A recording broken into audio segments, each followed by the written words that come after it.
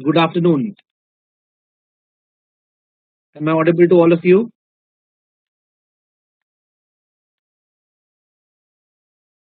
Okay, so I have uploaded some questions and we will try to solve these questions and discuss and see where we get. Okay, where we get to. Okay, so this exercise has total of 15 questions. We'll take up 5 questions at a time. You can see question number one, two, three, four, and 5. Almost all the questions are from previous XAT papers. Okay. So please start with question number one to question number five. I will give you around 15 minutes. It is approximately 3:35 right now. 3:50, I will start the discussion. Okay. Please solve question one to question number five.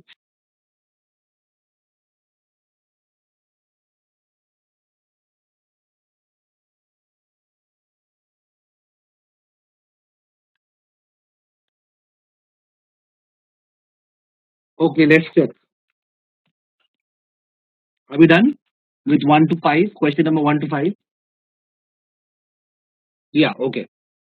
So what in the first question, what does he say? He tells you that in Asia, palm trees are non-native. They are non-native means they are not naturally available in Asia. Okay, so they must have been brought from somewhere else, and that is why the tree's flowers have traditionally been pollinated by hand, which has kept fruit productivity unnaturally low. But then what happens is that when weevils, which are known to be efficient pollinators of palm flowers, when the weevils were introduced in 1980, then the productivity increased by up to 50% in some areas, but then it decreased sharply after 4 years, that is in 1984. Okay. So initially, what happened? Initially, when weevils were introduced for 4 years, the productivity increased sharply, almost 50%. But then after that, it decreased sharply in 1984. So now the question is, which of the following statements, if true, would best explain the 1984 decrease in productivity? So why do you think this decrease happened? What is the reason for the decrease in this productivity? Yes, it has to be number three. Very good. Rapid increases in productivity tend to deplete trees of nutrients needed for the development of the fruit producing female flowers. This can be a very, very valid reason why, after 4 years, the productivity decreased sharply in 1984. This can be a very, very valid reason. Any other option comes to your mind? Any other option you would like to test? Slowly, slowly, we will increase the level. Okay, slowly, slowly, we will increase the level. Question number two. This is a conversation between a physician and a patient. What does the physician tell us? He tells us that the hormone melatonin, it has shown promise as a medication for sleep disorders.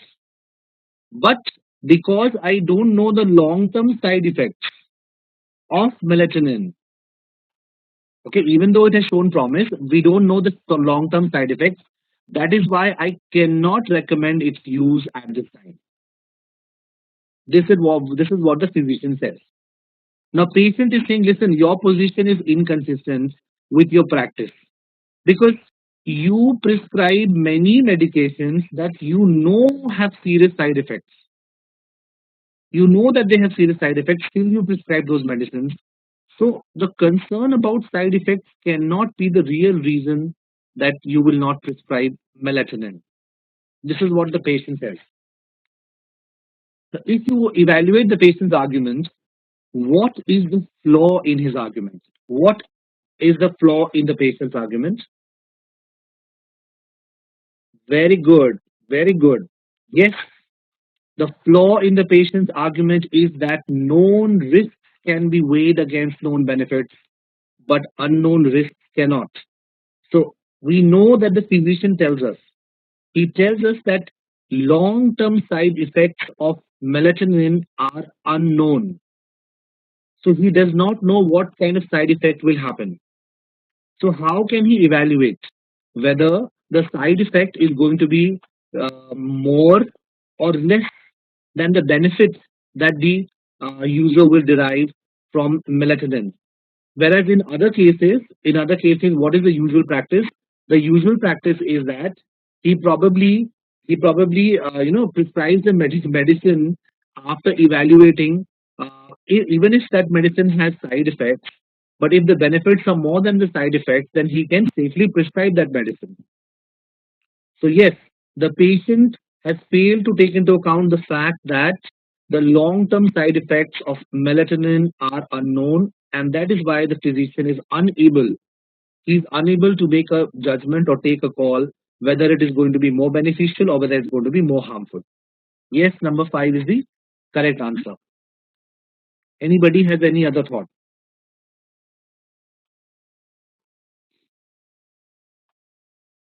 Okay, good. You were confused between four and five. Yes, Puneet, is the side effects. If the side effects of a medication can take some time to manifest it themselves. So, okay, it will take time, but there will be side effects. You know what side effects would be there, isn't it? But over here, the question is you don't know. Even if the side effect is not, manifest immediately, even if it does not appear immediately, it appears, let's say, after 6 months or 1 year, but you know for sure what is going to be the side effect. Then you can evaluate whether the benefits are more than the effects. If the benefits are more than the effects, then the physician can prescribe that medicine. So whether the side effect is going to happen immediately or it is going to take time, um, uh, uh, that is not very relevant. What we need to know is whether there is a side effect and what is the side effect. Okay. Okay. This is question number two. Let's come to question number three. This one is very, very easy. He says, in recent years, many cabinet makers they have been winning acclaim as artists, but because furniture must be useful, okay, that is why cabinet makers, whenever they make cabinets, they always have an eye. They make cabinets with an eye to practical utility of their product, and for this reason, cabinet making is not an art. Okay, so in fact, he's what is he assuming? What is he assuming? What is the assumption? Isn't he assuming that anything that is made for practical utility cannot be art? Isn't that his assumption? So if I ask you which of the following is an assumption that supports drawing the conclusion above, for the reason given for that conclusion, what should be the answer? It has to be number four. Yes, he is assuming. See, no, number three is not right. Number three is not right, Priyanka. Number three, the opinion here. What cabinet makers should or should not do, that is an opinion. That is not an assumption. Assumption means that he is not telling us, but we understand that this is what he is thinking. He's saying he's saying that cabinet makers they look at the use. If you look at the use, then it is not art. This is what he says. Cabinet makers they look at the practical utility of the product, but for this reason means if you look at the practical utility of a product, then it is not art. So basically he's trying to say because of this, cabinet making is not art. Cabinet making is not art. So what is he assuming? He is assuming that anything. Option 4 is directly mentioned. No, it is not directly mentioned. This is what we are. See, this is what we understand. It is not directly mentioned, Arpita. Where is it directly mentioned? Tell me.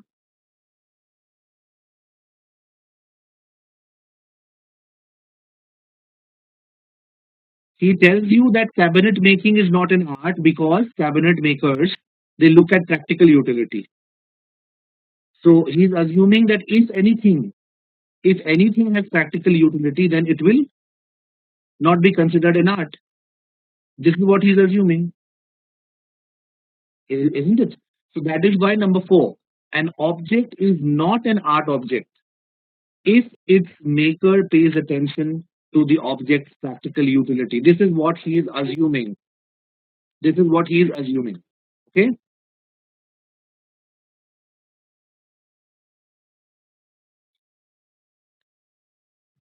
Any other doubts? Anybody has any doubt? Arpita, number one. Okay, number one also. What is the assumption? Some furniture is made to be placed in museums where it will not be used by anyone. But this is not the assumption. This is not his assumption. Please understand. An assumption it will always support. An assumption will always support the conclusion. What is the conclusion? Conclusion is cabinet making is not art. Okay, cabinet making is not art. This is the conclusion. And number four is supporting that conclusion. Why cabinet making is not art? Because if the maker of the object pays attention to the practical utility, then it is not art. So cabinet makers, they look at the practical utility. That is why the product is not art. Number one has no relevance. Some furniture is made to be placed in museums where it will not be used by anyone. So even though it will not be used by anyone, please understand, even if it is not used by anyone, but furniture in general is talking about furniture in general, not two or three specific pieces of furniture that has been made to be placed in museum. Okay, it should be four.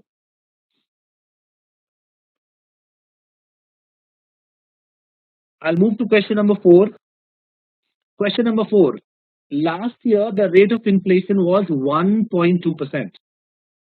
Okay, but the current year rate is 4%.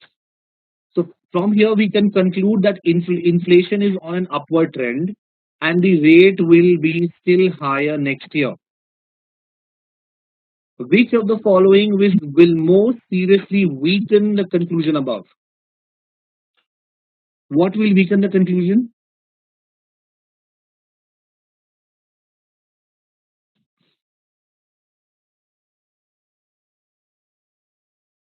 Okay, number one कैसे weaken करेगा?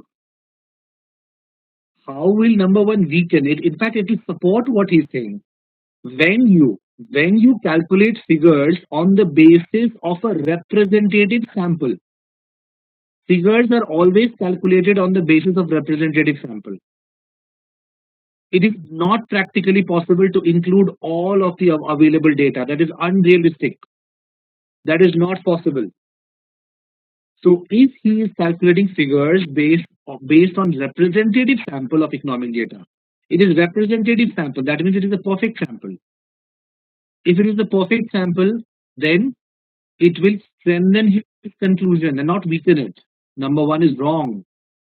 Did you understand? People who mark number one as the answer. Mayank, whenever you calculate any figure,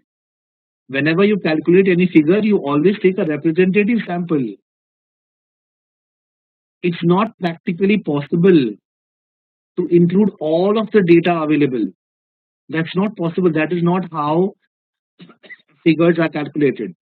For example, when we want to calculate figures, let's say wholesale price index. There is something called wholesale price index and retail price index. For example, when you calculate Sensex, there is a representative, companies. There are 30 companies that constitute the Sensex. Why don't we take every single company and then we compute the sensex. That's practically not possible. We have to consider whatever is mentioned. Please understand, Mayank. Please understand, Mayank. Whenever you calculate, this is common sense. Even if it's not possible in real life, means if it is nonsense, if it is nonsense, then how can we consider it to be good? Okay, it is nonsense. How can you use all the available data? That's impossible. And plus, he's telling you that this sample is representative. It is representative means everything that is important is here. So no, number one is not right. Number one is strengthening his conclusion. It's not weakening the conclusion, it is strengthening his conclusion because representative sample means that everything that is important is included. Okay? Number one is not right. So what should be the answer? He says that inflation is on an upward trend. There is an upward trend. How can I negate what he's saying? Number four. Okay. No, Puneet. No. Number four also will strengthen his conclusion that inflation is on an upward trend. Please understand. Last year, the inflation rate was 1.2%. So last year, let us say 2018. 2018 it was 1.2% and 2019 it is 4. This is what he's saying that it has increased and it will increase further. So even if 2018 it was the lowest in 10 years. It was lowest in 10 years. What happened before this that is immaterial. What happened before 2018 is immaterial. From 2018, there is a rise from 1.2% to 4% in 2019, and based on this, he's saying there is an upward trend. Okay, so even if 1.2% represented a 10-year low, that is immaterial. There is still an upward trend. There is still a rise. So number four also is not right. What should be the answer? Number five? No. Number five does not have any impact. Government intervention cannot affect the rate of inflation. This is opinion. This is just an opinion. It does not weaken the conclusion. Answer is two. Answer is number two. I'll tell you why. Last year, a dip in oil prices brought inflation temporarily below its recent stable annual level of 4%. So what he's trying to say is that the inflation rate is stable at 4%. It is stable at 4%. Over the years, it has been 4%. Last year, something happened, inflation rate dipped, but now it has again come back to 4%. So over the years, if you look at the years, over the years, it has been 4%. Last year, because there was dip in oil prices, it came down to 1.2%. And now it has again come back to 4% to the stable level. So in effect, I'm saying that no, there is no upward trend. Inflation is stable. There is no upward trend. Inflation is stable. That is why number two is the answer. I am weakening his conclusion. Did you understand? Anybody who did not understand, please ask.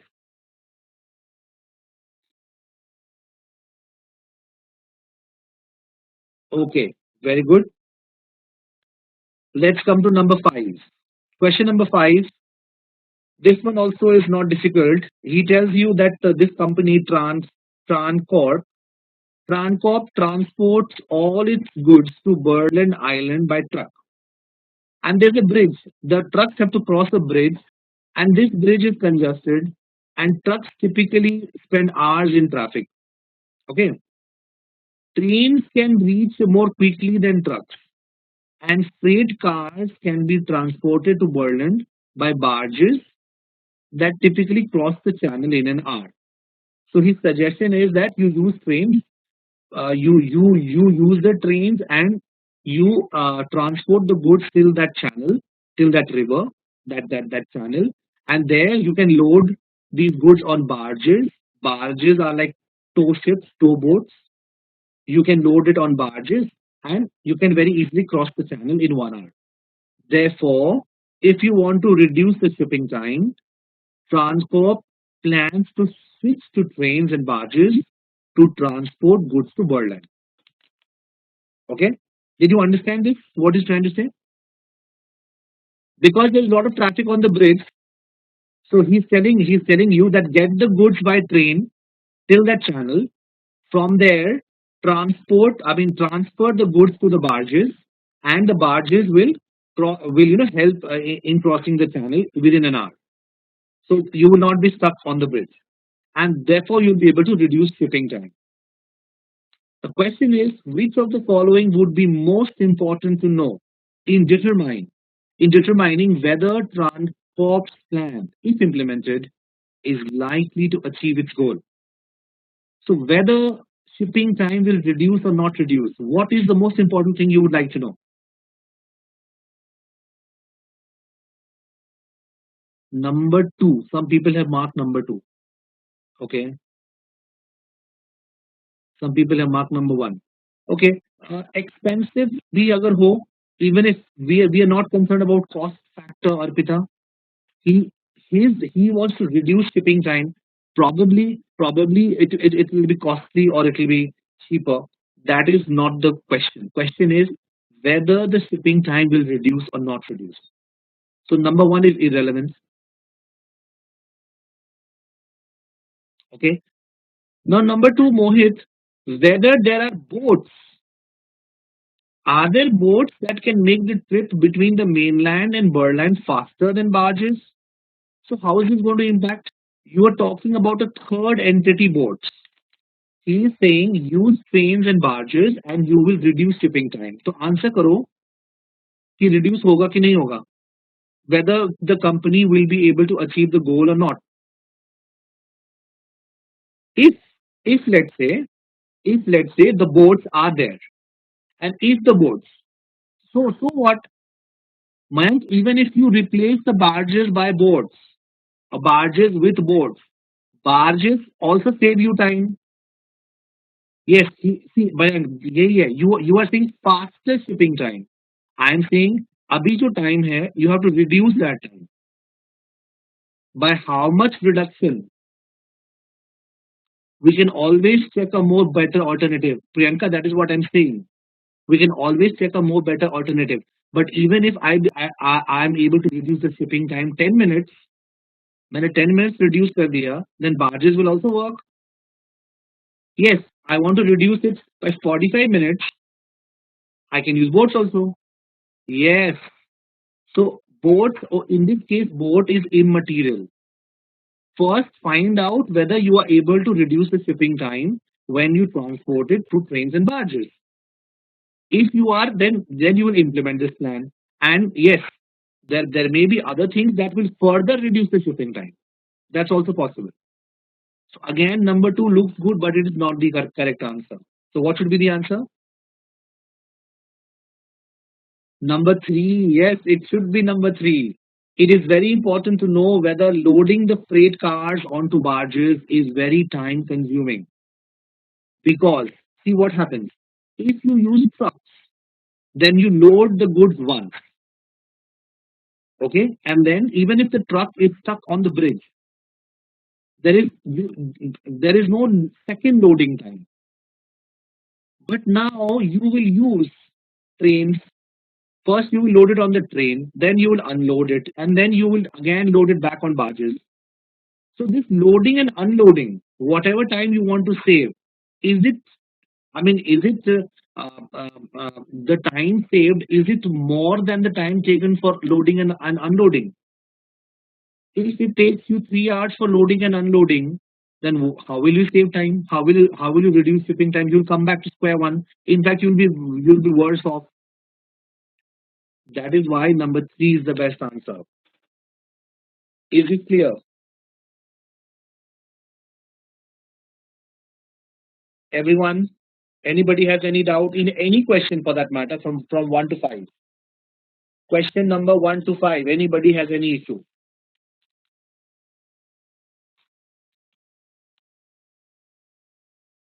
Option number 4, Priyanka, for question number 5. Question number 5. Okay. Let's see. Whether the average number of vehicles traveling over the bridge into Berland has been relatively constant in recent years. So, what will happen? Whether the vehicles have increased, decreased, or remain average. The fact of the matter is that you spend around an hour on the bridge. You spend around an hour on the bridge. Okay, it can be because of any reason. It can be because of any reason. If it might be low, then traffic will reduce. So,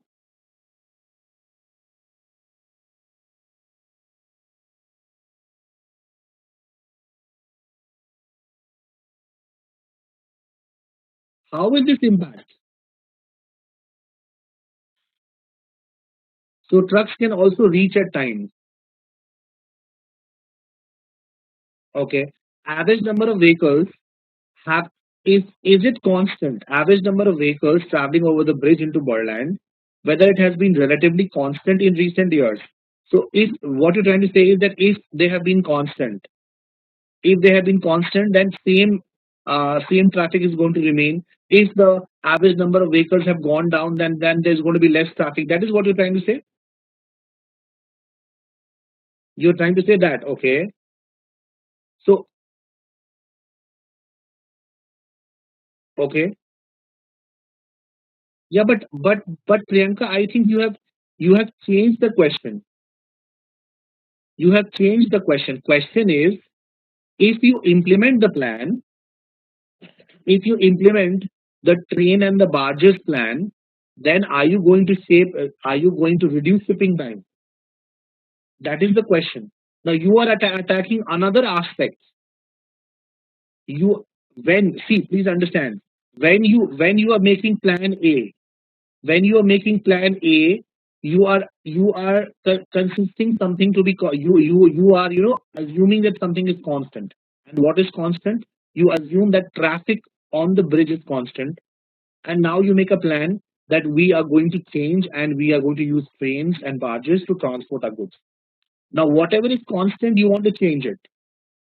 If you want to change it, then entire plan will change. So number 4 will not work. Number 4 is attacking some other question. Okay, okay. So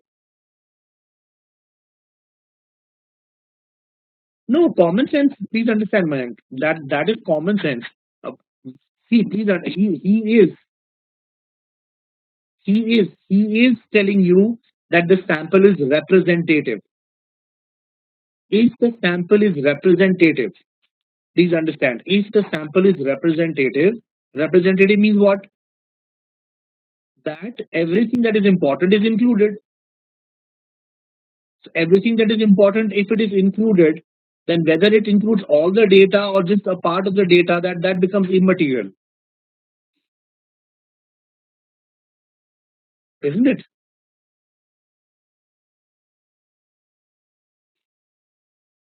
It is representative. Representative means everything that is important is included. That is why number 1 is not right.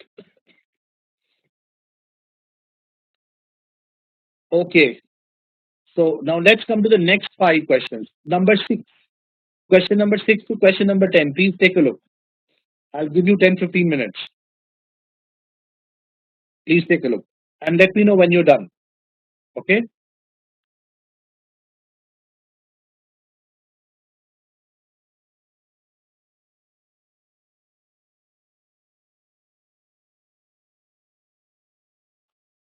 Okay, that is sufficient time. Should we check?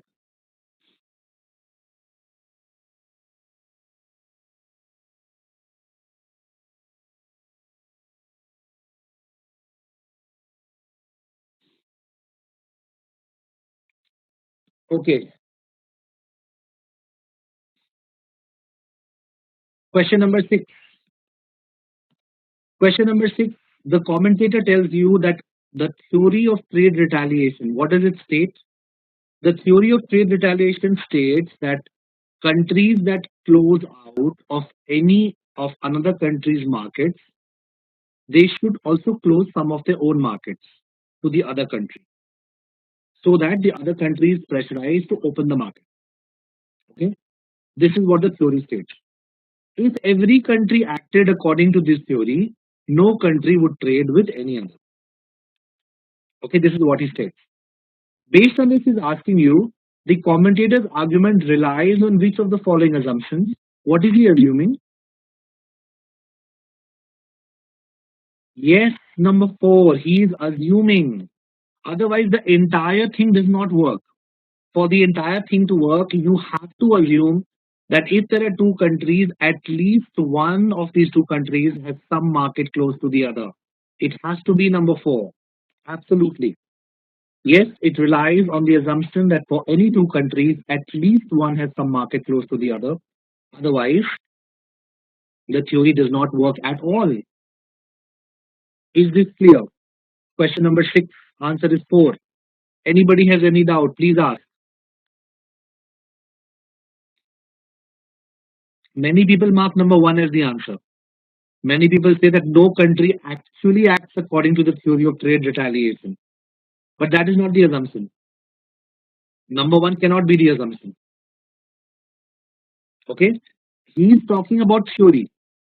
What happens practically, Mohit, please understand, what happens practically, that is that is not an assumption that he has used for his for stating his theory. So number one is what happens practically. That may be right, that may not be right. Did you understand, Mohit? He never assumes. He never assumes that no country actually acts. He says that if one country has closed out uh, one market, then it should retaliate by closing its market to the other country. Whether they actually do this or they do not do this, that is not the assumption. Okay, so that is why one is not right. Is it clear now, for especially for people who mark one as the answer? Question number seven. I'll move to question number seven. Number seven, although parapsychology is often considered a pseudoscience. Pseudoscience, you know what is pseudo? Pseudo means semi or fake. So parapsychology is considered to be kind of partial or fake science. It's not complete science. It's kind of fake science. Although people consider parapsychology as a pseudoscience, it is a genuine scientific enterprise. Why? Why is the author saying it is a genuine scientific enterprise? Because it uses scientific methods such as controlled experiments and statistical tests of clearly stated hypotheses to examine the questions it raises. Very, very easy. The conclusion above is properly drawn if which of the following is assumed. So, what is he assuming? He is assuming that if anything uses scientific methods such as controlled experiments and statistical tests, it automatically becomes a genuine scientific enterprise, isn't it? It has to be for. It has to be for. Any field of study that employs scientific methods is a genuine scientific enterprise. Arpita, you mark number three. Number three is not right. Any enterprise that does not use controlled experiments and statistical tests is not genuine science. This is not this what happens when an enterprise does not use controlled experiments and statistical tests, that we don't know. We just know when it uses, then what happens. When it does not use, what happens? There can be millions of possibilities. Okay, that is why number three is not right. Yes, Priyanka, we can check one. Is the author's conclusion that if a field of study can conclusively answer the questions it raises, then it is a genuine science? No, this is not the assumption. According according to this passage, according to this passage, okay, if you are using scientific methods, and you are using controlled experiments and statistical tests. Whether you are able to conclusively answer the question or not, it's not mentioned anywhere. If you are using scientific methods, then if you are able to answer the questions or not able to answer the questions in both the situations, you are indulged in a genuine scientific enterprise. Whether your genuine scientific enterprises it bears fruit, whether it bears fruit, whether it gives you results or it does not give you results, that is immaterial. So number one is wrong. Okay, he never says that it has to answer the question. Only then it will become a genuine science. No, it will become a genuine science when you use scientific methods. Okay. So question number 7, answer should be 4. If you have doubts, ask. Anything you did not understand, please ask. Okay. Number 8. Question number 8. One way to judge the performance of a company is to compare it with other companies. This technique is called benchmarking, and it permits the manager of a company to discover better industrial practices and can provide a justification for the adoption of good practices. Okay. Any of the following is true is a valid reason for benchmarking the performance of a company against companies with which it is not in competition rather than against competitors except. So you have to understand this question. He has written the question in a very complicated way. What is the question? What is he saying?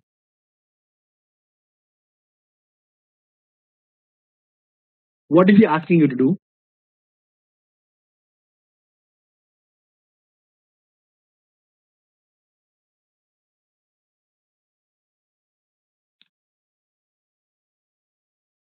What isn't supporting the question? Comparing with non-competitors. I didn't get it. That is what I'm saying. He has written the question in a very complicated way. So he's telling you what, which of the following, which of the following proves to you, which of the following proves to you that you should not compete, or you should not compare your performance with those companies that you are not in competition with. Okay. Yes. What is he telling you? All He's telling you all of the following are valid reasons for benchmarking the performance of a company against companies with which it is not in competition rather than against competitors. Except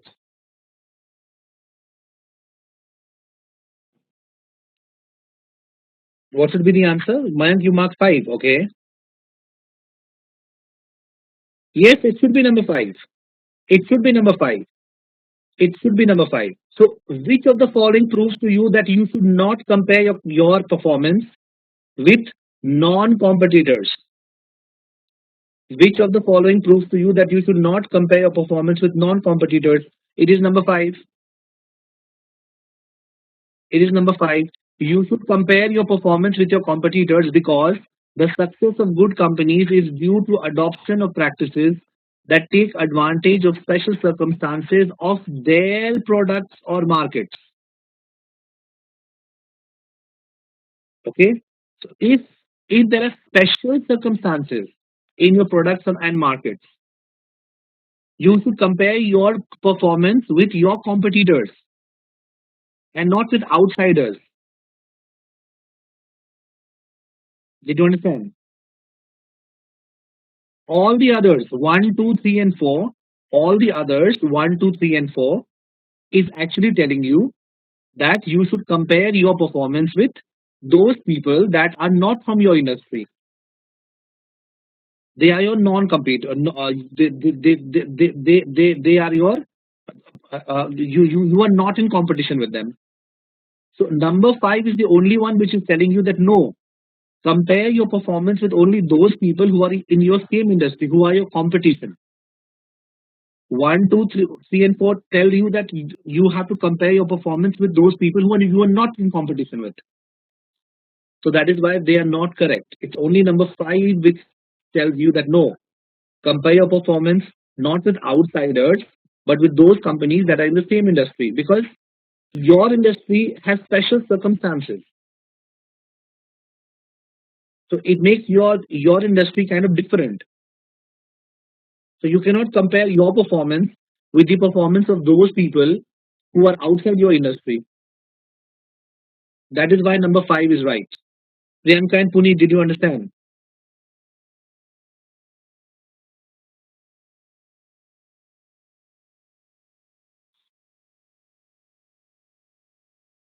Please check.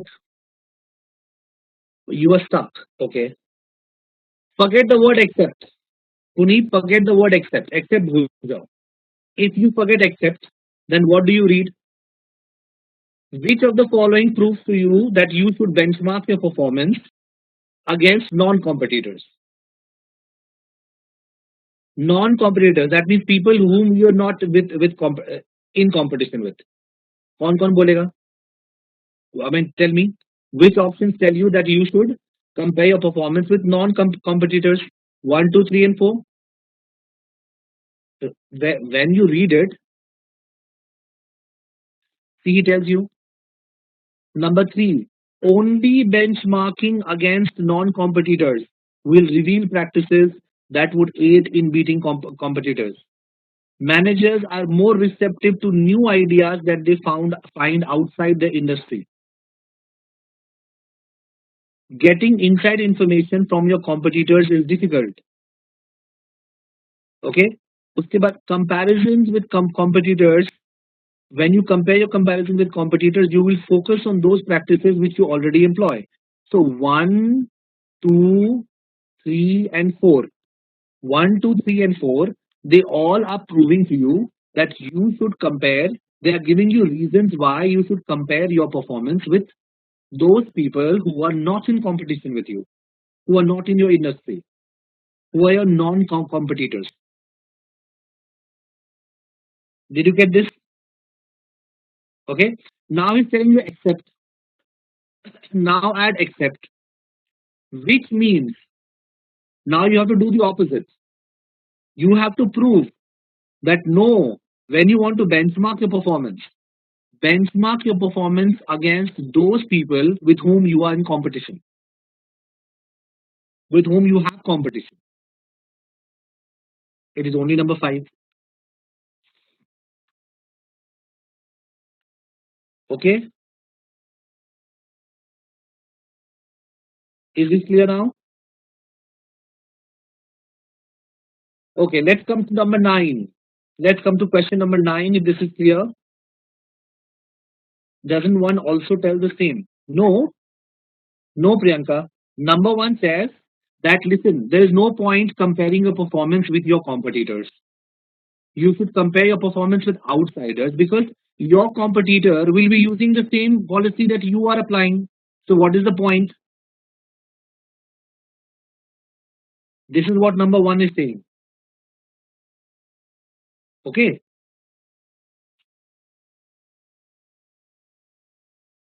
is this clear? Should I move to the next one?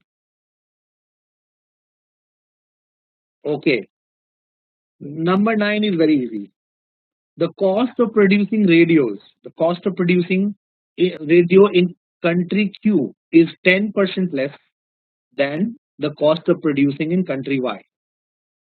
Even after transportation fees and rail tariffs are added, it is still cheaper for a company to import radios from country Q to Y than to produce it in country Y.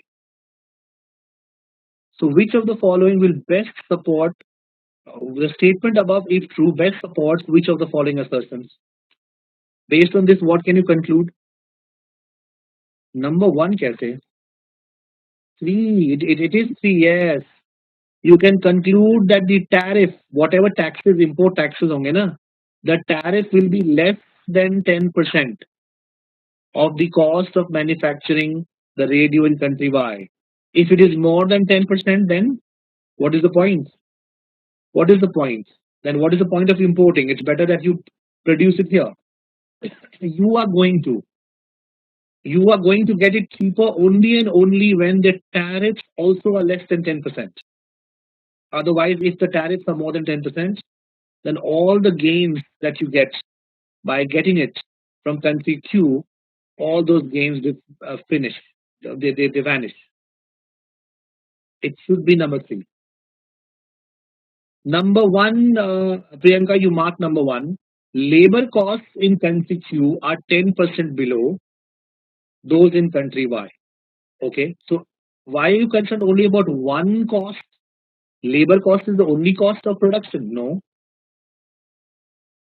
if labor cost is 10% below, but other costs are 100% higher, then o- overall the cost will be higher. Okay, so number one looks at only one of the costs. That is why it is not the correct answer.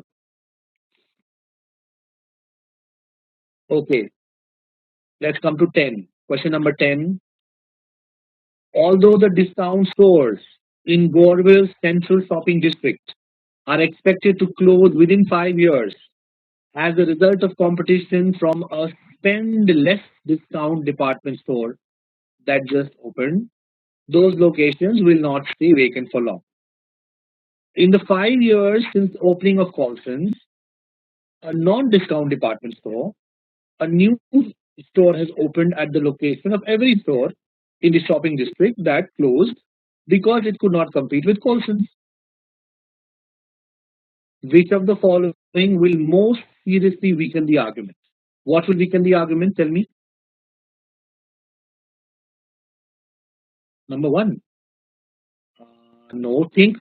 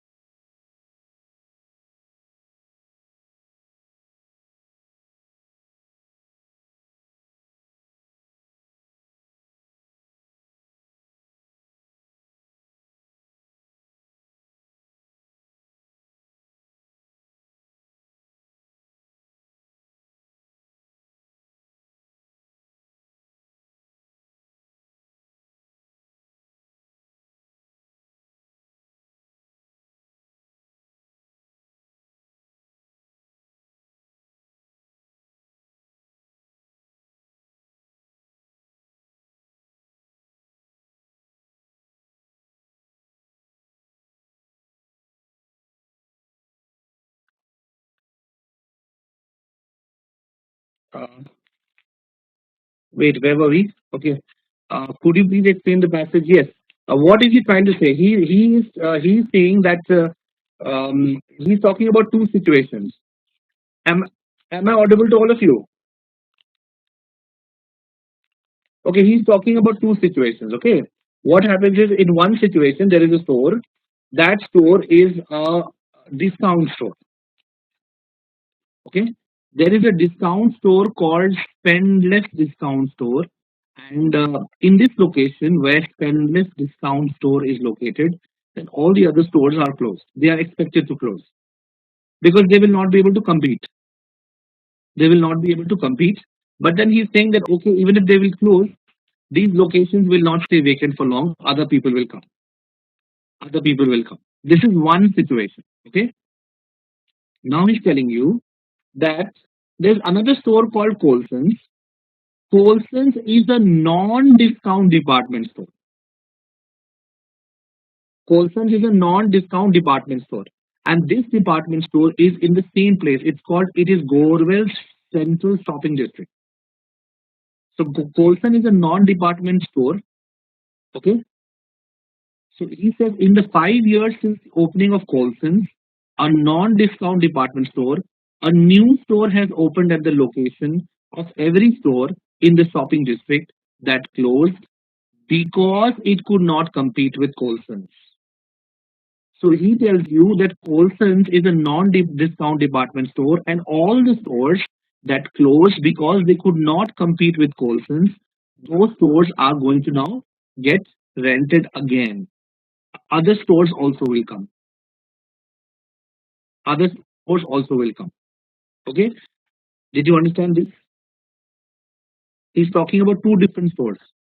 One is Penless discount store, and another is Colson non-discount store. And he's telling you that many stores went out of business because they could not compete with Penless discount store, and many stores, went out of business because they could not compete with Colson's, which is a non-discount department store. And even though many businesses have shut down, but these locations will not remain vacant.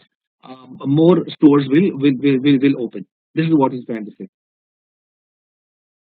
Okay, but his conclusion.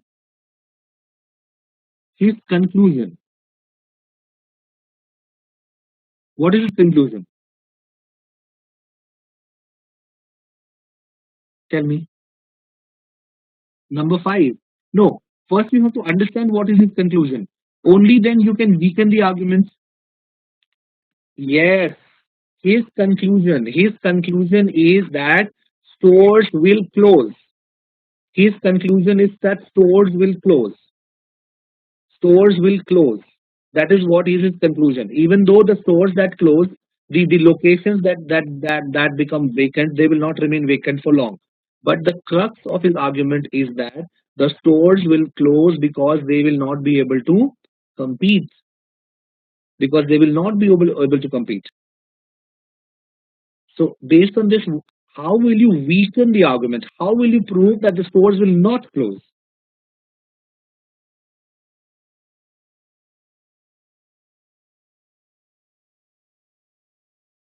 Number five, many stores in the central shopping district sell types of merchandise that are not available at either Spendless or Colson's. So there is no competition. Competition to है ही नहीं.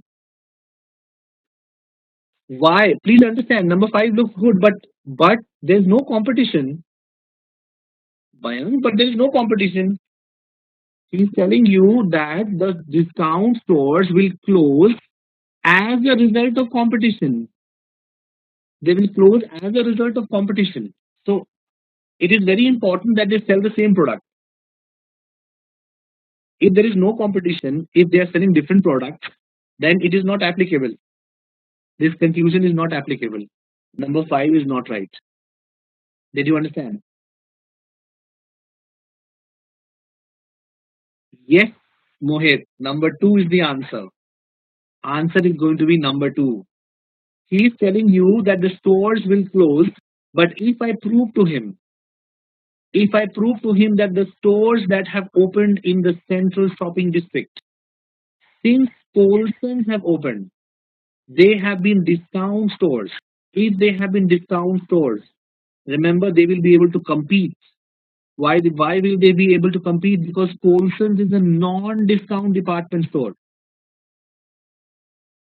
Colson's is a non-discount department store. So the prices are going to be higher. And whatever new stores open, they are going to be discount stores. So they will offer discounts. Prices are going to be cheaper. They will be able to sustain. They will be able to survive the competition. They will not close. Number two will weaken his argument. His argument is that new stores will close. But if I can prove that no, they will not close, even if they have competition, and the competition is that they sell the same product, but Colson does not give discount, and all the new stores that will open, they will give discount, so they will survive. Answer is two. Please check. Did you understand?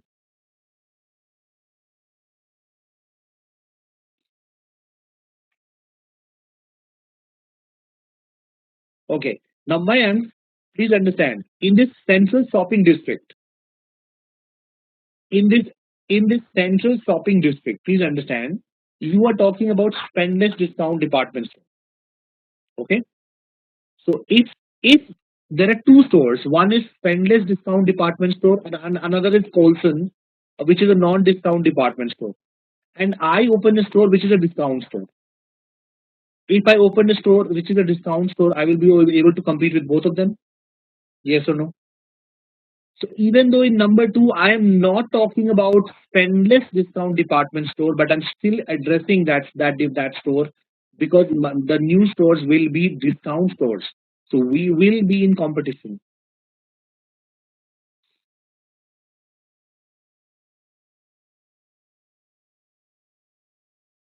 Yes.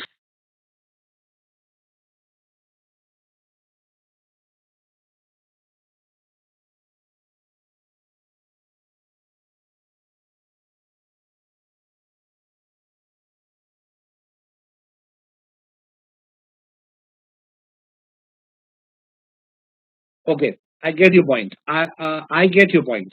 What you're trying to say is, although the discount stores, what you're trying to say is the stores that have closed, they are discount stores. That is what you're trying to say. Okay.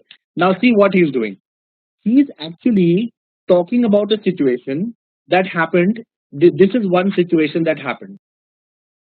He is taking this situation as a standard and he's trying to apply it to a second situation because the discount stores in Godville Central Shopping District could not compete with Spendless Discount Store. That is why they closed. That is why they closed.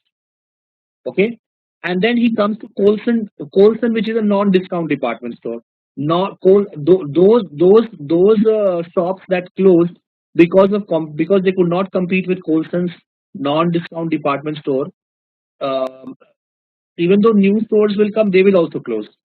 Now I have to prove to him that no, they will not close.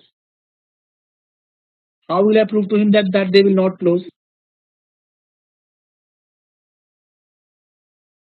They will not close because of competition. Did you understand? They will not close because of competition because they will be discount stores. They will be able to compete with Colson's. Okay, so he is taking one situation and he believes that the same thing will happen at the second situation.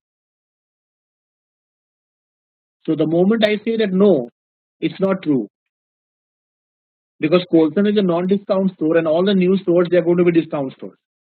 They will be able to compete. That is why two is right. And your question, Mohit, is five strengthening the arguments? Five has no impact on the argument.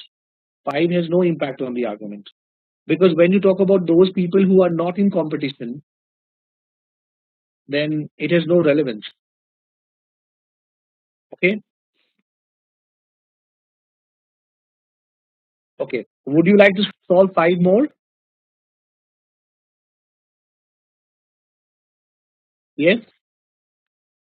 Okay. So question number 11 to question number 15. 11 to 15. Please start and let me know when you're done.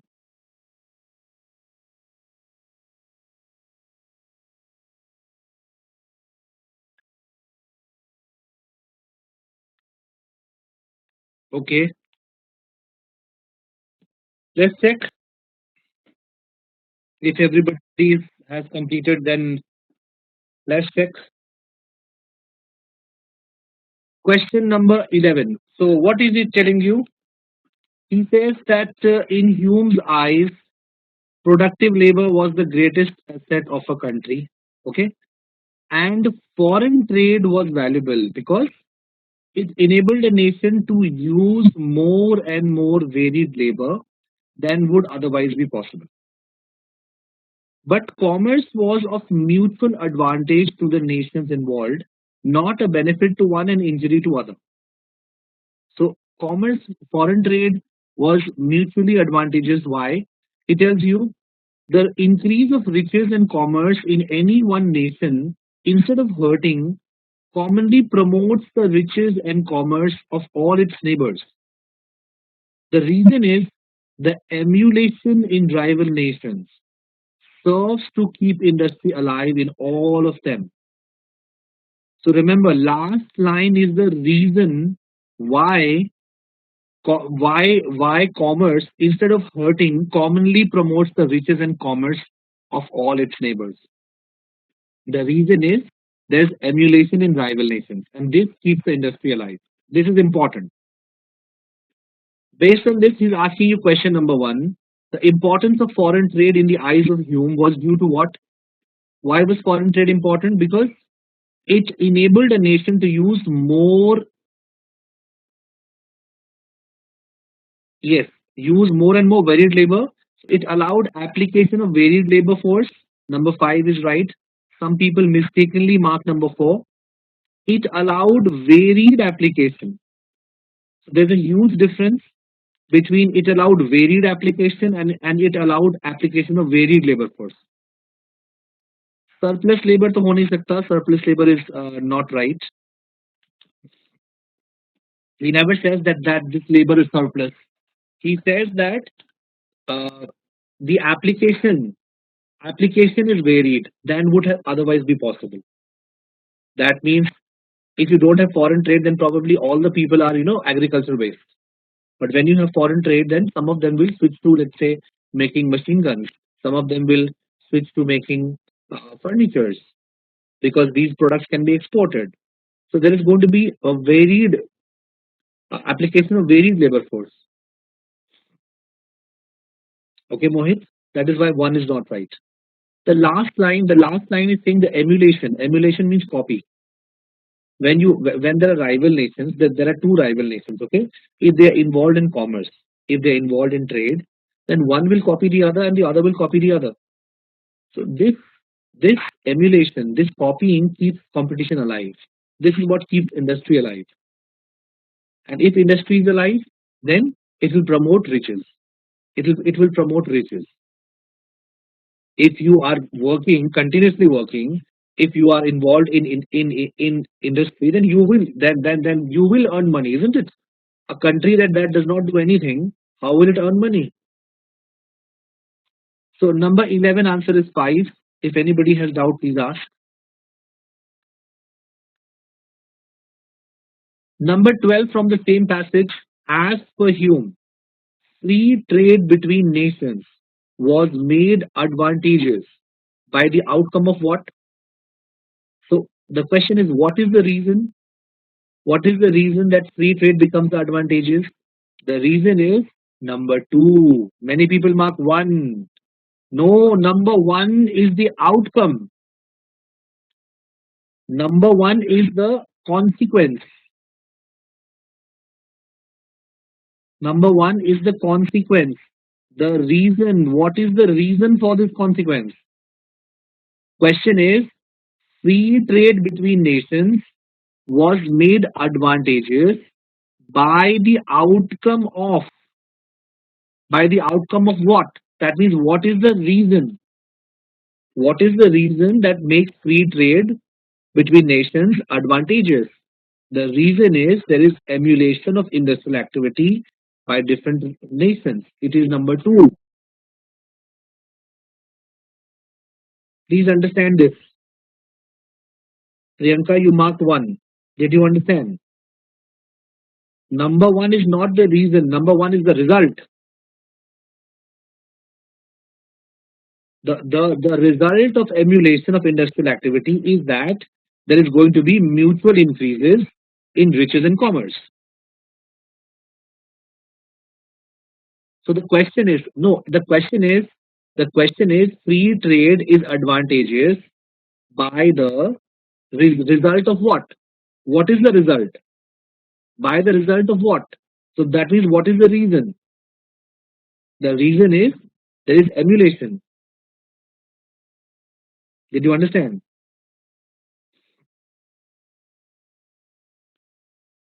Anybody has any doubt? Answer should be number two. Number one is not right. Please check if you have a doubt. Please check and let me know. Did you understand question number 11 and 12? So see what happens in that.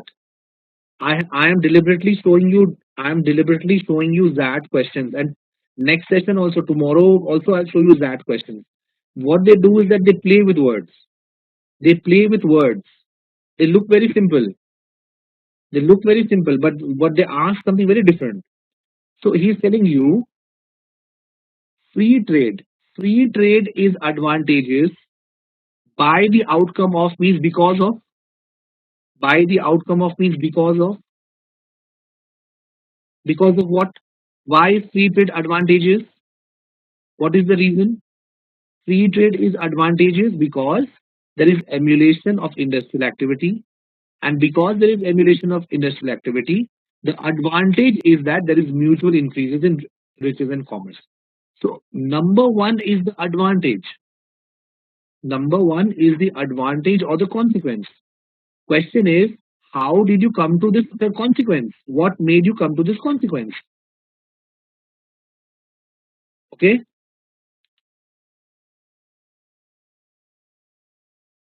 okay. Mohit, what is the connection of labor and commerce? Labor and commerce. Commerce means trade. If you want to indulge in trade, you will require labor, isn't it? How will you trade if you don't have any labor? Labor will produce, and whatever you produce, you will trade. Without labor, how can you trade? Okay, Mohit.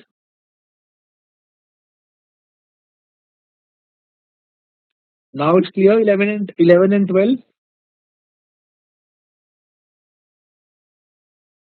Okay, number 13. I'm moving to question number 13. The yoga system is divided into two parts: Hatha Yoga and Raja Yoga. And he says that Hatha Yoga, it deals with the physiological part of man with a view to establish his health and train his will. Okay, Hatha Yoga, the process is so difficult that only a few resolute souls go through all the stages of its practice. Many people have failed, and some of them have even died. Okay, it is therefore strongly denounced by all the philosophers. In fact, the Sankaracharya, he also said that the system of Hatha Yoga was intended for those whose worldly desires are not pacified or approved with.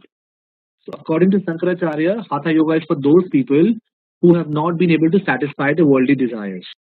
They are not content, okay, or they have not been able to eliminate their worldly desires. This is what he's telling you. So, which of the following is true?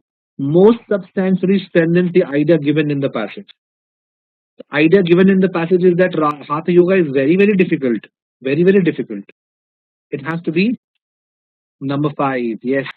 The percentage of students who have successfully learned Raj Yoga is more than percentage of students who have successfully learned Hatha Yoga. That is how I will strengthen the view that Hatha Yoga is very difficult. Yes, it is number five. Anybody has any other option?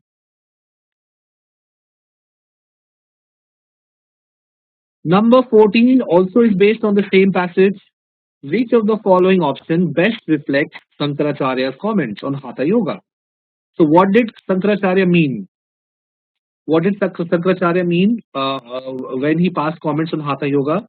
It has to be number one, that Hatha Yoga is for those whose worldly desires are not placated. Absolutely. Placated means pacified, soothed. Has to be number one. This one was easy. Okay. And finally, we come to question number 15. Question number 15. Nature lovers are attracted to forests and nature parks. Just look at the number of people visiting the Corbett National Park. Which of the following exhibits a pattern of reasoning least dissimilar? Least dissimilar means most similar. Which is the most similar? Okay, most similar to the one exhibited in the argument above.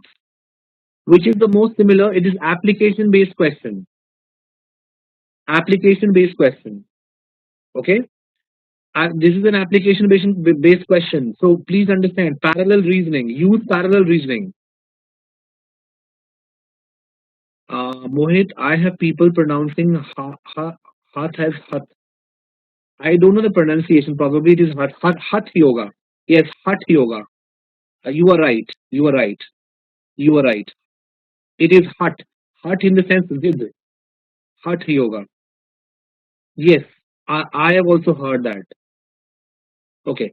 So, question number 15. Whenever they ask you which is least similar, most similar, remember they are asking for parallel reasoning. So, what happens? Pattern check karo. First, he talks about this is the conclusion. पहले conclusion है. First conclusion, and then he gives you evidence for his conclusion. He gives you the reason on which he has based his conclusion. Okay? What is going to be the answer? Same pattern किसमें है? Number three. It is in number three. First, he gives you the conclusion. Fleas must thrive in warm environments. During warm weather, my dog suffers from fleas more so during cooler weather. So first he gives you the conclusion and then he gives you the reason. Number three is most similar. Okay, many people think it is five. Priyanka, you have marked five. You have marked five. Even though he's saying the same thing, but the pattern is opposite. First, first he gives you the reason and then he gives you the conclusion. So he has reversed the order. Priyanka, in number five. Did you understand what he has done? He has reversed the order in number five. So when he says alcoholics and teetotalers, you know what teetotalers? Yeah, you must be aware. Teetotalers are people who don't consume alcohol at all. So alcoholics and teetotalers, they appear at the same restaurant at the same time of the day. So you will see many of them together. Therefore, alcoholics are teetotalers. And for alcoholics and teetotalers must be hungry at the same time. So he first states the reason and then he forms the conclusion. Whereas in the original argument, the conclusion is first stated and then he moves to the reason. That is why five is not right. It is number three. All right, all of you.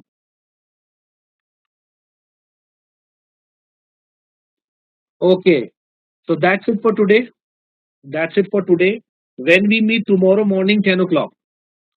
Tomorrow morning, 10 o'clock, I will show you some more questions from Zach. Decent scores. See, anything that is above 75-80% is a decent score. Arpita. Okay. Okay. So tomorrow again we'll meet from 10 to 12 and I'll show you some more questions. Most of the questions would be from ZAT papers. Okay. So that's it. Take care. I'll see you tomorrow morning. If you have any doubt, then you can please tell me. Otherwise, if you want to log off, you can log off. Take care.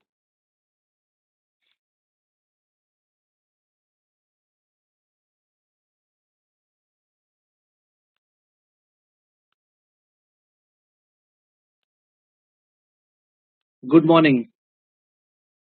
Am I audible to all of you? Yes. Okay. So I have uploaded one exercise here. Again, this exercise has 15 questions.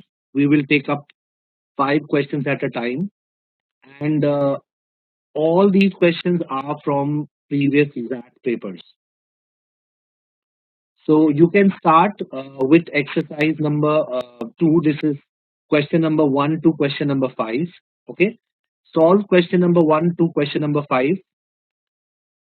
And I think 15 minutes will be sufficient. 10 to 15 minutes will be sufficient. So solve it and let me know when you are done. The latest time is going to be 10:20. Please start.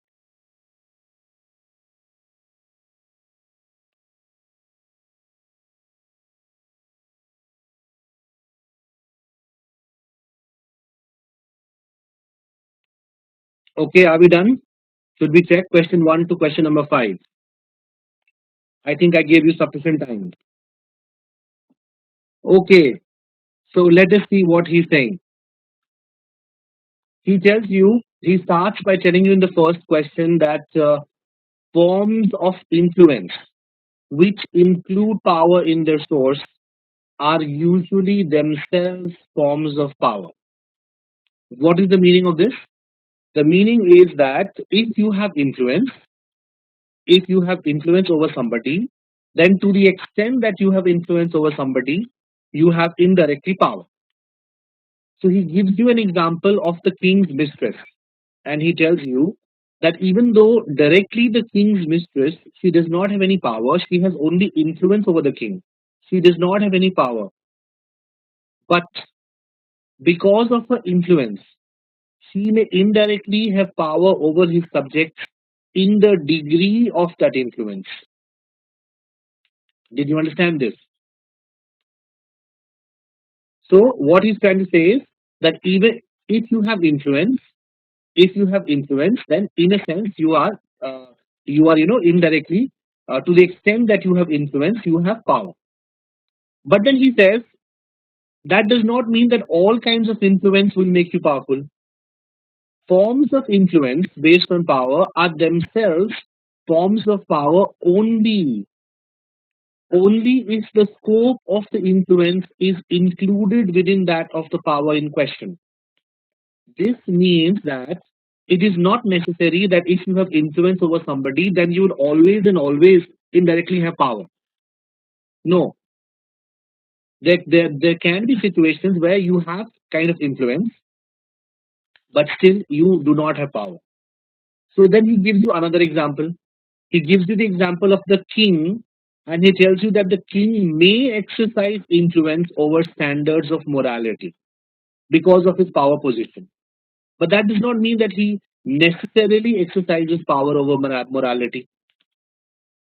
So, what he's saying is that if you have influence, then indirectly you may have power to the extent of that influence. But that does not mean that if you have influence, then you necessarily have power. This is what he's trying to say. Anybody requires any clarification? Is this clear? Yes? Okay. Now, based on this question number one, which combination of following statements best summarizes the idea expressed in the paragraph? Let's look at the four statements. Number one, strength of an influence determines its power. Yes or no? Yes. Number one is a yes. Okay. Number two, influence always contributes power to the wielder of influence beyond the scope of the influence. No, no. Even if you have power because of your influence, it is going to be within the scope of your influence. Okay. So number two is wrong. Number three, proximity to authority is itself a source of power. Yes or no? No, no, no, no, no, no. Mere proximity cannot be source of power. You have to have influence. For example, let us say there is a king, okay? So there will be so many people who will have proximity to the king. For example, his bodyguards. Just because they have proximity to authority, does that mean that they necessarily have power? No. They will have power only and only if they have influence over that person who is powerful. And they will have power to the extent that they can influence the person who is powerful. So mere proximity to authority cannot become a source of power. Number three is not right. Did you understand? For example, let us take the Prime Minister. Prime Minister, Mr. Narendra Modi, okay? He has bodyguards. So bodyguards, they have proximity to him, but that does not mean that the bodyguards are powerful. That does not mean that Narendra Modi will listen to, the policy suggestions made by the bodyguards. But but his cabinet ministers can have influence on him. They can have influence in the sense that they can make some suggestions, and Narendra Modi can adopt some suggestions. So even if directly they don't have power, but indirectly because they can influence the prime minister, they have power. So mere proximity is not itself a source of power. Number three is wrong. So till now only one is right. Let us look at number four.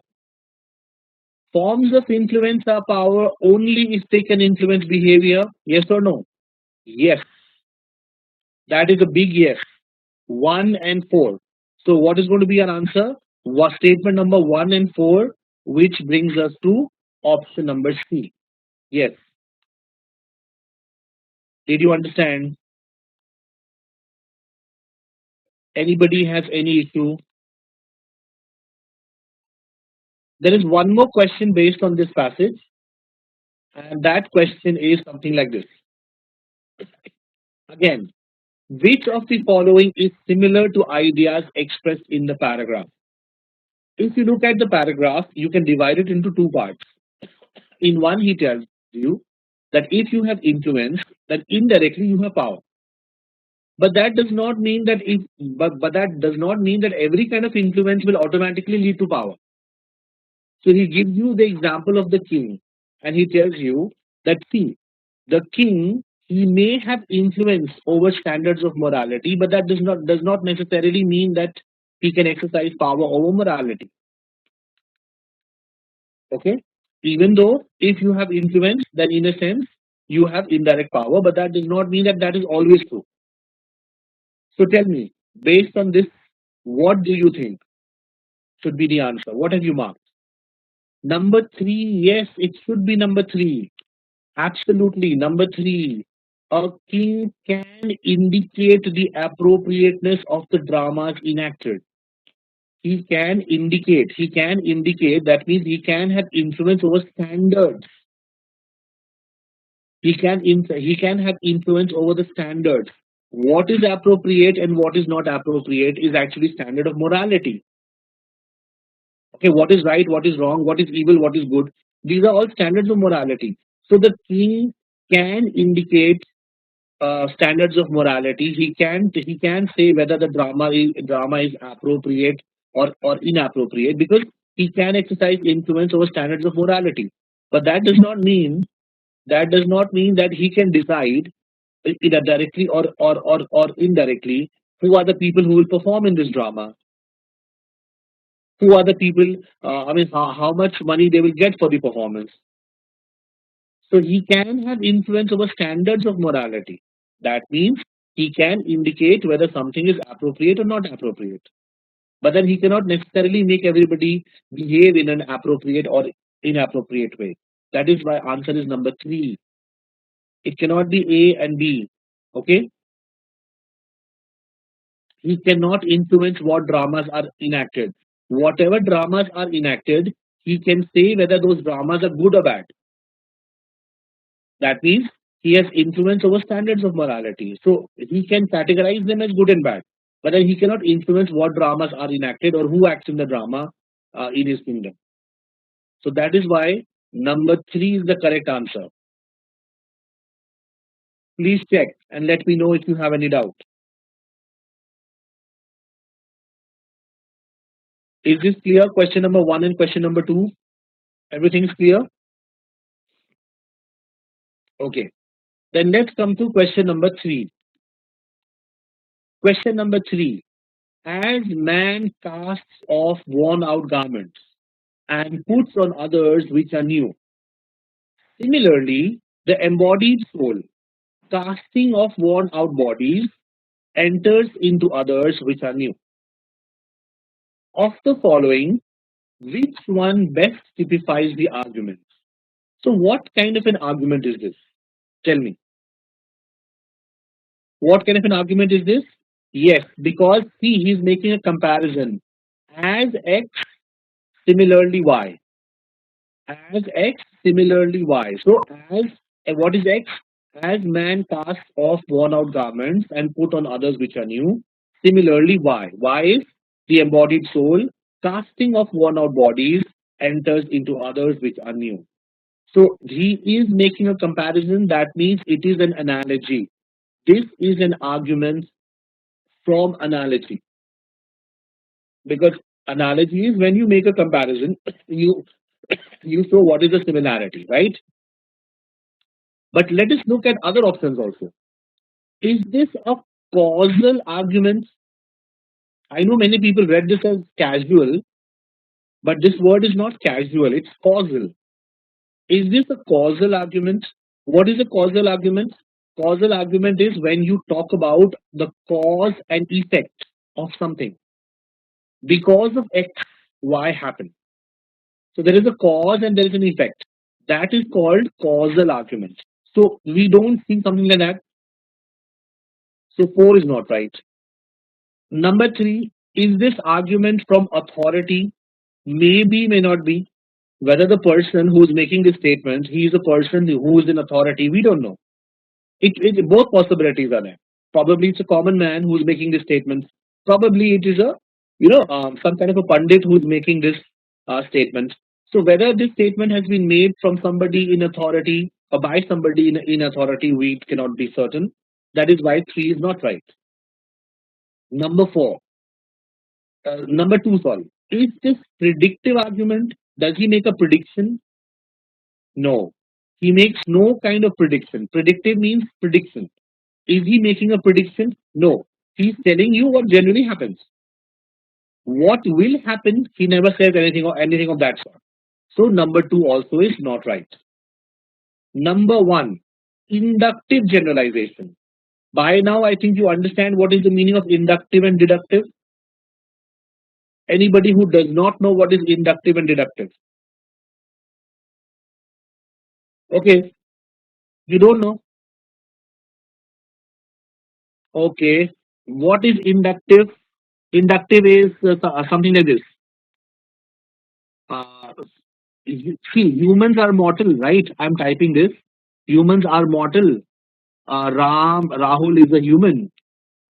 Therefore, what can we conclude? Therefore, Rahul is mortal. Can you see this? I'm typing now. Yes. Okay. If if you look at this, what is happening? Humans are mortal. Rahul is a human. Therefore, Rahul is mortal. So what I'm doing is first I talk about general humans in general, and then I come to specific things. I talk about Rahul and I make a conclusion about a specific person. So whenever you move from a general thing or general information to specific information, okay, whenever you move from general information to specific information, then your conclusion is 100% valid always. Your conclusion is always 100% valid. This kind of a conclusion is called deductive. It is called deductive generalization. Okay, you must be aware that the word generalization means conclusion, right? The word generalization means conclusion. But then what is the difference between a conclusion and a generalization? Why do we have two words? I'll tell you. I will tell you. Okay. But but first let's understand what is deductive generalization. Deductive generalization is when you move from general to specific and you get absolutely certain conclusion. But if it is the other way around, if I say something like this, I'm just typing, please wait.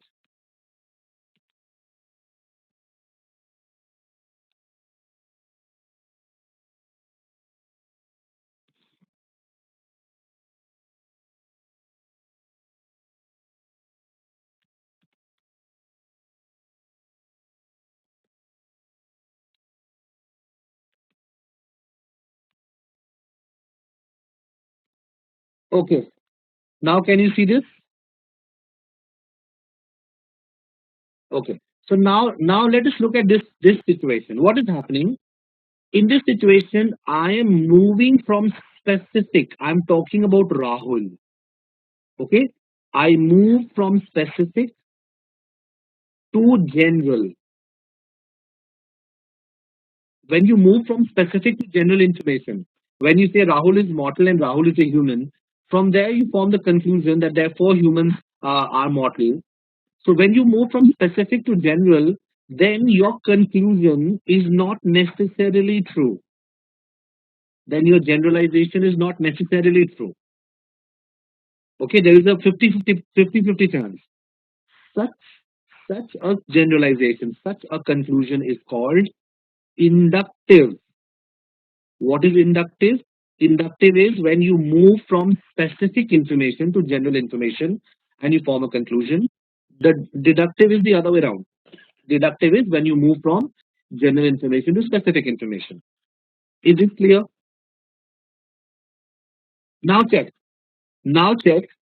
Has he made any kind of inductive generalization? Does he first talk about a specific person or thing and then he forms a conclusion about everybody? No, he does not. He's talking about man in general. He's not talking about a specific man. As man casts off worn out garments. So he's talking about general. In general, he's talking about man, humans, right? So it is not inductive generalization. It is not inductive generalization. Did you understand? Remember these two expressions, inductive and deductive, because they are used a lot. They are used a lot, especially by XAT. And I think I explained this in para jumbles also. In para jumbles also, we generally, when we arrange the statements, we try to use the deductive pattern. We try to use the deductive pattern. We move from general to specific. So can this be parallelism? Parallelism? No, parallelism is something else. Parallelism is something else. Parallelism is when there is a series or when there is a comparison. Remember, whenever there is a series, you're talking about a series, or whenever you are making a comparison, then they all have to be of the same grammatical form. That is parallelism. Okay. Okay. So now my question to you is, what is the difference between a generalization and a conclusion? Can somebody tell me? What is the difference between a generalization and a conclusion?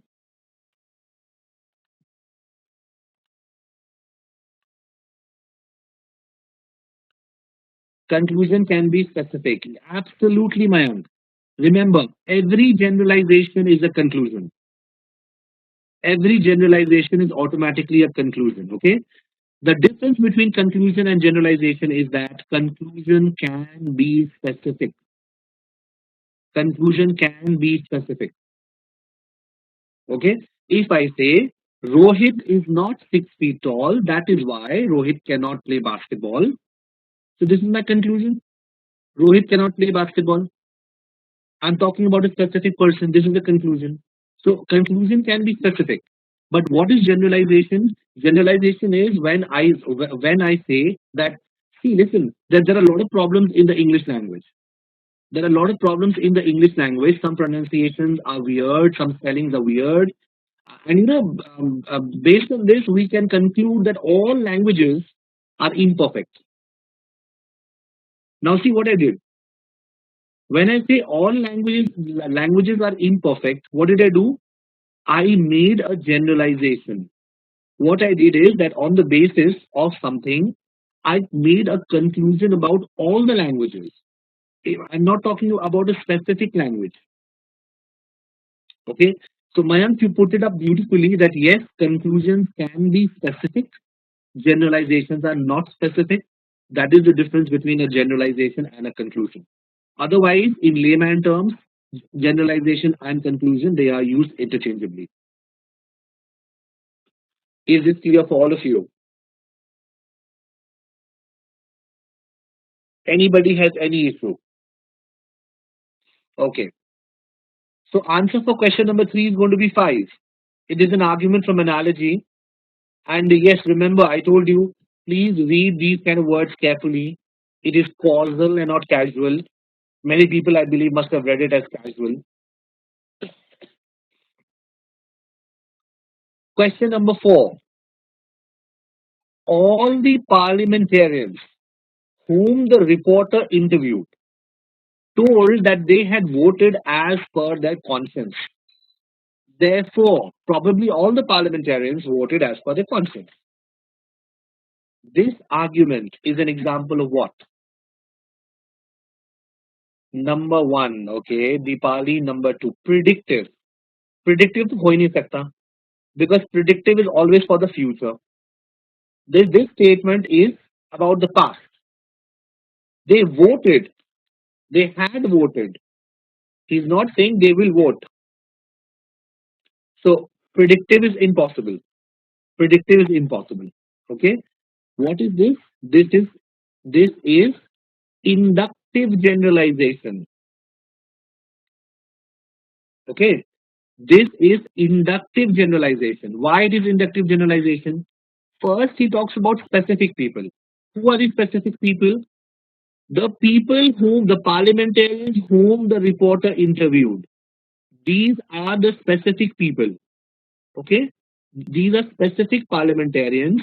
So, based on these specific people, based on what he finds about this specific group, specific people, he makes a conclusion about all the parliamentarians.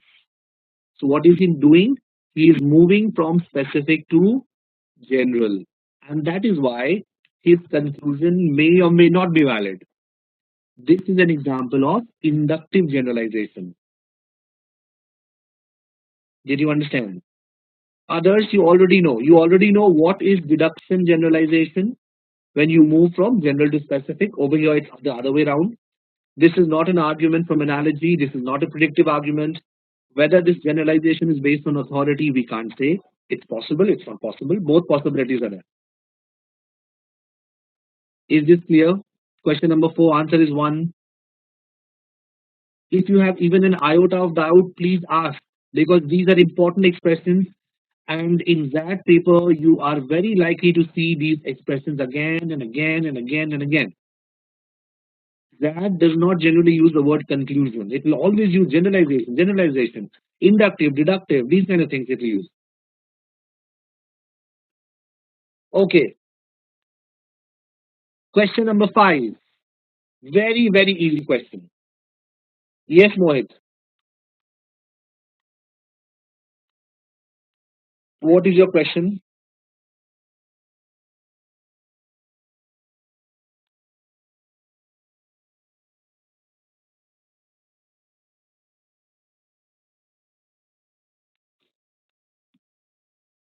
Difference between option 3 of question 3 and question 4. Question 3 and question 4. Okay. In question 3, he's saying arguments from authority. That means this argument has been made by somebody who is in authority, who is in some kind of a position. Okay. This is question number 3, option 3.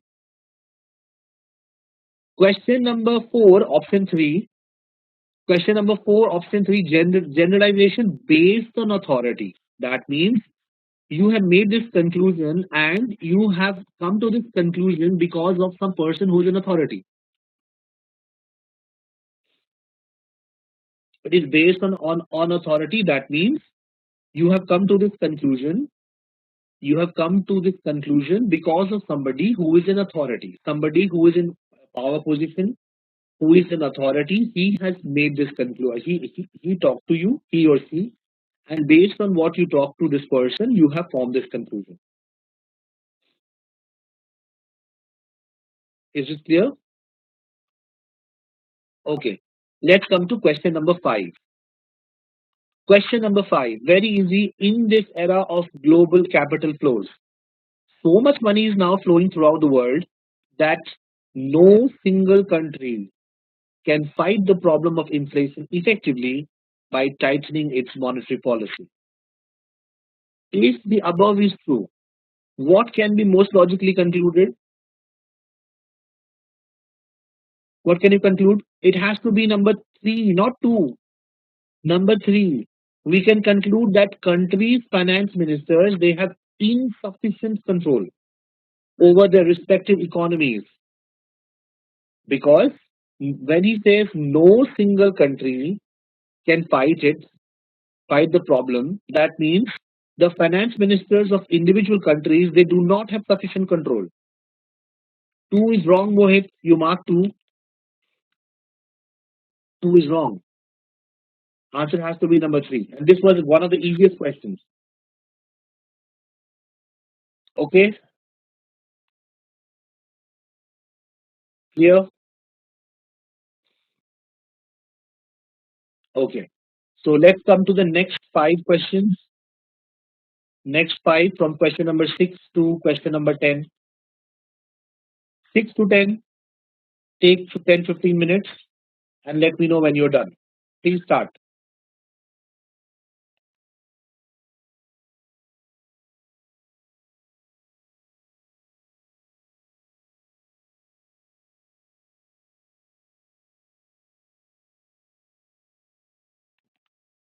Okay, let's discuss this. Should we? Okay. Question number six. Question number six, he tells you that many entrepreneurs, they try to control the composition of the board of directors. But when you look at more experienced entrepreneurs, they will share control. They share control. Okay. They share control. They invite participation from institutional investors and outside directors. The question is, what is the idea that might be guiding the experienced entrepreneur's behavior? So, what can be the reason that experienced entrepreneurs, they share control, they invite participation from institutional investors and outside directors? What do you think is the best reason? Should be one. Yes, it should be one. I think there's absolutely no doubt that experienced entrepreneurs, they expect the experienced directors to monitor the performance of the enterprise and to be a sounding board. And to be a sounding board, what is a sounding board? Anybody? What is a sounding board? Sounding board, sounding board is, somebody whom you rely on, somebody with whom you can discuss your ideas, your policies, because they are kind of they are experienced people, they are visionaries. So that is sounding board. So yes, number one is good. Number five, okay. Number five, Nikita, you were saying it does not talk about institutional investors. Option number one does not talk about role of institutional investors. No, but please understand, institutional investors, institutional investors will come in the form of directors, isn't it? How will institutional investors participate? They will come in the form of directors. Okay. Number five does not look good. More the number of influential people on board, the easier it is to raise finances. But please understand, if you mark number five, then just because you want to raise finances, will you give your control? Will you share control? You want to raise money. For that, you are ready to share control. No, you will share control only when you believe that the other person will actually help you. Okay,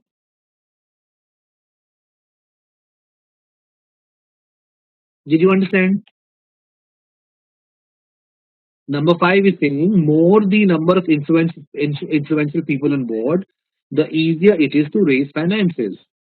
But problem is that you first we are assuming that these are influential people. Even if they are influential people, your objective is to raise finances. If you want to raise finances, then why do you need to share control? Why do you invite participation? Why do you want other people to participate? You can raise finances. You take a loan. Take a loan. Go to the stock market. There are so many other ways. Why do you need to necessarily share control? So if you are ready to share control, that implies that you want you want participation in the form of decision making. So number five is does not look at a very look like a very valid reason. Okay. Number two, the experienced entrepreneurs expect the institutional investors to support the opinion of entrepreneurs on all major decisions. Now, if the entrepreneur wants his decision to stand Okay, if the entrepreneur wants all his decisions to stand, then why does he want to share control? Don't give the control to anybody. Do whatever you want to do. So number two does not make sense. If the entrepreneurs want their opinions to stand, then why do they want why do they invite participation? What is the point? They can be wholesale, owners of that company. They can take whatever decision they want. So number two also does not look like a valid reason. Arpita, you are saying experienced people will take investors into confidence. Yes, but Arpita over here he's using the word influential and not experienced. He's using the word influential in number five. More the number of influential people. That is also problematic. It should have been experienced people. Okay. So basically, he's trying to say that the more number of powerful people you have on board, then would five be correct? Still, it would not be as good as an answer as one. Please understand. You have an asset. You have control over an asset. Okay, you have control over an asset, and in order to grow that asset, you need some more you need some more funds. Just because you need funds, will you be ready to share your control over that assets with anybody? No, that will be the last thing that you will do. First, first you will take the opinion of people. How exactly, how exactly I can use that asset, and with that asset being in my control, I will talk to them how we can raise finances. So you can raise finances when you without letting go of your control. Okay, so I don't think number five is a very valid reason. Okay, please take a look once more. Should I move to question number seven? Number seven, there is what is remuneration? Remuneration means money, the salary, the money that you get. Okay, okay. Number seven, there is nothing so stupid as an educated man if you can get him off the thing he was educated in. Which of the following, if true, most seriously undermines the author's contention? So, what is he trying to say? That let us say you are a physics major and you call yourself educated, but if I remove that physics degree, then you will become a stupid man. How can we weaken his contention? Yes, number one, very good. When the moment you prove that, listen, true education is nothing but a well-rounded exposure. It is a well-rounded exposure to many things. So that is true education. So even if you remove one or two things, still because that guy has got well-rounded exposure, he will not become stupid. So yes, number one is a good answer. But if you have any other options, we can check. Dipali, number four. Stupidity, like intelligence, is relative and therefore depends on the intelligence of the person's peers. So what? So what, number four? Dipali. So if it is relative, if stupidity like intelligence is relative, this this this statement is from the perspective of somebody called X. So X still is a relative here. X, according to X, there is nothing so stupid as an educated man if you can get him off the thing he was educated in. So even if it's relative, you are not undermining it. In fact, you are strengthening it. Okay, Dipali, did you understand? Please understand this statement is made by somebody. According to him, there is nothing so stupid as an educated man if you can get him off the thing he was educated in. So this statement is as it is relative. Okay. Now, will you explain all of the options? Okay. Let us see. Number two, an educated man will not discuss things which he does not understand. So how does this undermine the author's contention? An educated person may not discuss. He may not discuss, but if you remove the subject that he has specialized in, will he become stupid? Nothing happens. Number two does not state that just because he does not discuss. In fact, if he does not discuss, that can be a very strong argument to say that he has become stupid. That is why he is not discussing. So number two is gone. Number three, the cost of a general education has led to the unfortunate fact that a person's education is confined to one field. You are strengthening what he's saying. You're not undermining. If your education is confined to one field and I remove that field, then obviously you will become stupid. So number three also is strengthening what he's saying, not undermining. Number four, I told you, number four has no impact because as it is, this statement is relative. Number five, education is one of the main causes of people recognizing their capabilities and developing them further. But problem is that if I remove that education, then you will not recognize your capabilities and you will not be able to develop them further, isn't it? Now, what you have to prove in order to attack his argument, you will have to prove that listen, even if you remove that education, still that guy is not going to be stupid because if in a true sense that guy is educated, then he will have a well-rounded exposure to many things, to all the major subjects. So if you remove one or two things, that will not make that person stupid, and that is why number one should be the answer. Arpita, I explained number one.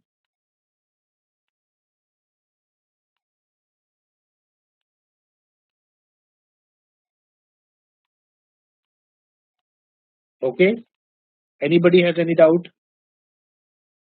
Should I move to question number eight? Okay, question number eight.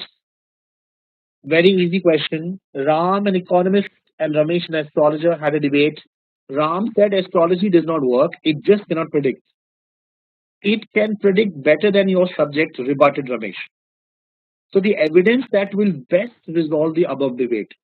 How to find out whether astrology makes better predictions or economics makes better predictions? How can you find out? Okay, number five, four. Hmm. Arpita, you have marked number two. See, number of predictions. Number of predictions can never be the basis. It can never be the basis. It always has to be the percentage of predictions that come true. Answer for this question is five. Answer for this question is five. Number of predictions तो कभी हो ही नहीं सकता. Let us say this is astrologer and this is an economist. Okay, this astrologer has made 20 predictions and this economist has made 150 predictions. Out of these 20 predictions for the astrologer, 18 have been proved correct. And for this economist, out of 150, 25 have been proved correct. 25 are correct. So when you look at the number, it seems that the economist is better. The predictions made by the economist is better because astrologer made 18 predictions right and economist made 25 predictions right. So when you focus only on the number of predictions, then your conclusion will be misleading. Now, now compare the percentage of predictions that come true. Out of 20, 18 are correct. That means almost 85%. Whereas when you look at the economists, out of 150, 25, only 25. That is not even 30%. Yes or no? Around 30%. So always you will get a conclusive answer only when you compare the percentage of predictions that have come true. And that is why number five is correct and not four and two. Mohit and Arpita. Did you understand? Okay. So remember these questions also, because many times, I mean, wordings can change, but pattern will be same. Pattern will be same. So whenever you have to make a comparison. Never use numbers. Always use percentage. Okay. Remember this. Remember this structure. Okay. Question number 8 is done. Answer is 5. Let's come to question number 9. According to recent reports, CEOs of large organizations are paid more than CEOs of small organizations. It is not fair. Just because the CEO is leading a big organization, that he should be paid more. CEO's salary should be based on performance and especially growth in terms of scale and sales and profits. Yeah, of course, big organizations are more complex than the small, but all CEOs require significant amount of energy and time in managing organizations. There is no proof that CEOs of big organizations are more stressed than CEOs of small organizations. All CEOs should be paid according to their performance. This is what he's saying. If you want to refute the argument, if you want to say that no, the salaries of CEOs of big companies should be more than the salaries of CEOs of small companies. If you want to refute the argument, what will you say? Number 5. Number 5, too. Highly qualified CEOs should be paid more because they have acquired difficult education. So this highly qualified CEO can be the CEO of a small organization also. He's saying he's making a comparison between small organizations and big organizations. CEOs of small organizations, they are paid less than the CEOs of big organizations. And he believes that the position CEO, whether you are a CEO of a small or a big organization, that is immaterial. If you are a CEO, you should be paid equal. Now, I have to refute his argument. I have to prove him wrong. So I will have to say that no, CEOs of big organizations and small organizations should not get equal payments. Answer for this question is 2. It should be 2, not 4. It should not be 4. Please understand. I'll just come to number 4. Answer is 2. The moment I say managing big organizations is more challenging than small organizations, that is the reason why CEOs of big organizations should get more pay, because it's more challenging. They do a more challenging job than the CEOs of the small organizations. How can the pay be equal? Okay. What do we have to prove wrong? He wants equal pay for all CEOs. Yes, so he's accepting, Mayank. He's accepting, but still he's saying all CEOs should be paid according to their performance. All CEOs should get equal pay. It's not fair. It's not fair that they are not getting paid the same amount. Even if he's accepting it, उसी के argument को हम refute कर सकते हैं ना. We can use his words to refute his argument. Okay. Number 5 will not work. Please, let us look at all the options. Number 5 will not work. You are saying that highly qualified CEOs should be paid more. Now, this highly qualified CEOs can be the CEO of a small organization also. So, if you are saying he should be paid more, and if this CEO is the CEO of a small organization, then rather than refuting, you are supporting his argument. Aren't you? So, number 5 is wrong.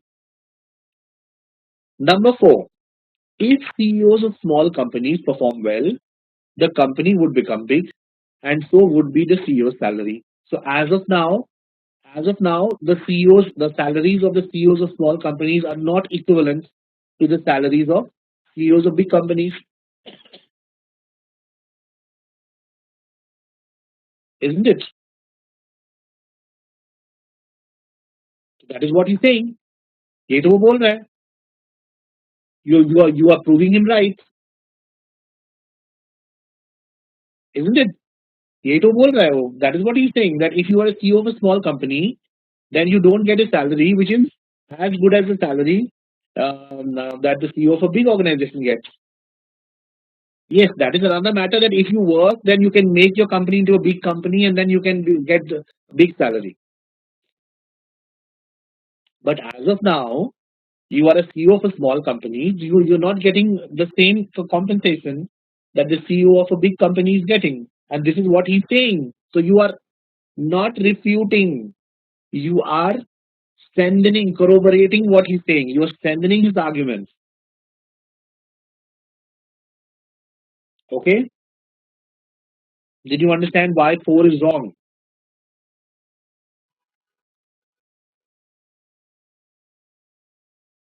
Not completely. Okay, not completely. I will again explain this to you. Dipali, you did not understand the question.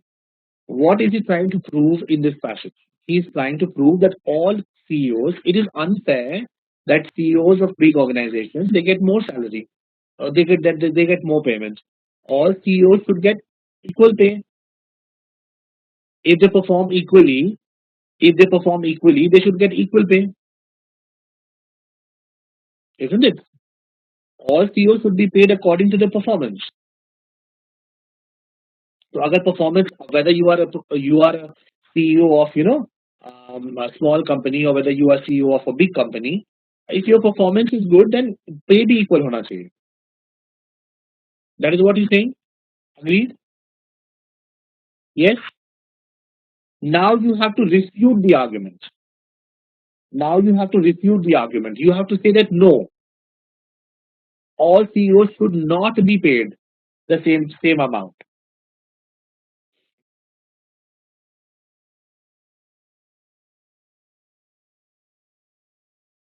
Yes or no?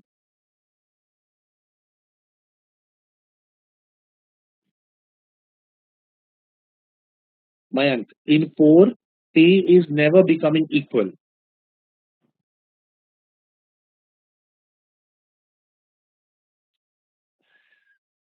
If CEOs of small companies perform well, the company would become big and so would be CEO's salary. Yes, but this is what the argument is saying. This is what the author is saying, isn't it? So I am, I am a small company. I am a CEO of a small company. So right now, my salary is let's say 1,000 rupees. I will perform well. I will perform well, and now the company will become big. So my salary will also increase. My salary will increase. My salary will become 10,000.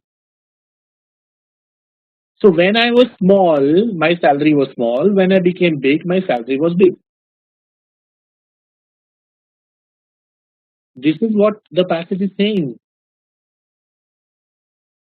That is what Mayank, you are refuting your own argument. आप खुद अपने argument को refute कर रहे हो. In fact, this is what he's saying. यही तो वो prove करना चाहता है. That when you are the CEO of a small company, you are performing well, but that time your salary was 1,000. If you want good salary, then you will have to raise your performance and you'll have to convert your company into a big company. जैसे big company बनेगी तो आपकी salary भी बढ़ जाएगी ना. But he is trying to say, please understand, he is trying to say that whether you are a small company or whether you are a big company, your salary should be equal. If you are a good performer, if you are a good performer, then whether you are the CEO of a small company or whether you are the CEO of a large company, that is immaterial. You should get the same money, same remuneration. So number 4 is supporting what he's saying, not refuting. This is exactly what he's saying.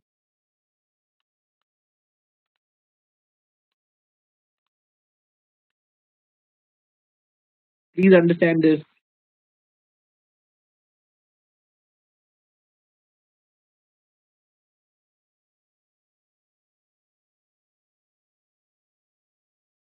Did you get this? Still not comfortable? Am I audible to you? Because there's no response from your side. Yes. Okay. Let us look at it in some other way. There are two CEOs. चलो इसको मैं दूसरे तरह से समझाता हूँ. There are two CEOs. Okay. CEO number X, CEO number X and CEO number Y. His performance is 100%. Presently, his performance also is 100%. Okay, his performance is also 100%. This guy is a CEO of a small company, and this guy is a CEO of a big company. Okay. Now, because it's a small company, even though this guy's performance is 100%, his salary is 1,000, and his salary, this guy Y's salary is 10,000. Now, please tell me what is happening. What is happening? This is what he's saying. This is what the passage is saying. That you are performing 100%, but still you are not getting the salary of 10,000. You are getting a salary of 1,000. So with the same performance, your performance remains constant. Your performance is same. Both X and Y are performing at the same level. But because X is the CEO of a small company, he is not getting pay which is equal to the pay received by CEO number Y, who is the CEO of a big company. अभी समझ में आया? Did you understand?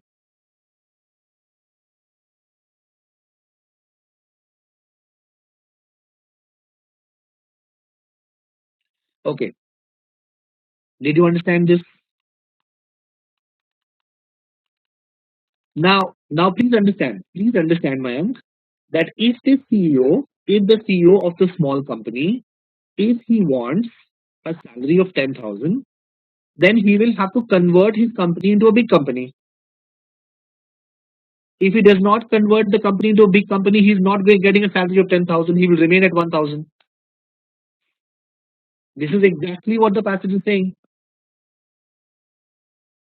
This is exactly what the passage is saying. So even if he's giving 100% performance, if he's not able to convert the company into a big company, he will not get that 10,000 rupees salary. यही तो passage बोल रहा है ना? This is what you have to refute. Is this clear? Yes or no? Think. If you need 2 minutes, think. If you need 2 minutes, please think.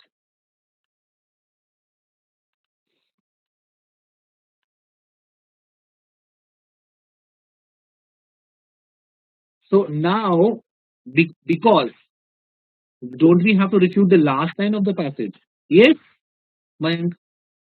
All CEOs should be paid according to their performance. So इसका मतलब performance X and Y 100% है, Mayank. So both should get 10,000 each. Yes or no, Mayank? Both should get 10,000 each. But you have to refute this argument. You have to say that no, X should not get 10,000. X should get 1,000 and Y should get 10,000. How will you refute it? You will refute it by saying that listen, Y is the CEO of a big organization and his task is more challenging than the task of X, who is the CEO of a small organization. So that makes number 2 correct. Now is it all right? Now it's clear for all of you?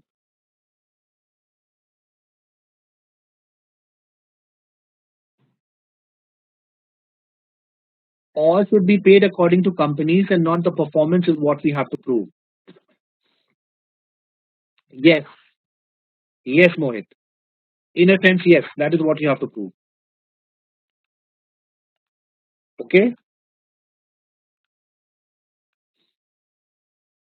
I think there was one more question based on this same passage. Which of the following is true? Would strengthen the speaker's argument. How will you strengthen the speaker's argument? The speaker's argument is that everybody should get equal pay. Whether you are a CEO of a small organization or a big organization, you should get the same pay. How will you strengthen it?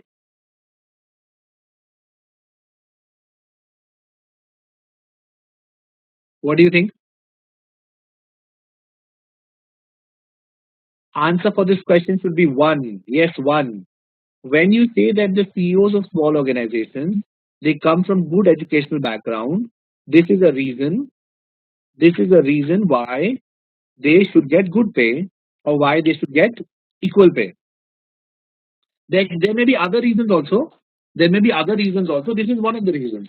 So when I want to strengthen something, I will give multiple reasons, right? I will give multiple reasons.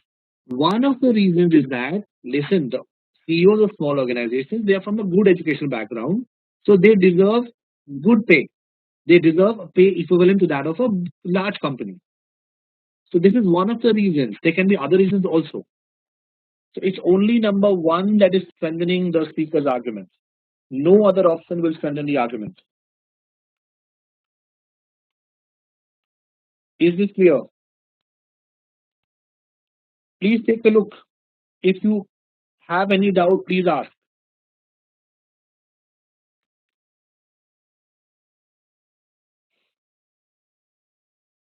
Okay.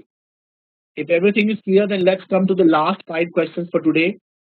Question number 11 to question number 15. Take 10 to 12 minutes. It is 11:30. 10 12 minutes, I think, will be sufficient. Maximum time is 11:45. If you are able to complete it before that, let me know. Please start.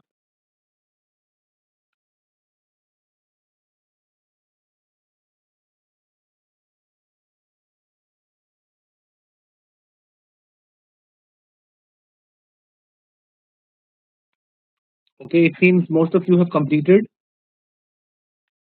So, should we check, discuss now?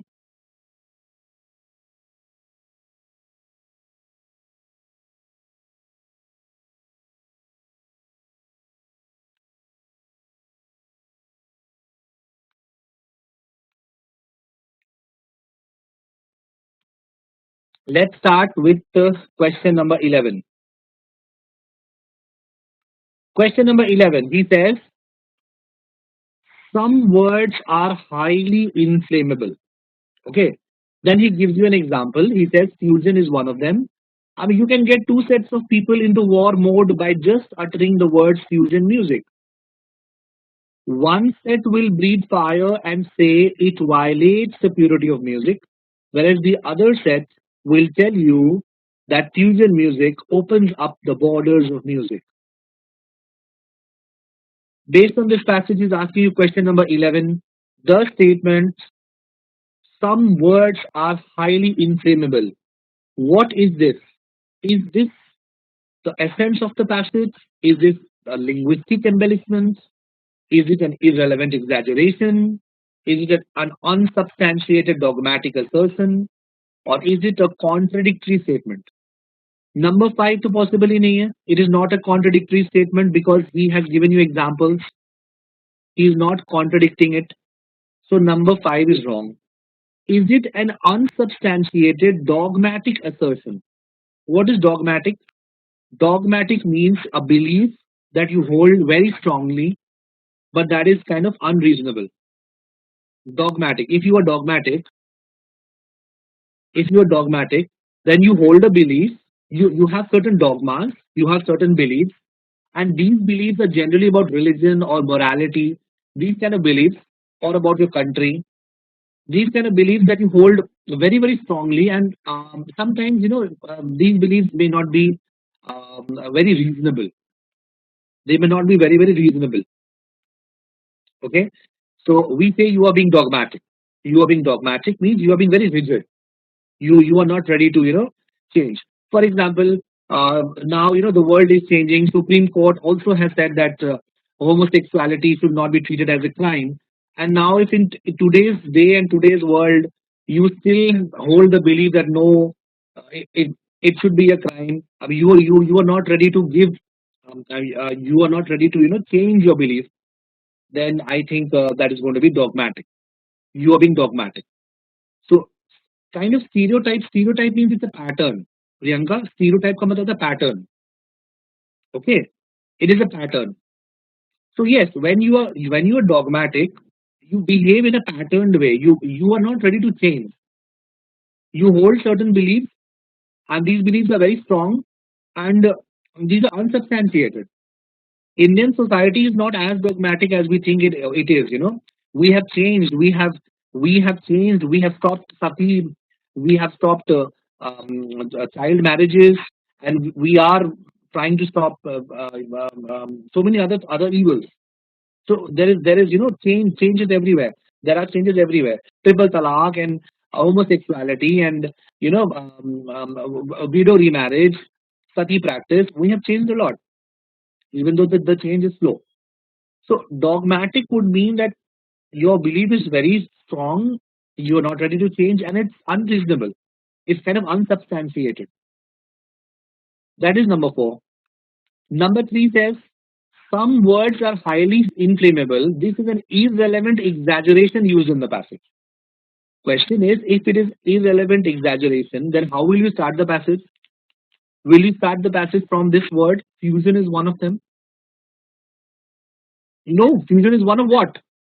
You need to know, because some words are highly inflammable. After that, everything that you see is an example.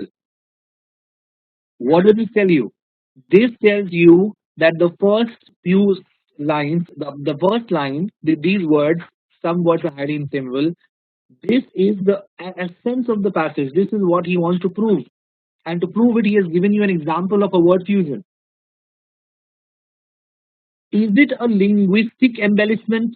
Linguistic embellishment means, is it decorative language that he has used? If it is decorative language, then it is not essential. Decorative language means it is not essential. You can do away with it. So, no, it is not a linguistic embellishment. It is the essence of the passage. This is what he wants to prove. Answer should be one. Did you understand? Embellishment means decoration. Is it linguistic decoration? Is he using flowery language? Is he making his language florid?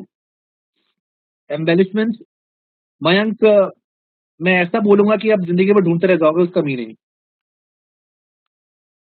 Your Gluteus max is uncanny. Okay, this is linguistic embellishment. अब हाँ, अब ढूंढते रहो. your your gluteus max is uncanny. Or or I am what I am because I am what I'm not. I am what I'm not because I am what I am. It is from the am notness that I come, and it is from the am, and it is to the am notness that I will go. This is linguistic embellishment. Okay, so there can be so many examples. सीधी तरह से बात नहीं बोल रहे हो आप. You are talking about it in a very convoluted way. Okay, so that is linguistic embellishment. So let's come to the second question based on the same passage, question number 12. You have to read the question very carefully, because if the question nahi pada na carefully, then you will mark number 1 as the answer. I know many of you have marked number 1 as the answer. From the purest perspective, it is only from one perspective, okay? Not from both the perspectives. From the purest perspective, the war between the two sets of people is what? From the purest perspective, yes, it is an attempt to preserve the core principles. He, the purists believe that fusion music violates the purity of music. So he does not want to violate the purity of music. He wants to preserve the core principles. If you have not read this question carefully, then you will believe that this war is an ideological conflict between two ideas. One is based on purity and the one is based on openness.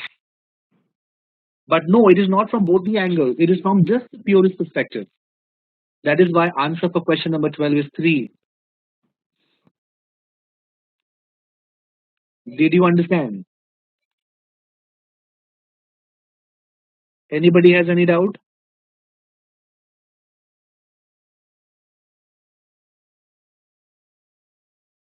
Okay. How 3? अभी तो बताया ना Priyanka, that is what I said. From the purist angle, a person who believes in purity, from the angle of that person. So this war, what does this war mean to him? What does this war mean to him? What does he want to do? The purist does not want to violate the purity of music. He wants to keep the purity of music intact. So he wants to preserve the core principles. He wants to preserve the core principles. Okay. It is only from the purist perspective, not both the perspectives. Remember that. Okay, I'll come to question number 13 if it is clear. Number 13. Very nice question. 13, 14, 15. When we speak of probability of death, the exact meaning of the experience can be defined in the following way only. So the only way in which you can define probability is what? You must not think of an individual, but of a certain class as a whole. Okay. A probability of death is attached to the class of men or another class that can be defined in a similar way. We can say nothing about the probability of death of an individual, even if we know his condition of life and health in detail. That is why the phrase probability of death, when it refers to a single person, has no meaning at all. It will always be about a class. You have to understand this very carefully. Okay? Based on this, which of the conclusions can be drawn? Which conclusions can be drawn? Number one, singular, non replicable events can be assigned numerical probability value. Can you assign probability value to singular events? A single person called Mr. X dies. He died at the age of 46. Based on that, can you calculate the probability of death for people who are in the age group of 46? No, you cannot. You cannot. You require data about the entire class as a whole.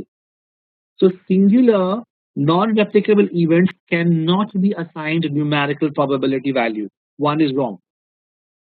Number two, probability calculation requires data of the class of people or of events. Yes, yes. Number two is right. Now, number three says the data about a class of events can be used to predict the future of any specific event. So you know that people who are in the age group of 45, they have an 80% possibility of not dying, of living. Okay, people who are in the age group of 45, they have an 80% probability of living, 20% probability of death is there. Based on this, can you say that Mr. X, who is 45 years old, he will die or he will live this year? Can you say? Can you predict the future of any specific event? No, you cannot. So what does it tell you? Only number two is right. Answer for this question is two. अभी समझ आया? Arpita, you marked 4. Did you understand? People who mark 4, Priyanka, Dipali, or if you mark 4, okay. Please explain 3 again. Okay. You know about the probability. You have data about a class. Okay, Arpita? So you know that people who are in the age group of 45, there is an 80% probability that they will live and they will turn 46. There is a 20% probability that people in the age group of 45, they can die and they will not turn 46. So you have this data. This data is about the entire group of people who are in the age group of 45. Now, based on this, you know of a man called Mr. X. Mr. X is 45 years old. Based on this information, can you say that Mr. X will die this year or Mr. X will not die this year? Can you make a prediction? No, you can't. You can't. You can't make a prediction about any specific event. Okay, you can make a prediction about the class as a whole. You can say that people who are in the age group of 45, 80% of those people will turn 46. Around 86%, 80% of the people will see their 46th birthdays. 20% people will not survive this year. That is what you can say. But which particular individual will die and which particular individual will live, that is something which you cannot say. And that is why number three is not right. Okay? Excuse me. Should I move to 14? Number 14. Same passage. Which of the following statements would the author disagree to the most? What will the author disagree? The author will disagree that you can talk about specific events. You can talk about specific. The more specific it is, the more he will disagree. So think which is the most specific, which is the most specific prediction that you are going to make. It is number one. It is number one. So what he's saying is that a boxing match is going to be held between two boxers, Joe and Mark. And you can analyze this match and you can predict an outcome. तभी तो Priyanka, he will disagree. Author will disagree. Author will disagree that specific event के बारे में बता सकते हो आप. So which is the most specific event? Think Priyanka, think. Okay. So there's a boxing match between two boxers, Joe and Mark, and you can analyze this match and you can assign the outcome a numerical value. You can calculate the probability if you know about the boxer's current fitness levels and their strength. If the assignment of the current fitness levels and the strength is done by experts. So that means if you know about two specific people about health conditions of Joe and Mark, then you can predict the outcome of the match. You can't. You can't.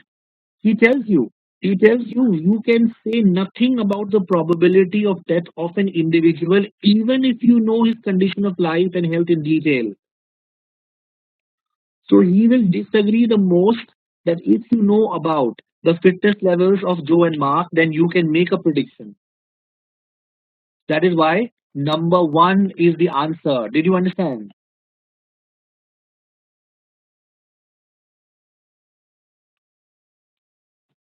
Is this clear for everyone? Please understand. When you look at options 2, 3, 4, and 5, in number one, you are getting two specific information. One, health information about Joe. Two, health information about Mark. 2, 3, 4, and 5 give you more and more information. Number two tells you when you analyze the fights between the two boxers belonging to the two clubs. Now these boxers may have fought hundred times. So if they have fought 100 times, that means you will get 100 pieces of information. So that is better. That is better. The more the information you have, that is better. Similarly, when you analyze the outcome of fights between the two boxers at different venues, probably they have had again 100 fights at different venues. So again, you will get information from 100 fights. In number one, you're getting only two sets of information. In number two, you can be getting you can get hundreds or 200. Number three also 100 or 200. Number four and number five also you can get lot of information. The more the information you have, the better you can calculate probability. That is what the passage says. The more diverse information or more information about the class as a whole you have, the better is the calculation of probability. The more specific it becomes, the least possibility you have of assigning a numerical value. So that is why 2, 3, 4, and 5 cannot be the answer, because 2, 3, 4, and 5 will give you more and more information. Did you understand? And finally, the same passage he tells you what will the author agree to the most. The outcome of the match held between the boxers Joe and Mark can be analyzed and you can calculate the probability if. Now check. Now check which option gives you the most information. किससे सबसे ज्यादा data मिलेगा? सबसे ज्यादा data किससे मिलेगा? Number two. Number two, when you analyze the outcome of fights between boxers belonging to two clubs. So they can be n number of boxers. They can be n number of boxers, not between the boxers belonging to the two clubs. So there can be hundreds of boxers of these two clubs. So you will get more and more varied information. More the varied of information about the entire class, the better is the calculation of probability. And that is why number two is the answer. Number three, Dipali, yes, you will get lot of information, but again, this information will be restricted to just the two boxes. So when you calculate probability, remember 3, 4, and 5 will give information about the two boxers. बहुत सारा information मिलेगा. You will get lot of information, but this information will be about only the two boxers. In number two, you will get lot of information about many boxers. So which one is better for probability calculation? Information about two boxers or information about many boxers? Dipali, yes, this match is happening between two boxers. But if you want to calculate the probability, what is going to be the result of this match? Then what is going to give you the most information? How will you be able to calculate the probability? When you analyze the fights between boxers belonging to the two clubs. So बहुत सारे fights को among lots of boxers, when you analyze them, then you will be able to make a probability calculation. Because for probability calculation, you require information about the entire class and not just two people. Did you understand?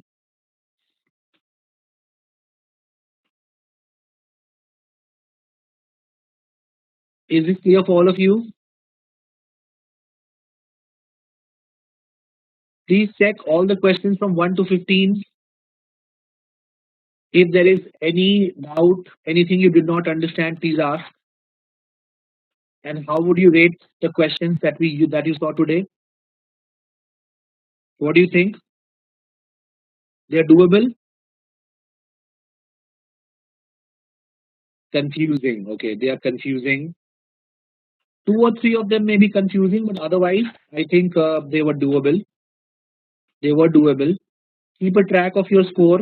Keep a track of your score and revisit these questions again, so that right now you probably are saturated, but when you revisit these questions again, then you will probably understand what I'm trying to say. If things are not more, if there is something that is not absolutely clear. Okay, so that's it from my side for today. If you have any doubt, please ask. Otherwise, if you would like to log off, have a very good Sunday. Take care. Goodbye. Take care.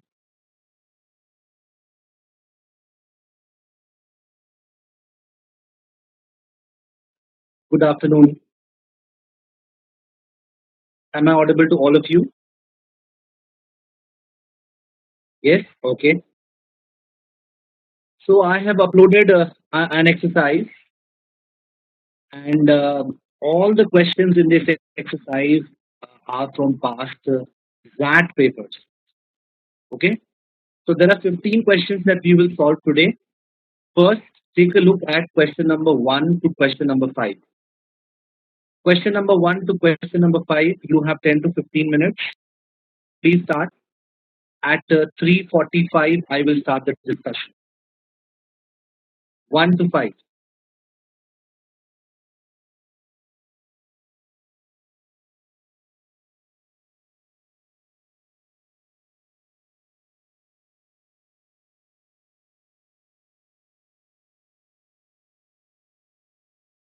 Okay. Time is up for question number 1 to question number 5. So let's check. Question number 1. Number one, he starts by telling you that in supermarkets, items are grouped in bulk packages. Whereas in retail outlets, what you can do, you can purchase items in any number of units that you want. But this does not happen in supermarkets because in supermarkets, items are grouped in bulk packages. Now, because of this bulk buying, there are lots of savings to the customer. And that is why he tells you that when you buy, for budget conscious customers, the option of buying at wholesale prices by buying in bulk makes supermarkets a practical choice. So he's making the conclusion that uh, those consumers who are budget conscious, they should buy from supermarkets because supermarkets offer wholesale prices and they will save a lot of money. This is what he's trying to say. Now, question is, what is the assumption necessary to the author's argument? What is he assuming if he's telling you that if you are budget conscious, then buy from the supermarket because in supermarket you will get bulk packages. So what is he assuming? Yes, absolutely. Number five is right. He is assuming that the financial savings that you will get from purchasing bulk packages, that is going to be more than the inconvenience of being unable to purchase any number of units that suits the customer's needs. Absolutely, it has to be number five. It has to be number five. There is another way to check this. If you are not certain whether your answer is correct or not correct, then remember I've told you many times that assumption is nothing but another, it is a reason. Assumption is a reason, and reason will always support the author's conclusion. It will always support the author's conclusion. The only difference is that assumptions are those reasons that are not mentioned. So check, is number five supporting the arguments or supporting the conclusion that when you buy at wholesale prices from the supermarkets, it is a good choice if you are a budget conscious consumer. Number five proves this right. It says yes. Yes, because you will save more.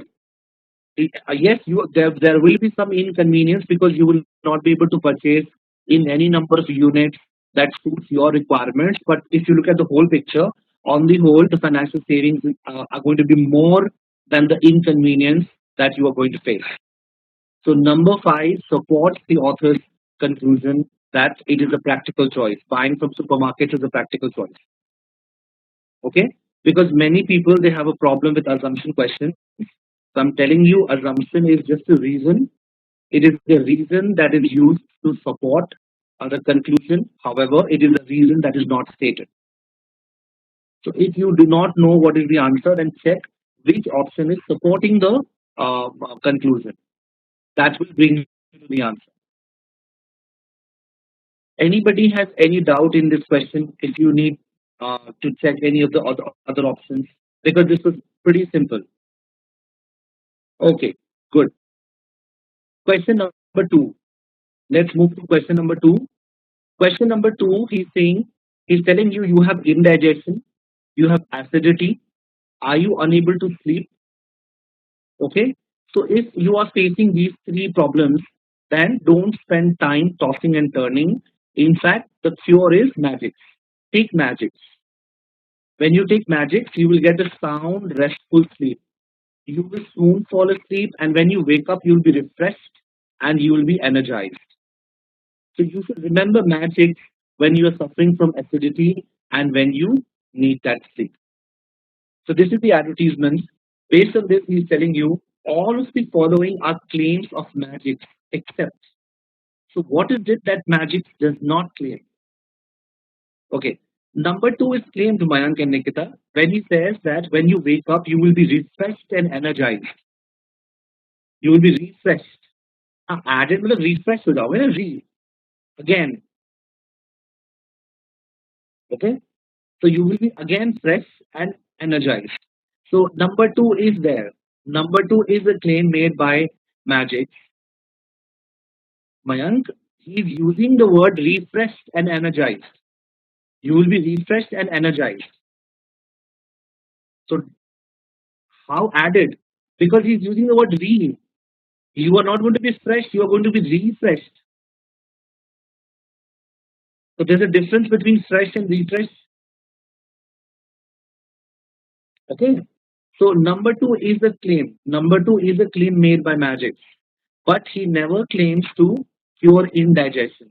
In fact, he tells you that if you are suffering from acidity and you need that sleep, there were three problems mentioned: indigestion, acidity, and you are unable to sleep. You have insomnia. So if you have three problems, indigestion, acidity, and insomnia, then you should take magic. Now magic will cure two of them, that is acidity and insomnia, but it does not claim to cure indigestion. So number three is going to be the answer. Nikita, why did he mention indigestion in the first place in the ad? Because see, why he did that, we don't know. But in advertisements, they say they claim a lot of things, but the reality works out to be very different. Question is, why do you need to believe his claims? Just like you are saying, why did he mention indigestion? Similarly, I'm asking, it is an advertisement. How can you believe everything that he's saying? Probably you will not be refreshed and energized. Probably you will not get a sound restful sleep. Magic is never claiming to cure indigestion. In fact, the last line gives you the clue. When you suffer from acidity and when you need that sleep, what about indigestion? He does not talk about it at all. So that is why there's no cure to indigestion. Mohit, you mark number four. You will quickly fall asleep. वो तो सामने है. It is. You will soon fall asleep. It's written right there. It's written. You will soon fall asleep. यहीं पर है. You will get a sound, restful sleep. You will soon fall asleep.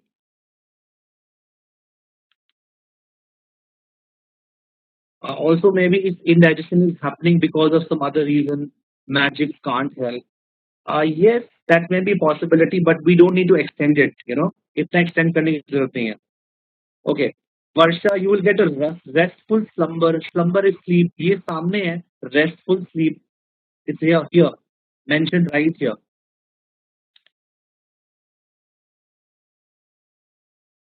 Okay.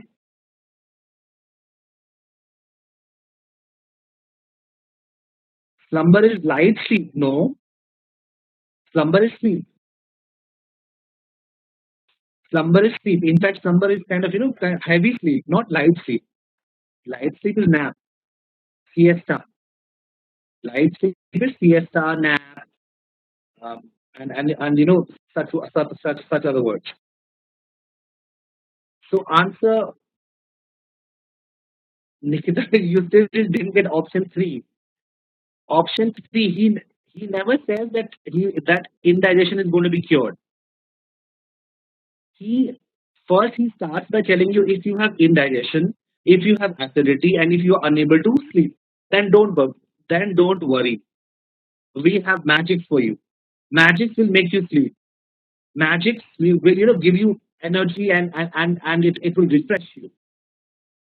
Okay. So whenever you are suffering from acidity and when you want to sleep, then take magic.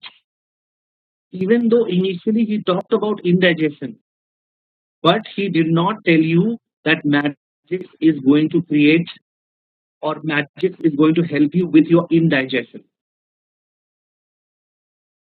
That is why it should be three.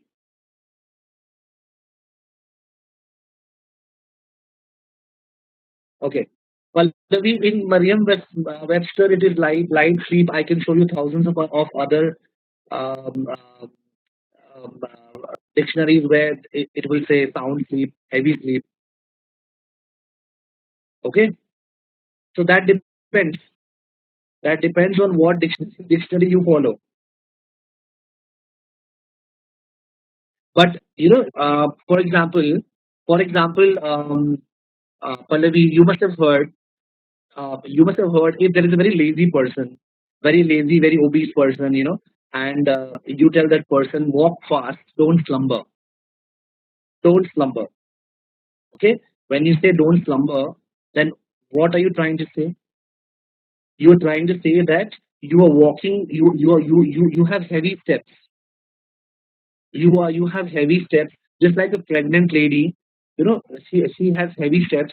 So you have heavy steps.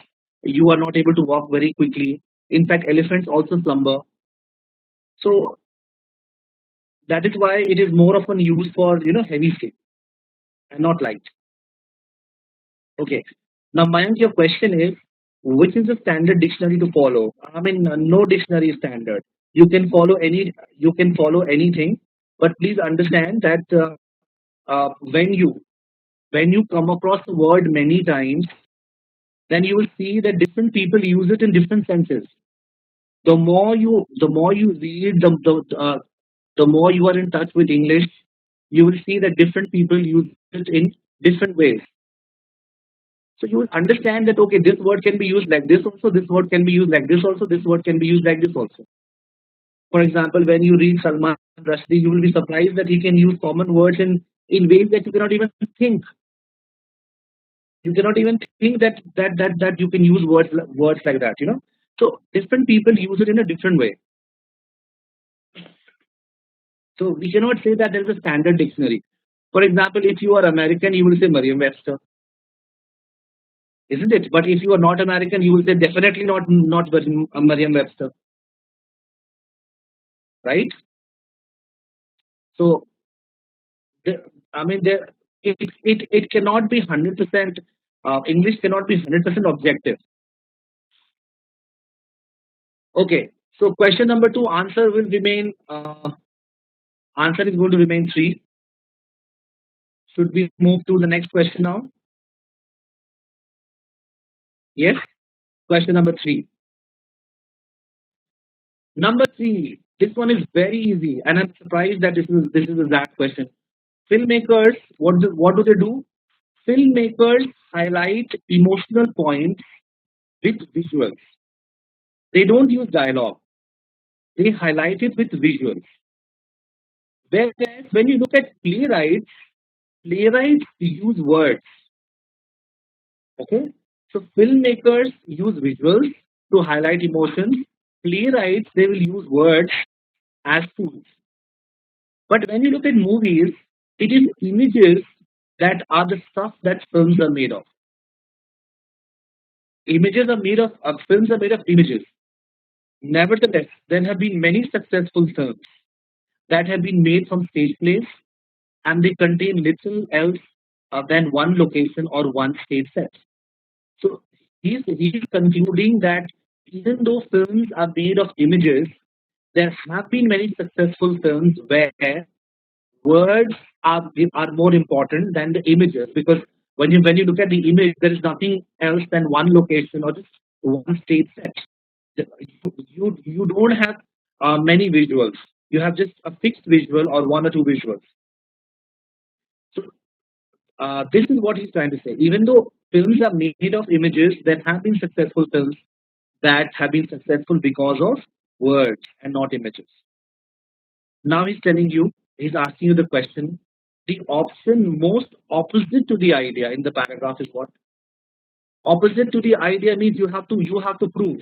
You have to prove that no, a film cannot use words. A film will not become successful if it uses words. It will have to use images. So it should be three. No, it cannot be one and two. It should be number three. Films are solely built upon visual and eye-catching scenes. Only then you will negate him. He's saying that there have been many successful films that do not use much visuals. They have come from stage plays. Stage plays का मतलब है words. That there is more importance given to words. Images are not there.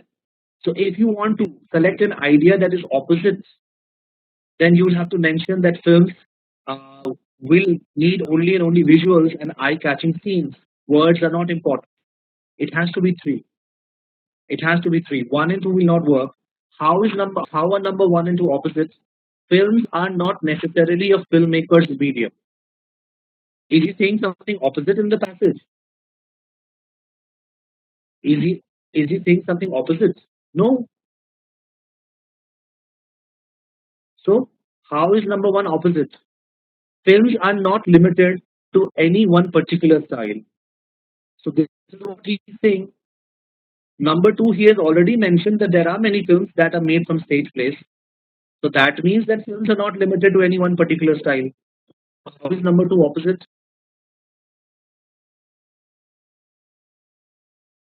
Dipali. But filmmakers highlight the emotions in films. How? Through visuals. Through visuals, Dipali. Yes, they highlight the emotions. But what is the medium? Medium is visuals.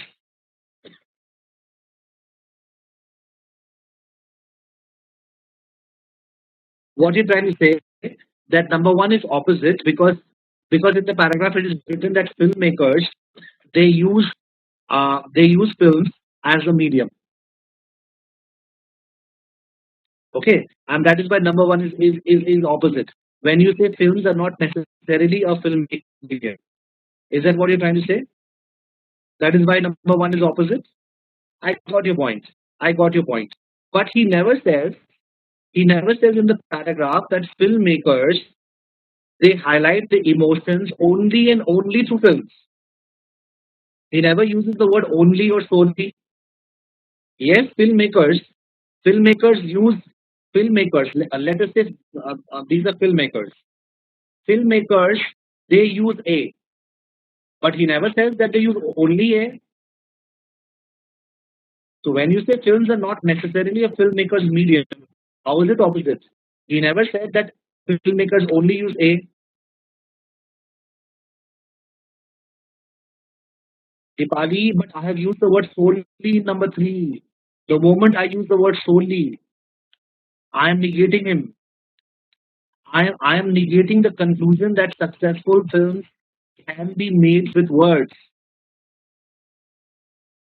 He's saying that there have been many films that are made from stage plays. Stage plays का मतलब है their focus is on words. Okay, so how will I negate it by saying that no, films can only and only be built upon visuals and not words. That is why number three is the opposite. Okay, is it clear for all of you? Anybody has any doubt? It contains little else. Then that means it does not have anything else. There is just one location. सिर्फ एक ही location है, Ananya. There's only one location. That means that there are not much visuals. There are not much visuals. That is what he's trying to say. Okay, number four. Let's come to question number four. Question number four, in the increase in number of reality shows. Okay, number of reality shows have increased on television channels.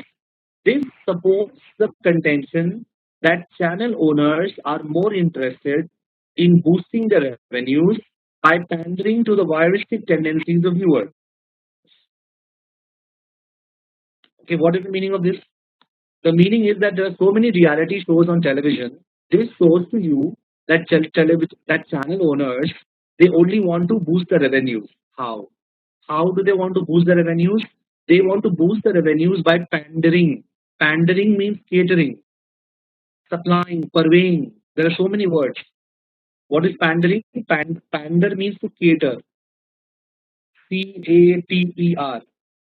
To cater, to supply, to purvey. Okay. So he's saying that television or channel owners they they are showing more reality shows because they are interested in boosting the revenues. How they want to boost the revenues? They want to cater to the voyeuristic tendencies of viewers. What is voyeuristic? Voyeuristic. You know who's a wire? Who is a wire? Your relative. हाँ सभी के yes सभी के relatives हैं. So wire is a person. Okay, wire is a person who wants to look into the personal lives of others.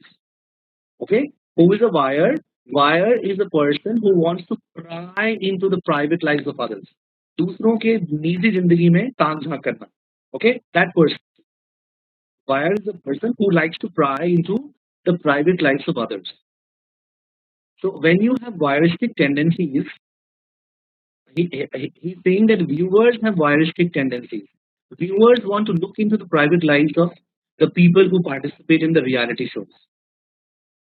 Okay, so if you are a wire, that means you are interested in looking into the private lives of others. So he's saying that these channel owners, they boost the revenue by pandering to the voyeuristic tendencies of viewers. This is what he's trying to say. In fact, whenever there's a sting operation, generally whenever there's a sting operation, then all the TV channels, they will say that this is nothing but voyeurism.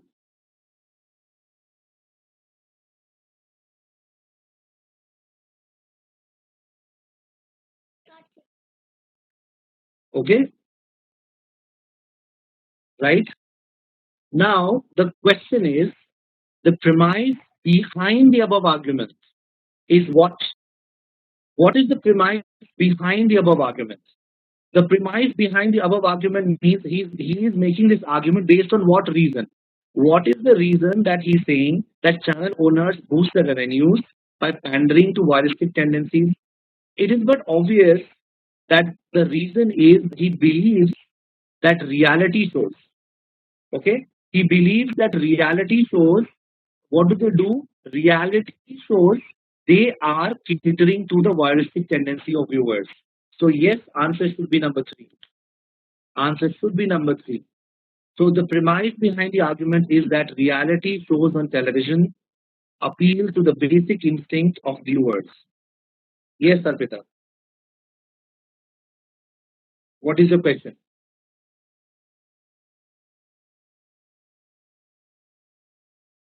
How can that be basic instinct? What?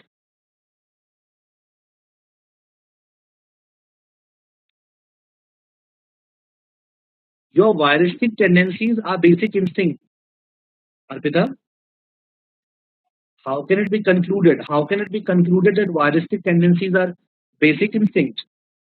That is what you're trying to say. Well, for your information, when you have your sexual urges, voyeuristic tendencies किसको होता है? What kind of person has voyeuristic tendencies? A person a person who has sexual urges. Who, when I'm saying that you want to look into the private lives of others, that does not mean that you want to see what they're eating. Obviously, okay. Yes, basic instincts of viewers. There are many basic instincts. Sexual urges. Sexual urge is one of them. Arpita,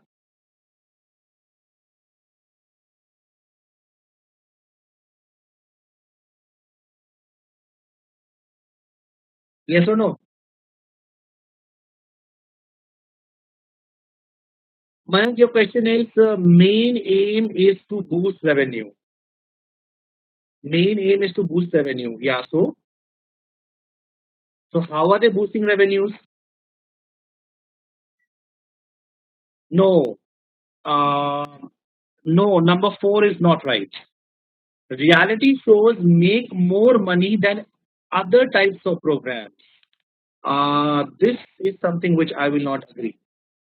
No, they want to boost the revenues. Okay, probably, probably there is some other kind of show that provides more revenues than reality shows. So let us say there are two kinds. There are two kinds of shows, A and B. A is a reality show. B is not a reality show. Mythology. Then let us say B are those shows that are based on mythology. It's possible. It's possible that 50% of the revenue comes from shows that are mythological in nature, and he now wants to get 50% more revenue from those shows that pander to voyeuristic tendencies. Okay,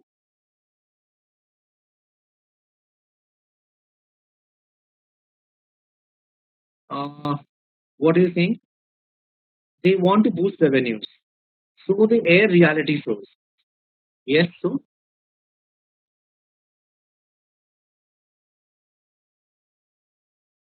so what? Why not focus on mythology? Because mythology, let us say, it is already at the saturation point. When see, you cannot say that reality shows make more money than other types of programs. That is actually not valid, because there may be other types of programs that make very very good money, but a huge addition is made by reality shows. So he wants to boost his revenue. That does not mean that uh, his entire revenue is going to be monopolized by reality show. He wants to boost his revenue means he wants to increase his revenue. That's it. He never says that reality show. He never says that reality shows are the only thing that will help in boosting the revenues. Yes, nothing is mentioned about other programs. He bolsters his conclusion. No, it supports the belief, because the reality shows have increased. This supports the belief that channel owners are more interested in boosting the revenues. Okay. For example, Mayank, let's say last time your revenue increased 50%. Okay. Now you believe that if I add other programs, then other programs will lead to just a 10% increase, just 10% increase. But if I add, let's say, um, a reality show, it will lead to 15% increase in revenue. What will I do? I will increase reality shows, isn't it? So I have boosted my revenue. I have boosted my revenue, but that does not mean that a reality show is the only show that is going to make the most money, or reality shows will make the most money. No. Did you understand? Mayank and Arpita also.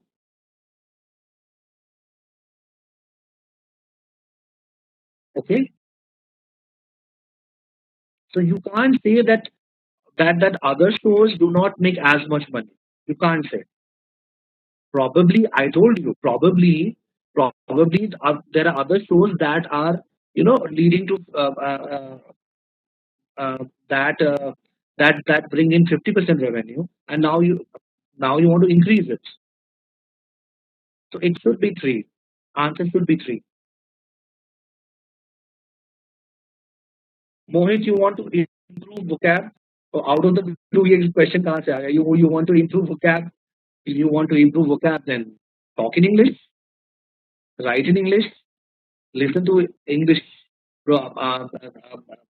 I mean, watch English programs without the subtitles. Read English. Okay. Can we check option five? Yes. The channel owners can influence what is watched by the viewers. So, is this the reason behind the argument? Is this the reason why he's saying that channel owners are boosting the revenues by pandering to voyeuristic tendencies?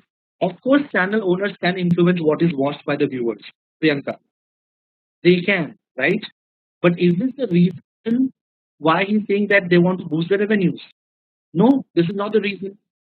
So even though number five is a reality, number five is a possibility that yes, channel owners can influence what is watched by viewers, but that does not mean that is why he's saying that these owners want to boost the revenue.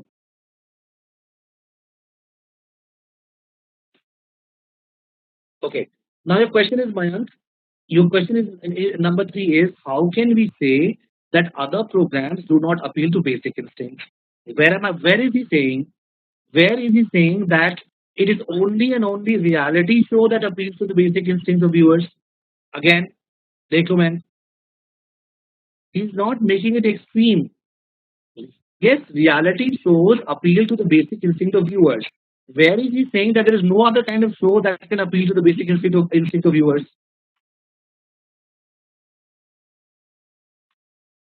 Okay,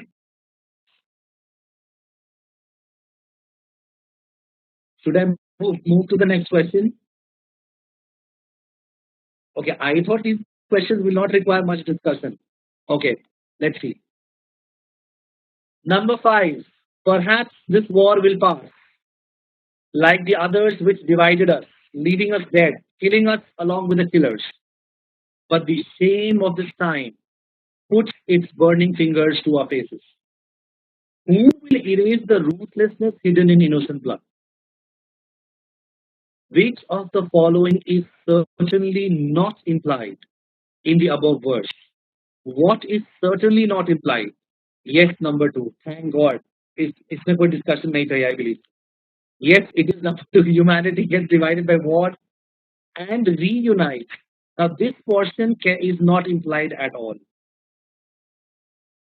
If you want to check others, if you want to check others whether they are implied or not implied, if you have any doubts, then we can discuss it. What is the hidden meaning of last line? The hidden meaning of last line is nothing. It's a rhetorical question. Nikita, it is a rhetorical question. You know what's a rhetorical question? Yes, a rhetorical question is a question that does not require an answer. Okay, a rhetorical question is a question that has been asked just for impact. Just for impact, the answer is obvious. So when you say, who will erase the ruthlessness hidden in innocent blood? So when you kill innocent people, when you kill innocent people, you are ruthless. How will you erase the blood? So basically, he wants to say that you will not be able to, wipe away or wash away that innocent blood. That is what he wants to say. There is no one. There is no one who can wash away the innocent blood from your fingers, from your hand. Yes, from your hand. When you kill people, then obviously you will have a bloodied hand. Okay. So yes, number two is the answer. Anybody has any doubt?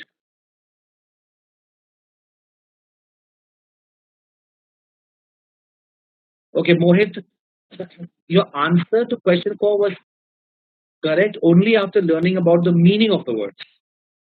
Okay. See, please understand. How do you know so many Hindi words or whatever mother tongue you use? How? Because you use it on a daily basis. So whenever you come across these kind of words, you will have to use it on a daily basis. You will have to use it on a daily basis. Okay? How to use it or use it on a daily basis? You will have to write, you will have to talk, you will have to listen. You will have to have that environment, right? Mohit. And yes, obliterate, I will just come to it. Obliterate means to destroy, completely destroy, obliterate. When something is obliterated, it is completely destroyed. Okay? Okay. Now, 1 to 5. Again, I'm asking anybody has any question. Let's move to the next five. Question number 6 to question number 10. We have taken a lot of time in the discussion for the first five questions, so we'll have to hurry. Okay? Question number 6 to question number 10. I will not give you more than 15 minutes. It is 4:20 right now, 4:35. Or if you are able to complete it earlier, let me know. Okay?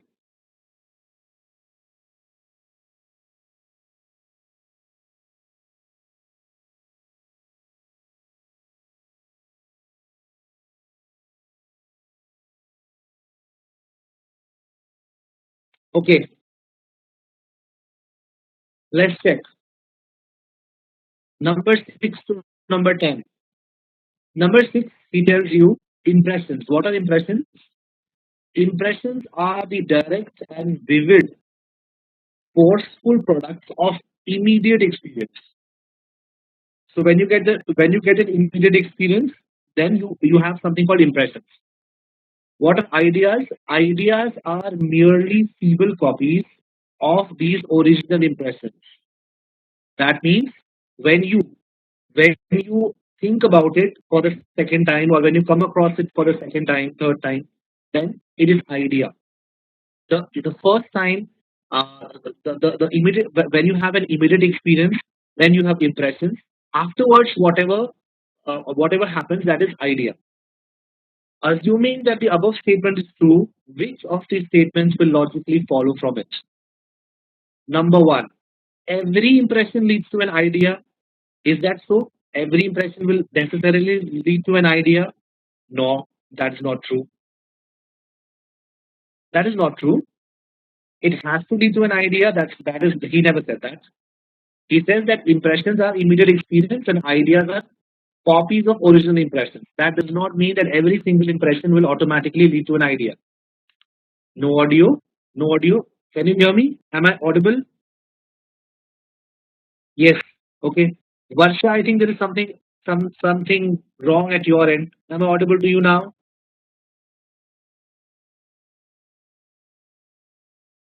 Can you hear me, Varsha? Yes? Okay.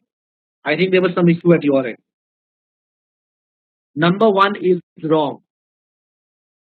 But number two, ideas must follow an antecedent impression. That means before you have an idea, you have to have an impression. That is right. This is right. He tells you ideas are just feeble copies of the original impression. So first you have to have an impression, only then you will have an idea. So number two is right. Number three, the color of the 2011 XAT test booklet right in front of a candidate is an impression to her, whereas the memory of the color of a television set is an idea. Yes or no? Yes, this is also true. Yes, this is right. Because the that test booklet that is right in front, so there is an immediate experience. If there is an immediate experience, it is an impression. But you recollect, when you recollect, okay, when you recollect the color of the television set, so when you are memorizing it or recollecting it, that is an idea. So number three is right. Number four, if one was interested in origin of the idea of the color of a television set, then one needs to understand the impressions from which this idea was derived. Again, right? Again, right? Because ideas are just feeble copies of the original impressions. So if you want to understand idea, then you'll also have to understand the impressions. Number four is also right.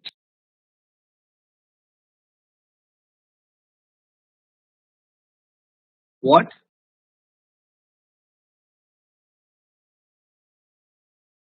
Ananya, you are saying A is impression and B is idea. If B comes from A, then A should be causing B as a.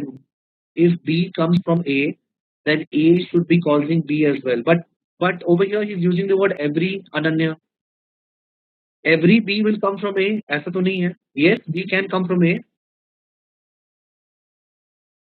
I get your point, Ananya. B can come from A, but that does not mean that every single B will come from A.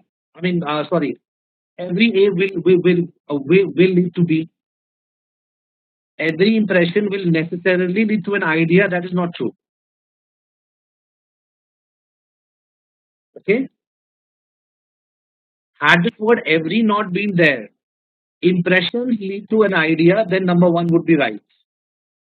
But the moment he says every impression leads to an idea, that is not true. But yes, we know for certain that every idea depends on an impression. That we can say for sure. Every single idea depends on an impression. Why? Because he's telling you ideas are merely feeble copies. So they are nothing else. That means ideas have to come from impressions. So other way around is all right. But when you say impressions will always lead to an idea, that is wrong. Okay. Now, Anshita, Priyanka, your question is, but sir, it is a television. Why does she need to have an idea about it? No, Priyanka, it's not that you have not understood. You have not understood. What he's trying to say is, when you see something for the first time, जो पहली बार जो immediate सामने आँख के सामने experience होता है, that is impression. Now, when you remember this experience, that is idea. So you must have seen your television set earlier. पहले देखा होगा ना टीवी पे. अब next time when you are जब आप याद कर रहे हो, when you are trying to remember what is the color of your television set. So impression तो already हो चुका है ना. Impression is already been there. Now you are just trying to recollect the original impression. So that is an idea. Okay. So 2, 3, and 4 are right, which means our answer is going to be number 4. Anshita, I think I answered your question. How is the idea coming from the impression? I think I answered this question. The impression was the first time you saw your television set. When you saw your television set, there was an immediate experience. That was impression. Now, every time you think about your television set, you want to remember what is the shape, size, color. That is idea. Okay.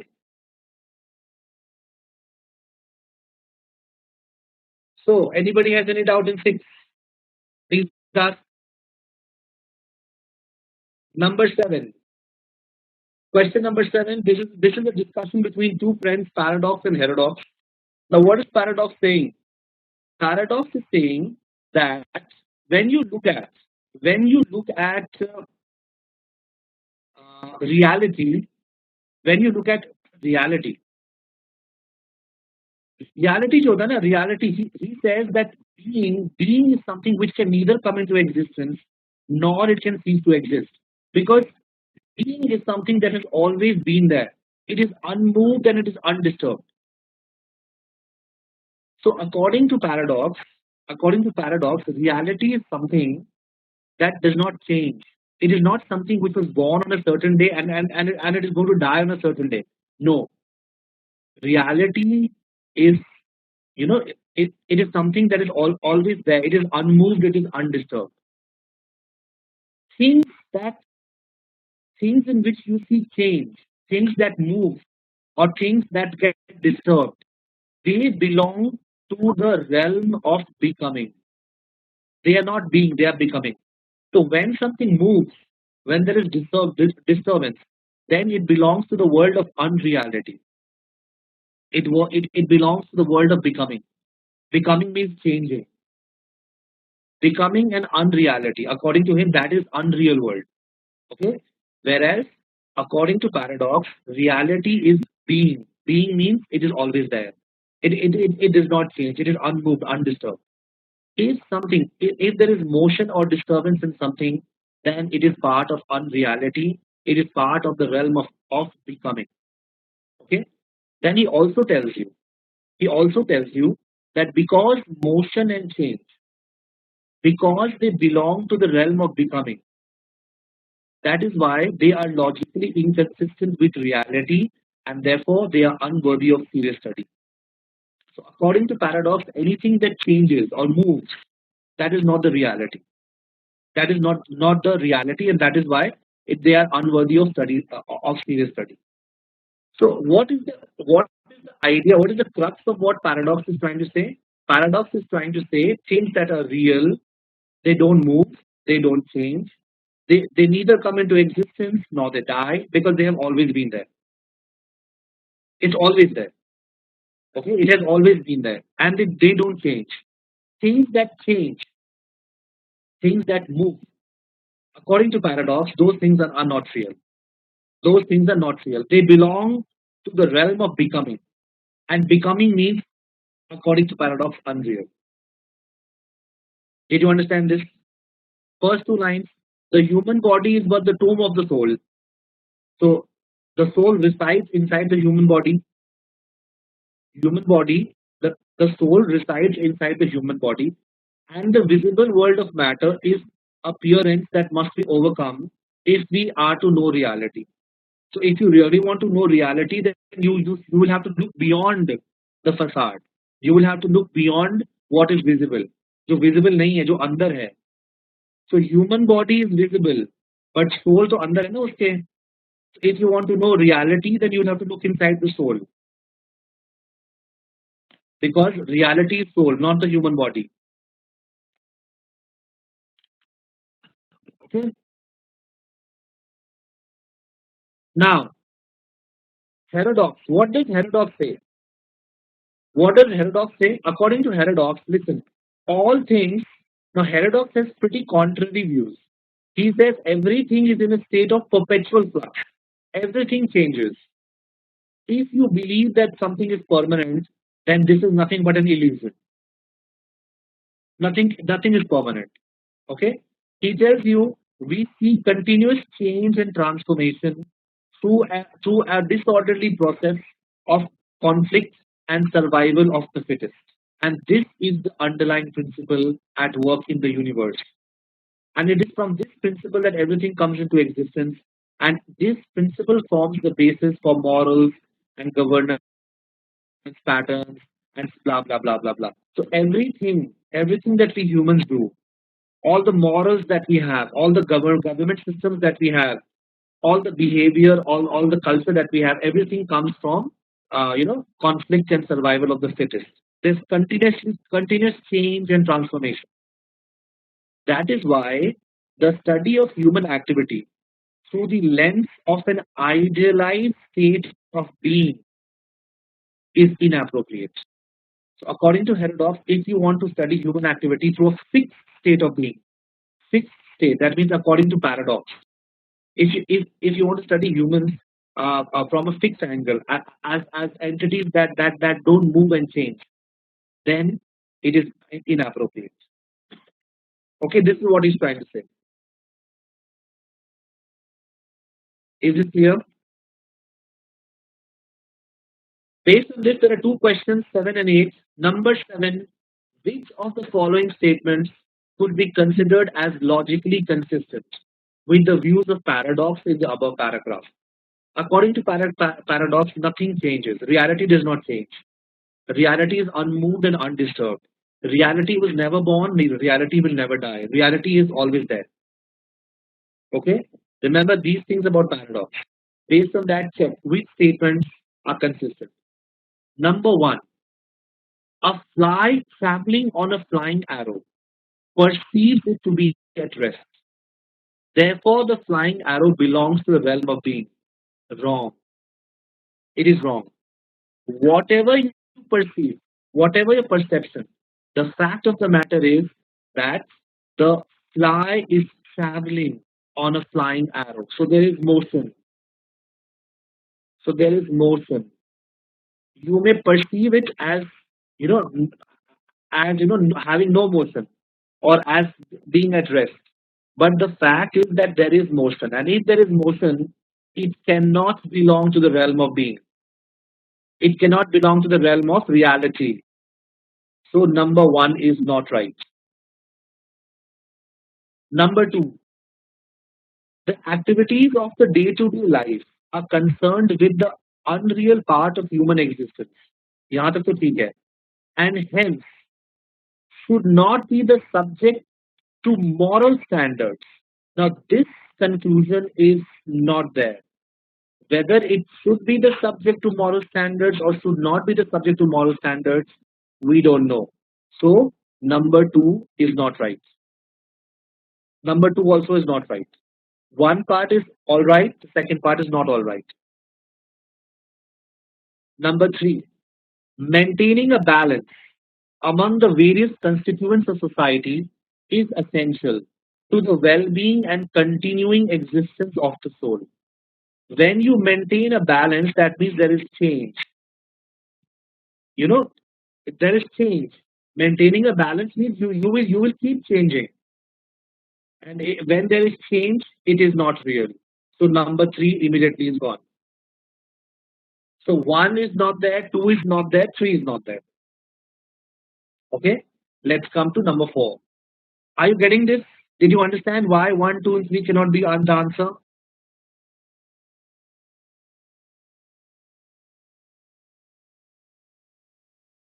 Yes, and hence made it wrong. Yes, Puneet. And hence made number two wrong. Number four, conflicts and the coming of spontaneous order do not have any underlying causes that are relevant for study, as the notion of perpetual flux itself is erroneous. So, the notion of perpetual flux is erroneous. This is what paradox is saying. Number four is right. Number four is right. According to him, movements change, they are not relevant for study. They do not have relevance as far as studies are concerned because the notion of perpetual flux is erroneous. Number four is right.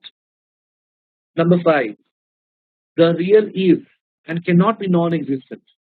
Further, reality is one and unique. Number five is also right. So, four and five are right, which means our answer is number three.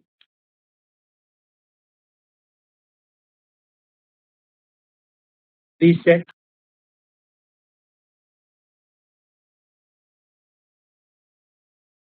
Anybody has any doubt in number seven?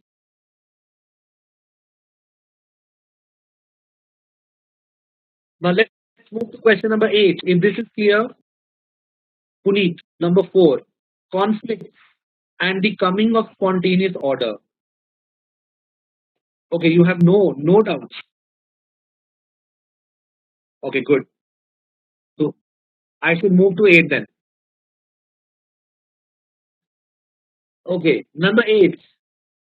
Which of the following statements best represents an implication of Herodotus' ideas? So, according to Herodotus, everything changes. Everything changes. Okay. If everything changes, then what is the result? What is the implication? What is the implication? The question is, what is the implication? Immediately you jump to four. No, number four is not the answer. Answer for this question should be five. The implication is that there is no notion of time and space invariant reality. Time and space are invariant. Time and space are not variable. If this is the reality, you believe is reality, then there is no such notion. That means, according to him, time and space can be variable. There can be numerous realities across times and across human cultures and civilizations because everything keeps changing. It should be number five. Did you understand? Okay. There is no notion of time space invariant reality. So if you say that time and space are invariant, then your notion is wrong. That is what Herodotus is saying. Time and space, how can time and space be invariant? They are always variable. Yes, Puneet. Herodotus was opposite to what paradox thinks. Yes. So number five is going to be the answer. Why is number four wrong? As the real world, relevant to the existence of human beings, is in a state of perpetual flux, attempting to study the same in a systematic manner would be meaningful. Now, again, in number four, one part is right. The first part is right. But this second part, the second part where you are saying attempting to study the same in a systematic manner would be meaningful despite reality itself having changed by then. Now, this is something which is not correct. And plus, if it has changed, how will you study it in a systematic manner? You make a system, reality will change. You make a system, reality will change. So, how will you have a systematic manner? So, number four is systematic would mean fixed. There is a system. Okay. So, if you are saying there's a fixed manner, then you are not reflecting Herodotus' views. That is why number four is wrong. That is why number four is wrong. And number one, religion and other approaches that stress on maintaining and developing the purity of the human soul are subjects that do not merit serious attention. You, if we maintain and we develop Develop means we are changing. We change the purity of the human soul. So why they are not why do they not merit serious attention? According to Herodox, you should change. Everything changes. So if something changes, why is he saying that they do not merit serious attention? Number one cannot be right. Okay, did you understand? Are these two questions perfectly clear for all of you? 7 and 8. If there is anything you did not understand, please ask. Even if there's a scintilla of doubt, please ask.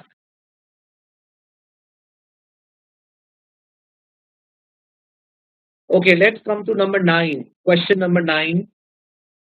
Interesting question.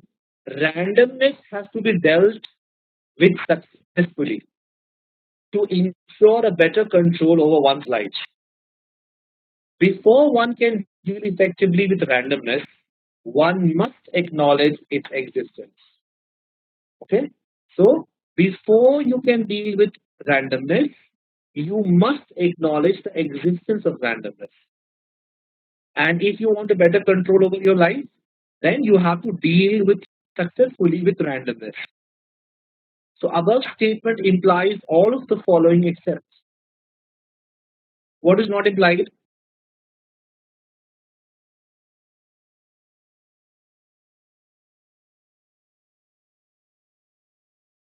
Hmm. 4 mark, yeah. Everyone lives in a random world. I think that is implied when he is using an indefinite pronoun one. When he is using an indefinite pronoun one, he's talking about everyone. कोई भी हो सकता है. One must acknowledge. That means we must acknowledge the existence. So number four is implied. Number four cannot be the answer. Number four cannot be the answer. Number three, some people have marked number three. One can deal effectively with randomness if and only if one acknowledges its existence. Yes, that one must, you must, you must means if and only if. So number three also is implied. Number three also is implied. Number one to implied hai hi na. Randomness can be dealt with effectively. That is why he is saying randomness has to be dealt with successfully, and you must acknowledge it. So number one to already implied that. Number one is implied. Okay. Number one is implied. So what is not implied? Now number five. If one does not acknowledge the existence of randomness, one cannot deal with it effectively. Okay. No. Wrong. Sorry. If one does not acknowledge the existence of randomness, one cannot deal with it effectively. So ये तो implied है. You must you must acknowledge. That means this is the only way. So this also is implied. All of them are implied. It is number two that is not implied. Number two is not implied. He never says that if you acknowledge the existence of randomness, then you will automatically be able to deal with it effectively. It is number two. Nobody marked two. Only Mayank marked two. Please check. Answer is two.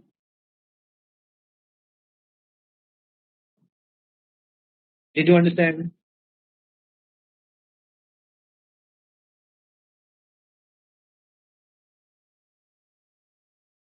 Okay. You want to win the race, if you want to win the race, you must practice.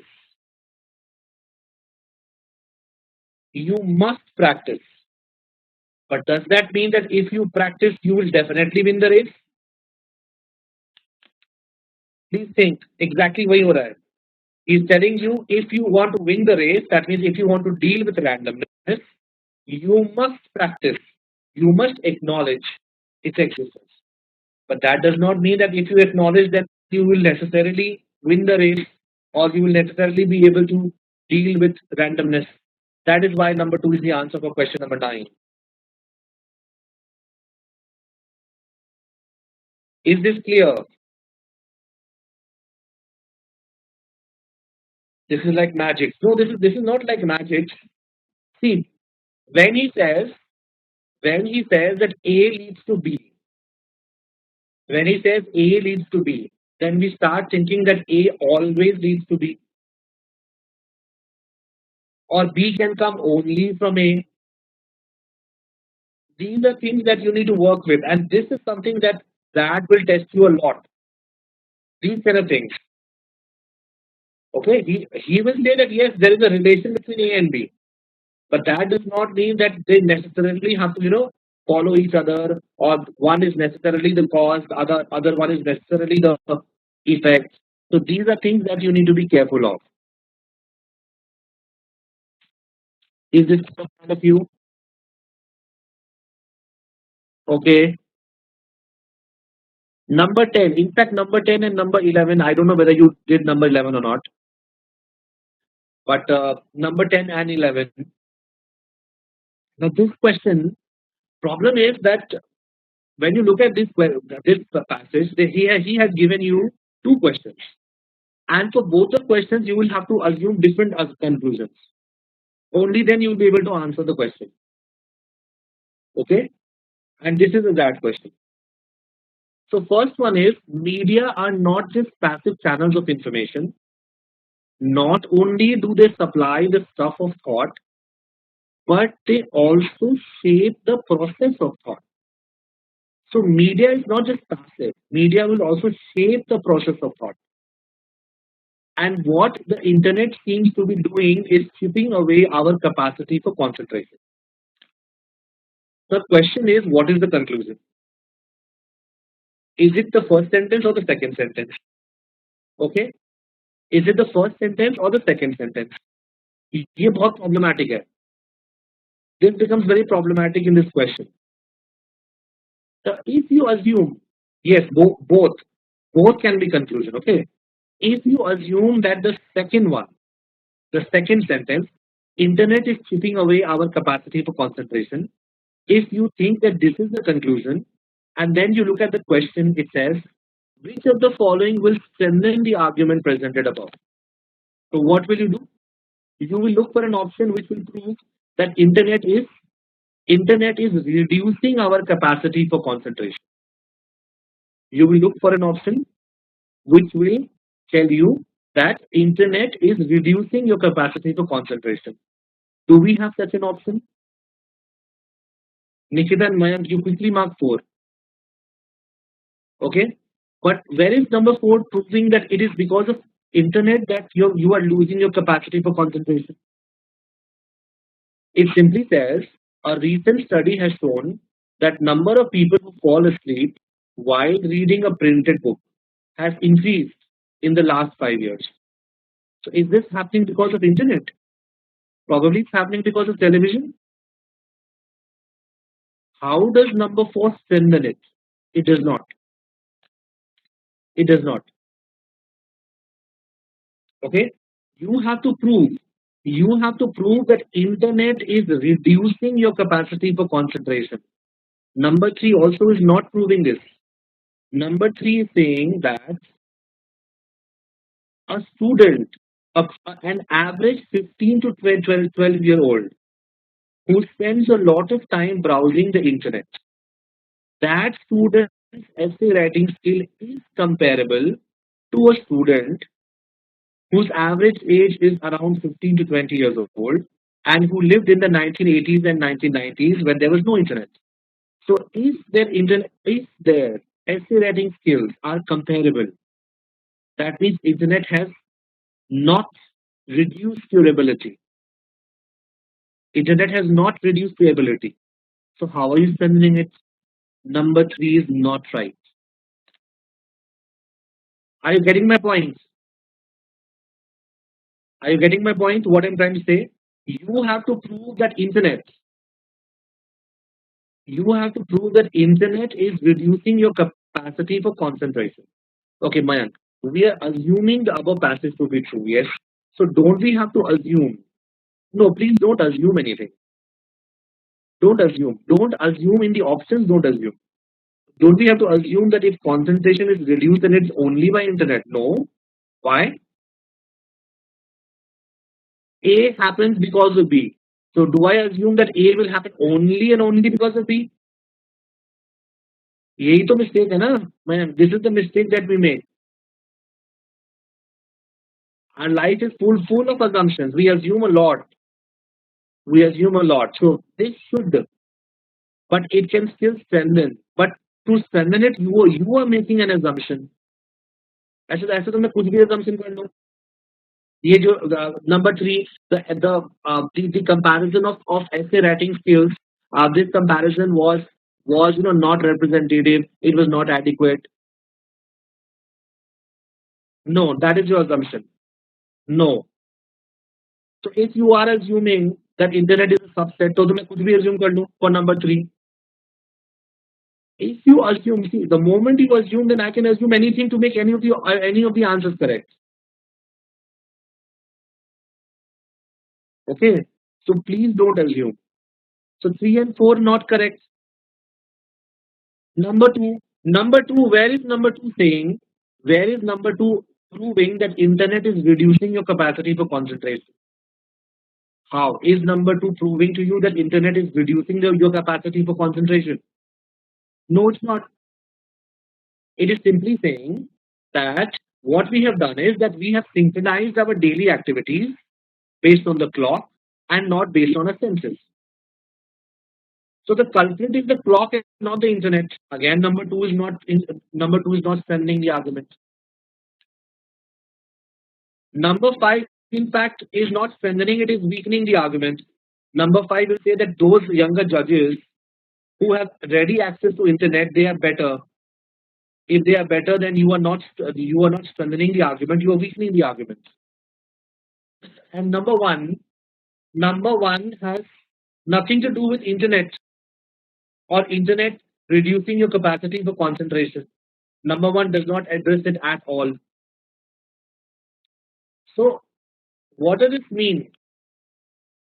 This means that we when you see there can be no answer. If we assume number two to be the sentence number two to be the conclusion, then no answer is possible. So in this case, in for this question, we will have to assume that it is the first statement that is the conclusion. And what is the first statement? That media is not just passive channel of information; it can also shape our thought process. So media is not a passive channel of information; it also shapes our thought process. How will you strengthen it? How will you strengthen it? That media shapes your thought process. Which option proves to you that media shapes your thought process? Read. Yes, it is number one. Answer is number one. Because in number one, see what he's saying. Nisha, Nisha was forced to use a typewriter when he started to lose his vision. Okay? After he mastered the machine, he could type with his eyes closed. It was later found that under the effect of the machine मतलब media है, Nietzsche's prose changed from arguments to aphorisms, from thoughts to puns, from rhetoric to telegram style. So we see the changes in his thought process. Earlier he used to write arguments. Now, but under the effect of the machine is typewriter, and it is the media.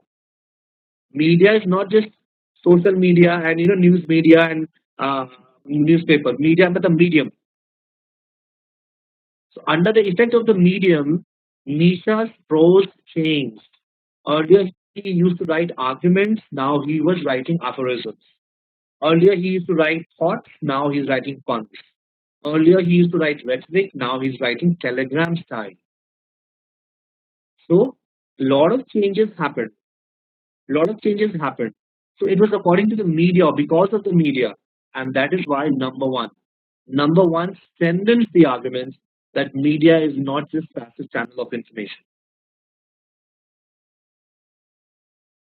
Did you understand?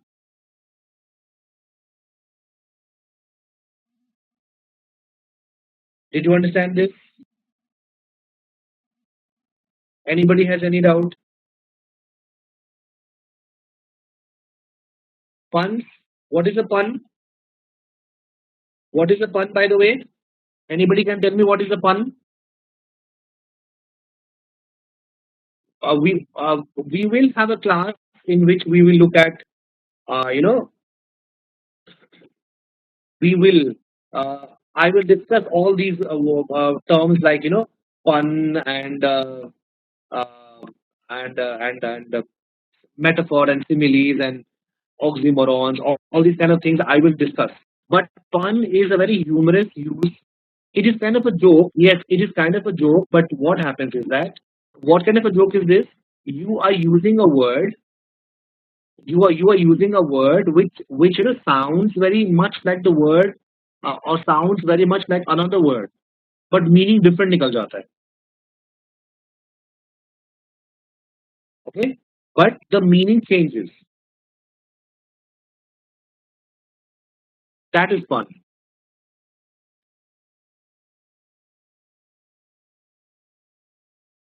Is it clear?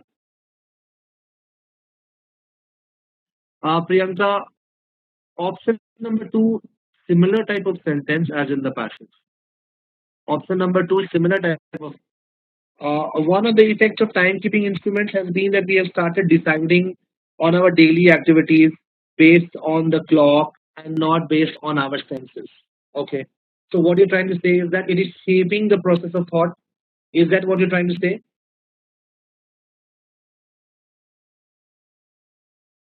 Are you trying to say that because we decide our daily activities based on the clock and not based on our senses, that is why it is shaping the process of thought? Is that what you want to say?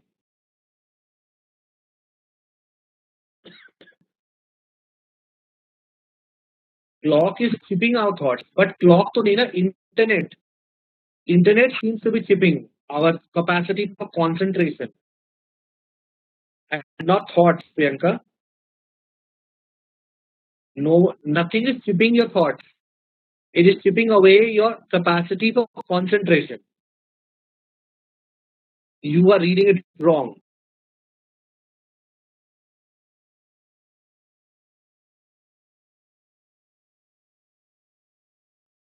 Okay? Okay.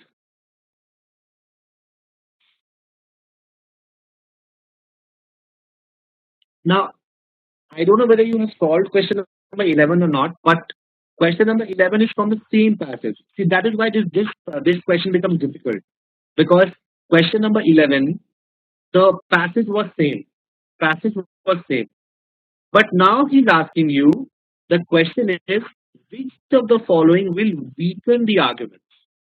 Which of the following will weaken the argument?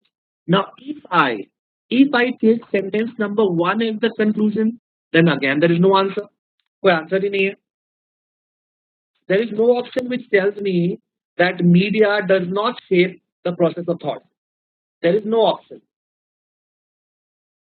Okay. So what should be the answer?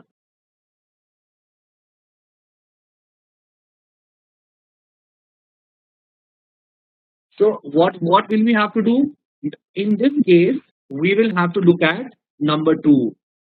We will have to look at number two, sentence number two, and sentence number two says that internet is chipping away our capacity for concentration, and we can weaken this argument by marking number five as the answer, because number five says that when you look at younger judges, they have ready access to internet, and they are in when they judge complex and intricate cases, they are better as compared to judges of comparable age during the 1920s.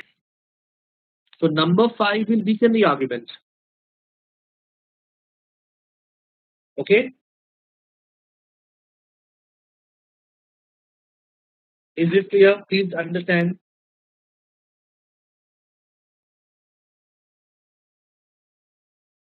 Okay. Now, have you solved the remaining questions? No, you have not.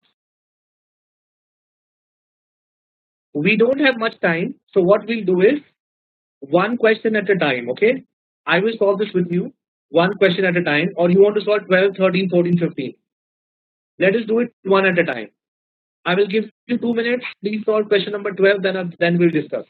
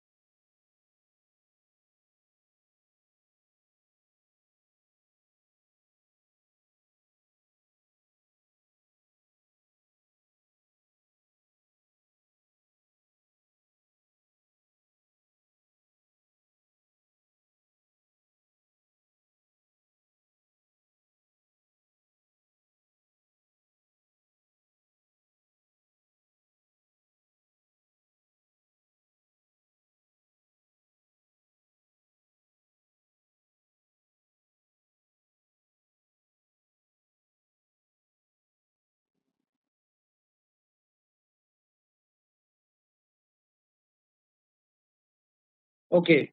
I think this is a very, very easy question. What is it telling you?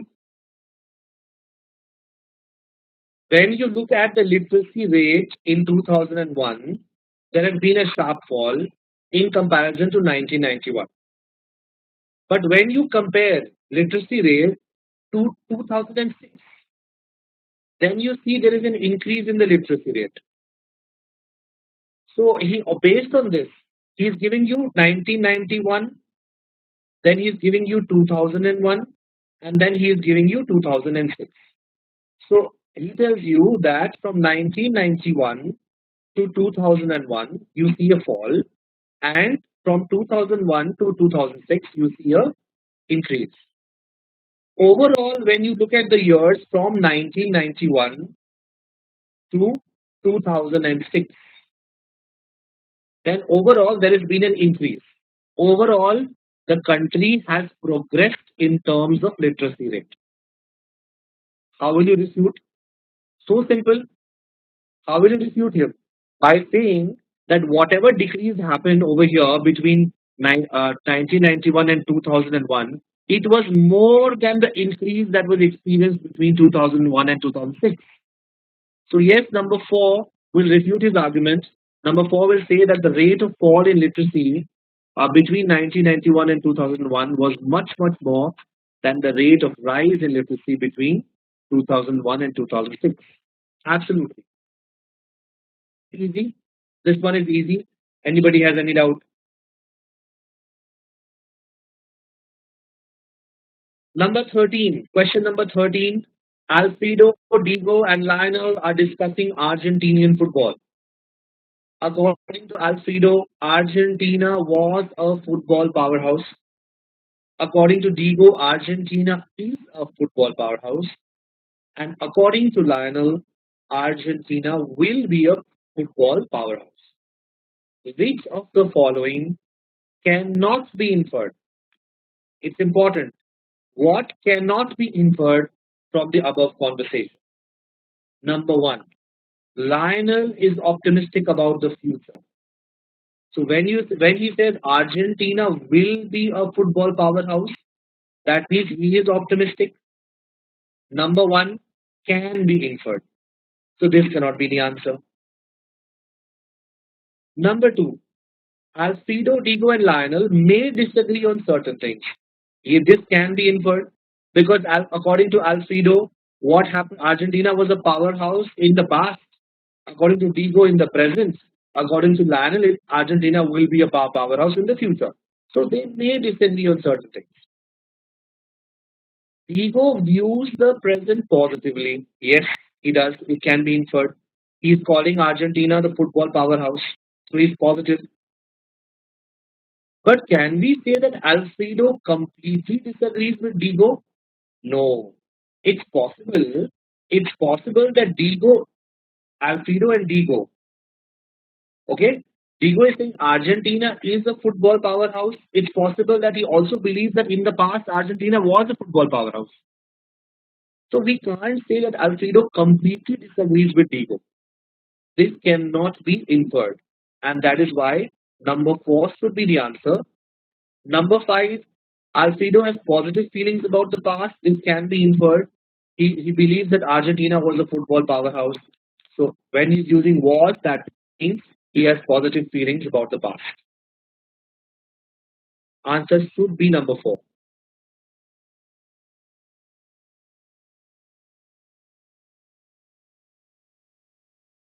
Okay. Anybody has any doubt?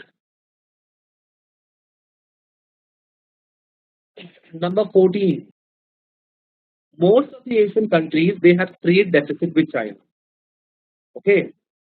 Bangladesh's trade deficit with China has increased by 35%. Despite large increases in exports to China, Indonesia's trade deficit with China continues to increase. So does that of South Korea, which is home of Samsung Electronics, one of the world's largest manufacturers of electronic gadgets. So most of the ancient countries they have a trade deficit with China, and this trade deficit is increasing. That is what he's saying. Which of the following is true? Would be most inconsistent with the above passage. So, what will be inconsistent? If there is any nation in Asia whose trade deficit with China is decreasing, if it is decreasing, it is going to be inconsistent with what he's saying. And when does the trade deficit decrease? When you export more and when you import more. Sorry, when you export more and you import less. So tell me, which one will tell you which one is the most inconsistent?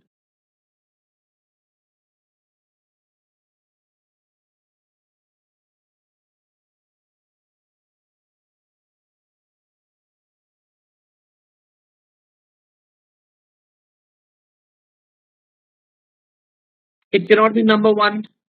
It cannot be number one because China is the largest manufacturer of parts of electronic gadgets, and Samsung Electronics imports the parts from China. So if the import is increasing, trade deficit will increase. This is not inconsistent, it is consistent. Exports to Bangladesh are insignificant in proportion of China's total exports. Exports to Bangladesh are insignificant in proportion of China's total exports.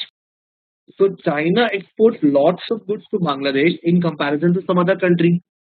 So it's but obvious that Bangladesh will have trade deficit with China. So number two also is not inconsistent, it is consistent. Varsha and Mohit, number two is consistent. Exports to Bangladesh are insignificant in proportion to China's total export. So China is exporting more to Bangladesh than some other country. That means the trade deficit that Bangladesh has with China will increase, isn't it? So number two is consistent. Number three, exports to Indonesia from China decreased. Now, if the exports from China decreases, then the trade deficit decreases. Okay. Number three looks good. Number three looks good because the moment you say that the trade deficit has decreased, you are saying something inconsistent with the above passage. Number three looks good. Number four, China's chief exports are natural resources. Now you know just Indonesia's chief exports are natural resources. You know about Indonesia's exports, but in comparison to imports, are imports more than exports or are exports more than imports? You don't know, and that is why number four will have no impact.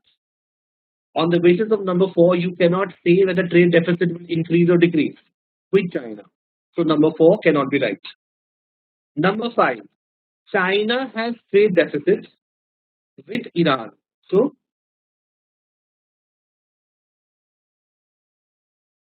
so How is this inconsistent with the above passage? Please understand, he tells you most of the Asian countries, not all the Asian countries. So China can have trade deficit with Iran. There is nothing inconsistent. He has already mentioned it that most of the Asian nations, not all, have trade deficit with China. But the moment he says the when you look at when you look at Indonesia and Bangladesh, he specifically mentions Bangladesh. He mentions Indonesia. He mentions South Korea. And now he says Indonesia, the exports from China to Indonesia has decreased. If it has decreased, that means trade deficit must have decreased. Number three is the most inconsistent. What is trade deficit? Okay, let us say you have two countries, India and China.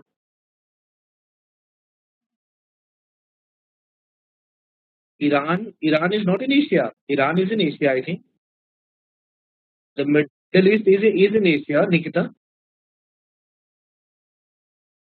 The entire Middle East is in Asia.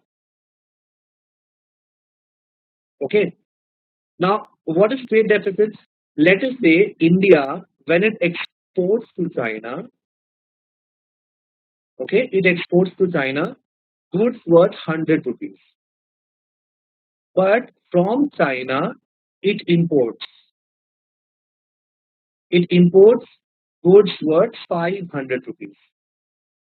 So what is happening? It is exporting 100 rupees but importing 500 rupees. So there is a 400 rupees trade deficit with China. That means 400 rupees trade deficit. It does not balance. There's a deficit. Import and export, they don't balance. Exports are deficit. This is trade deficit. Okay, Ananya, did you understand? This is trade deficit. Now, how will you reduce the trade deficit? Yes, India has a trade deficit with China. China does not have a trade deficit. India has a trade deficit. China has a trade surplus. The, the opposite term of trade deficit is trade surplus. How can you reduce the deficit?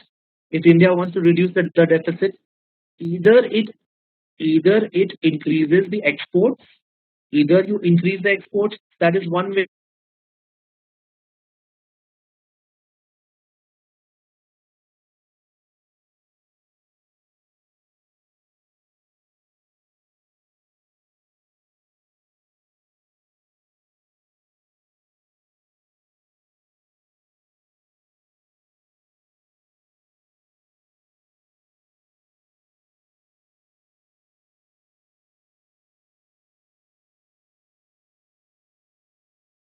that trade deficit of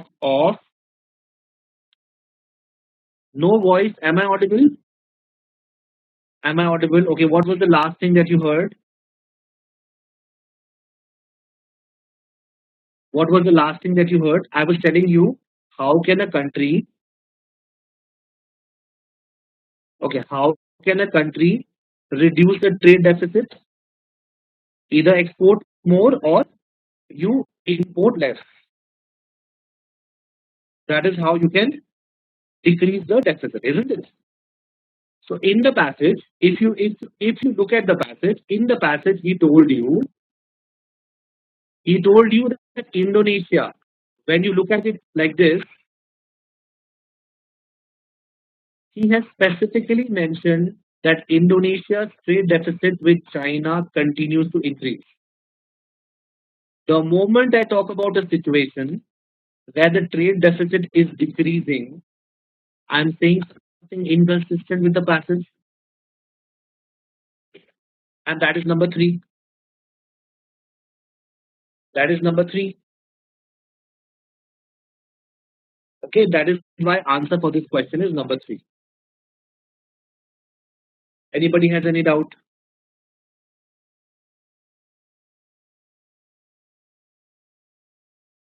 Okay. Now the last question for today. The last question for today. Again, this is a very complicated question, and in fact, this is a question for which there is no correct answer.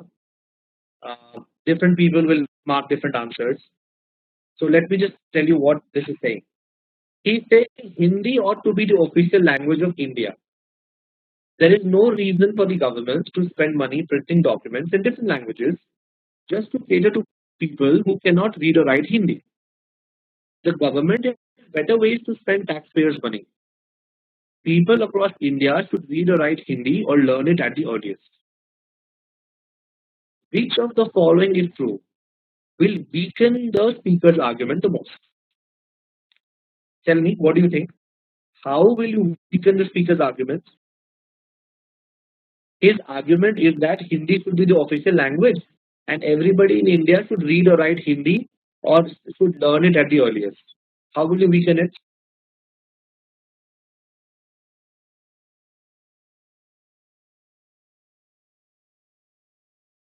Number two से हो जाएगा. When you say you are saying that Hindi should be the official language and everybody should read, write Hindi or learn it. But if I say that it's not possible, Hindi is the most difficult language in the world to speak. Hindi is the most difficult language to speak. It is, so what I'm trying to say is Hindi is very difficult. It is not very easy to learn. But then some people say, यहाँ पे तो speak लिखा हुआ है. And over here he's asking you to read or write. He's never asking you to speak. So it may be the most difficult language in the world to speak. But what about reading and writing? Probably Hindi reading and writing is very easy. So number two, in a sense, does not weaken the argument. Then some people say answer can be five, answer can be four, answer can be five. People say that those people who are multilingual they pay maximum taxes. Why they say this? Because see, what you are doing is you want to save money. You want to better spend taxpayers' money. You don't want to waste money. Okay? The reason is you want Hindi to be the official languages. There's no reason for the government to spend money printing documents in different languages. You can save money. But then if I say people who are multilingual, they pay maximum taxes. People who are multilingual, they usually pay maximum taxes. So why do you want to make why do you want to make Hindi the official language? Okay. Some people say number four, making Hindi the official language is a politically unpopular idea. So if it is politically unpopular, then even if you would like to make it, it will be very difficult for you to make it. So again, number four will also weaken. Number four can also weaken. So there are so many answers. There are so many answers. But you tell me what should we agree on? What do you think? What do you think should be the answer? Number one, कैसे? Number one, how will number one weaken the argument? Number one is strengthening the argument. The government translates official documents into more than 18 languages. यही तो बोल रहा है ना?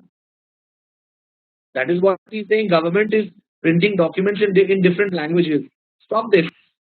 Why do you want to print so? Why do you want to print in so many languages? Save money. Make Hindi the official language. Everybody can learn Hindi. So number one is not weakening. Number one is strengthening the argument. Number one is strengthening the argument. Okay. And problem is that we will have to we will have to be subjective in this particular question, and that is why I have put this question here deliberately, because when you look at different answers, time will say answer is five, current answer will say answer is four, and that guy, that book Rakesh Sharma will say answer is two. That does not give any official explanation. I mean, some years back, that did not provide official explanations. So I don't know. There can be so many answers. There can be so many answers.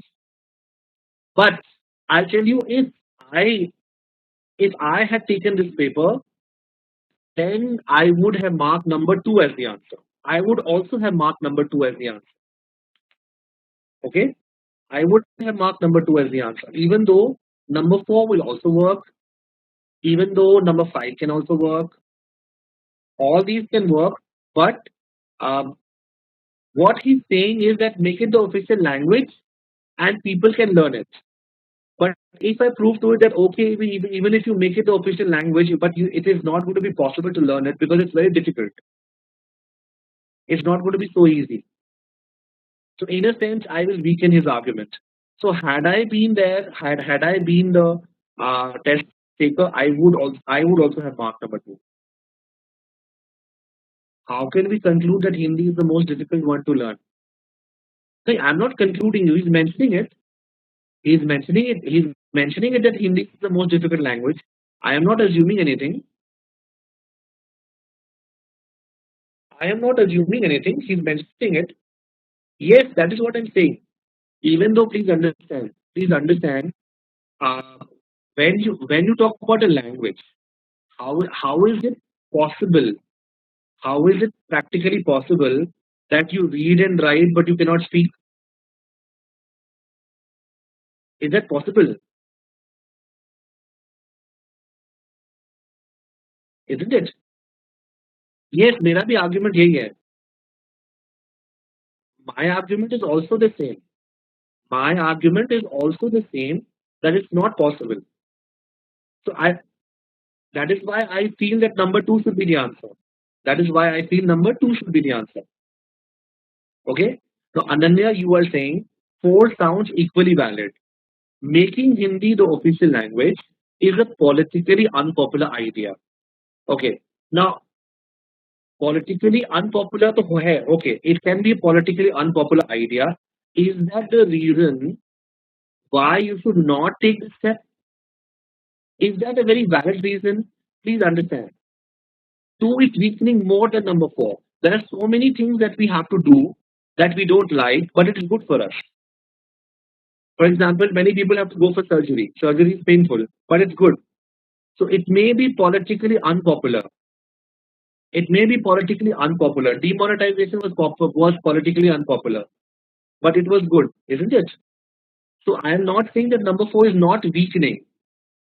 I'm not saying that number four is not weakening. Okay, number four is weakening, but I think number four is a better reason to say that no, Hindi should not be the official language.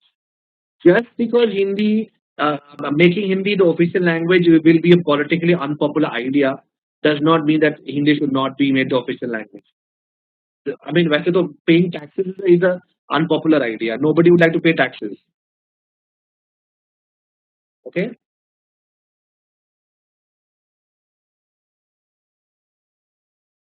What are you saying, Garima? Whereas we see at option number four, there are many other languages in India that should be given priority. In number four, making Hindi the official language is a politically unpopular idea. Okay. So does that mean yes? If it is a difficult language, then whether it's popular or unpopular, that is immaterial. Yes. So I also believe that number two should be the answer. Okay.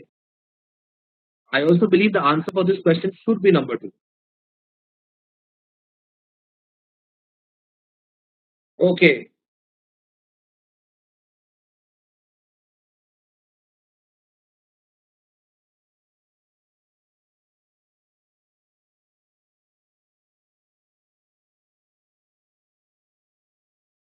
Mayank, I am not making assumptions. I'm using common sense.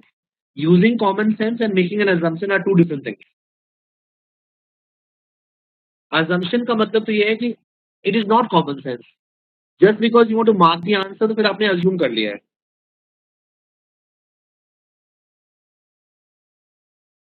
That is what you are not able to draw a line between what is an assumption and what is common sense. I can understand. I can understand.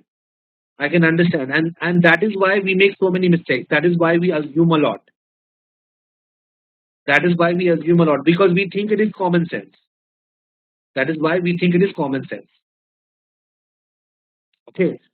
See, I am not making an assumption. I am not making an assumption over here. आप खुद देखो ना. Am I assuming something to be true?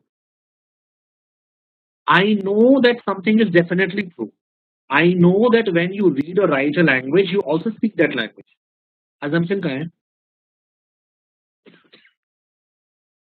Assumption तो तब होगा when I'm saying that if you read and write, then automatically you can also fly in that language. That is assumption. Automatically you will become a savant in that language. If you can read, write, and speak English, then automatically you can become an English journalist. That is assumption. Okay.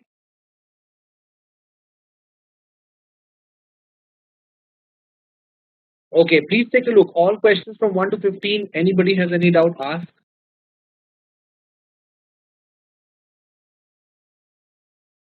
Anybody?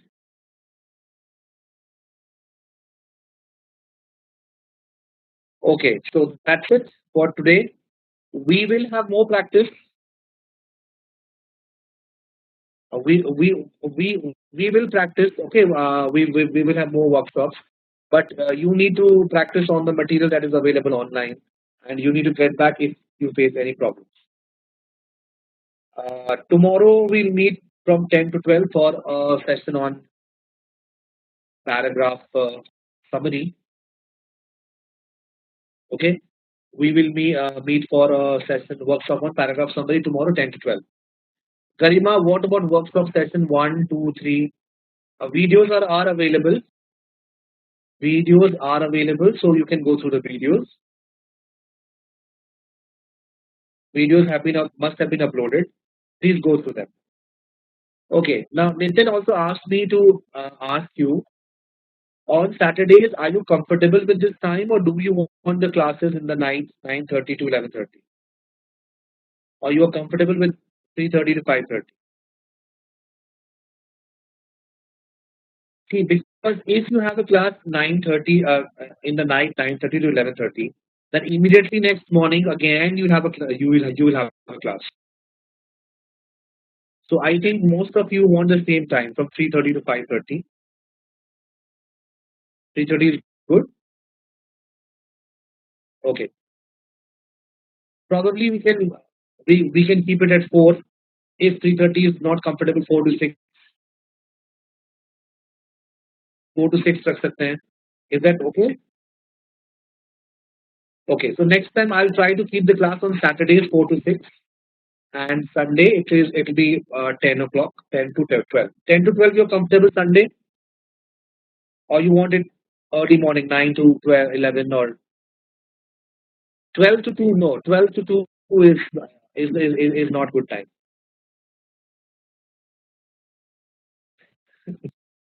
Okay. 10 to 12, 9 to 11, 10 works. Okay. So we want to take the class morning in the morning on Sunday so that you are free for the entire day. Okay, so you can at least enjoy life. So Sundays it is going to remain 10 to 12 as of now. On Saturdays I think we'll probably change the time from 3:30 to 4, 4 to 6. Okay, okay. So that's it for today. Take care. I'll see you tomorrow. Take care. Yeah, somebody asked a question. Somebody was saying something about catcher in the rye. Wait, Mohit, you are saying I cannot understand. You cannot understand. Um, so wait, wait for that understanding to come. You could understand the normal things, the words that he was saying. What is the story behind the story? That is something you have not understood. Is that what you're trying to say? Huh. Wait, wait. There, there is no fun in me telling you the story. You will have to realize it yourself. Okay? Don't be impatient. Your time will come. Okay, and the day that time comes, then you have arrived. That day you would have made a remarkable progress in your understanding. Okay, so that's it for today. I'll see you. No, no, there is no need. After probably 2 3 months, you can read it again. As of now, there is no need for you to read it. Now try to read some philosophy. Try to read Sophie's World. These kind of books. Okay, Sophie's World. Yeah, start with Sophie's World.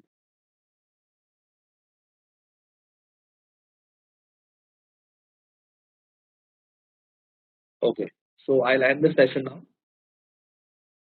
Once more, take care.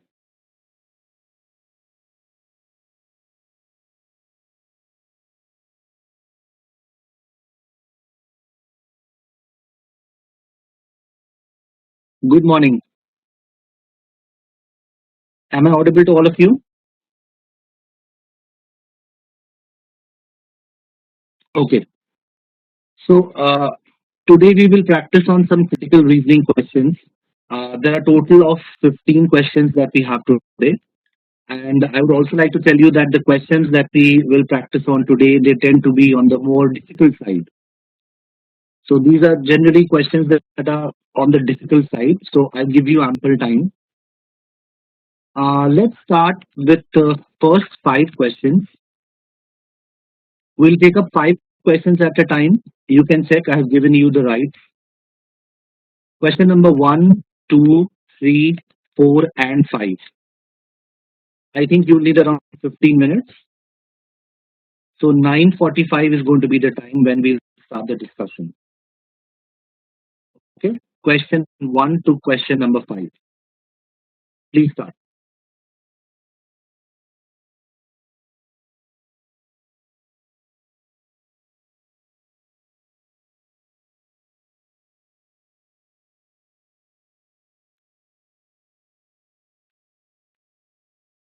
Okay. Are we done with question one to five? Should we discuss? Right. So let's see what he's trying to say. In question number one, he's saying that something very paradoxical is happening. What is the paradox? The paradox is that according to police, if you have automobile anti-theft device in your car, then it will reduce the risk of car theft.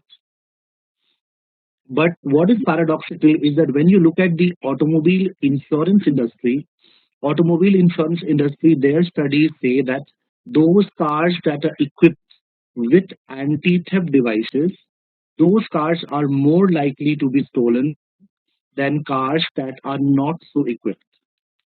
So it becomes paradoxical that how is it possible uh, that a car that is equipped with anti-theft device is more likely to be stolen. Now he's telling you which one of the following is true, does the most to resolve the apparent paradox. So which one provides you with a reason to explain why this is happening? That even though the cars have anti-theft devices, these are the same cars that are more likely to be stolen. What do you think? Mohit, you marked D. Nikita, you marked C. Arpita, you marked E. Okay. Now, please understand. Uh, if you see in this, yeah, paragraph, he has told you that anti-theft devices, they're effective. Okay, they are effective. That means they reduce the risk of car theft. If you mark number C, if you mark number E, if you mark number C and E, then you are assuming that these anti-theft devices are not effective. The question is not that they are not effective. The question is that those cars that have anti-theft devices, they are more likely to be stolen. Whereas according to police data, when you have anti-theft devices, it will reduce the risk of car theft. So C and E, both of them, they actually are trying to prove that the anti-theft device is not working. The anti-theft device is not effective. So if that is what you want to prove, then how are you going to select whether the answer is going to be C or whether the answer is going to be E? Because both of them are saying the same thing. C and E are going to say are going to say the same thing. Okay, are you getting this? So C and E cannot be the answer. C and E cannot be the answer. Okay, answer for this question, rightly marked by Mohit, is D. Why? Because number D tells you that those automobile owners who have theft prone cars and they live in areas of greatest incidence of car theft, these are the owners who will have anti theft devices installed, which means the cars that are being stolen, they are actually uh, cars from those areas where there's lot of there's greater incidence of car theft, right? And even though you have anti theft devices, which normally makes reduces the risk of car theft. But because these people live in theft prone areas, that is why we see more number of cars being stolen, even though these cars have anti theft devices. So number D is actually giving you an explanation why cars that even though they are equipped with these anti theft devices, these cars are being stolen. Answer for this question should be D. Please check. If you do not understand anything, please ask.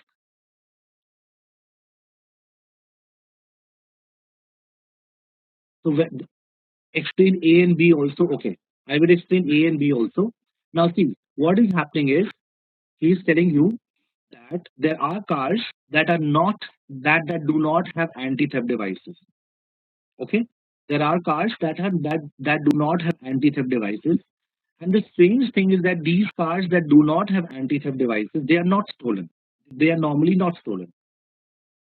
This can only happen if these cars, even though they do not have anti-theft devices, these cars they are parked in the areas where generally the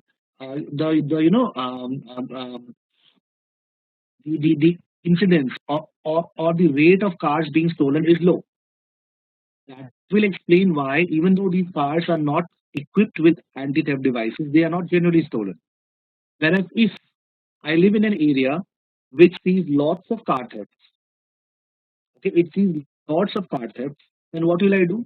My first instinct will be that I will install an anti-theft device. So, so if there are 100 cars in this area, and out of these 100, 90 of them have installed anti-theft devices, but because these 100 cars are in areas where generally you'll find a greater incidence of car theft, then even though 90 of them have anti-theft devices, let's say 40 of them will be stolen. And it's possible that there are thousands of cars that do not have anti-theft devices, but they are parked in areas where normally you don't see car theft.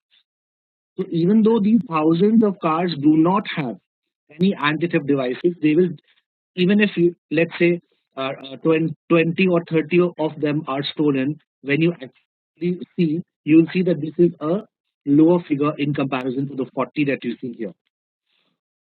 This explains this explains why those cars that have anti-theft devices, they are more likely to be stolen. Okay, Nikita, you had a question. Okay, I could not make out how option C proves that the alarm is faulty. I just took the alarm to be functioning that way. Okay, number C is saying the most common automobile anti-theft devices are audible alarms, which typically produce 10 false alarms for every actual attempted theft. So what does this prove? What does this prove? Because see, if this device produces false alarms, then what happens? That means that these devices are less valuable as crime prevention devices. Yes or no? That means they are as good as not having an anti theft device. Whereas the crux of the passage is that uh, according to police statistics, if you have anti-theft devices, then it reduces the risk of car theft. Whereas in number C, these devices are not working properly. They are not working properly means they are not effective. Okay. Okay. Now A and B also. A and B also. Number A, Mohit. Number A. How does number A resolve resolve the paradox? In fact, it does not resolve the paradox. It makes the paradox more complicated because number A is saying that the owners of stolen cars, they will report the theft immediately to the police, but they will delay notifying the insurance company in the hope that the vehicle will be recovered. So if the insurance company does not get all the reports, or if they get delayed reports, then how is the insurance company report saying that more cars are being stolen? It's quite the opposite. So if there are 100 reports to the police, let's say that there are going to be 20 reports to the insurance company, then how can the insurance company say that there are more number of thefts? It's not possible. So number A also is not possible. Okay. Number B. Number B says most cars that are stolen are not equipped with anti-theft devices. But this does not prove anything because the question is not about those cars that are not equipped with anti-theft devices. The argument is that even though cars are equipped with anti-theft devices, they are still stolen. Okay. So number B does not address the question at all. That is why number B is also wrong. Are you getting this? Is it clear now why D is the answer? Okay. So question number one, answer will be D. If you still have any problem, please ask. I'm in no hurry. Let's come to question number two. Question number two is not very difficult. It says, in the past, in the past, lots of scientific discoveries happened through serendipity. Okay. What is serendipity? Serendipity is the chance discovery of valuable findings that were not purposely sought. So when you find something by chance, then it is called serendipity. You have found it through serendipity, by chance, by luck. So lots of discoveries in the past were because of serendipity. But now the problem is these days scientific research is so costly that investigators they need funds. They need funds for the research. And when they need funds, they will have to tell the sponsors. They will have to tell the sponsors. They will have to give the sponsors clear projections of what is going to be the outcome of the proposed research. They will have to specify clearly that this is what we are looking for. Okay, and that is why these investigators, these researchers, they will ignore anything that does not directly bear on the funded research. They will not take into account those things that does not have an impact on the research. And because serendipity is something that happens by chance, that means under prevailing circumstances, serendipity will no longer play a role in scientific discovery. That is what he's trying to say. Because how can you give a clear projection of something that will happen through serendipity? Because serendipity is something that happens by chance. You don't know. You can't say. And that is why he's concluding that serendipity will no longer play a role in scientific discovery. Is this clear? So the question is, what is the assumption of this argument? Very simple. What is he assuming? What is he assuming? When he's saying that serendipity will not play a role in scientific discovery, number E से सोच सकते हैं. Serendipity will no longer play a role in scientific discovery. Why? Why is he saying this? The reason is that investigators will ignore anything that does not have impact on the funded research or that does not directly bear on the funded research. Answer for this question cannot be C. Answer for this question should be A. He is assuming, the author is assuming that only those findings that an investigator purposely seeks can directly bear on that investigator's research. He is assuming when he says that serendipity no longer plays a role in scientific discovery, then he is assuming that only those things for which we have made clear projections, only those things are the things that will have most of the impact on the research. Other things are immaterial. This is what he is assuming. It should be number A. Number C is not right. Number C is saying dependence on large grants is preventing investigators from conducting the type of scientific research that those investigators would personally prefer. Okay, so now we are assuming that investigators would prefer serendipity.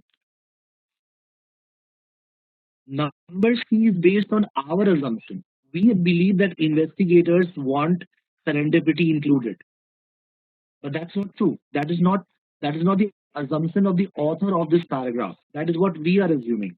That is why C cannot be the answer. Did you understand?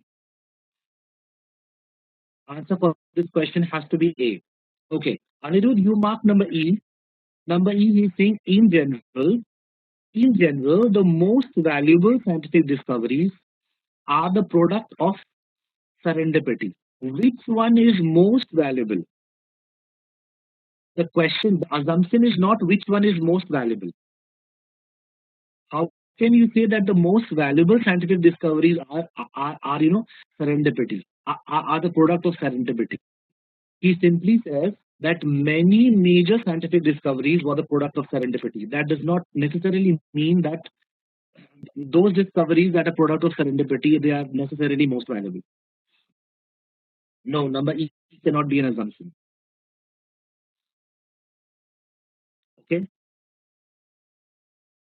Did you understand why A is the answer for question number 2?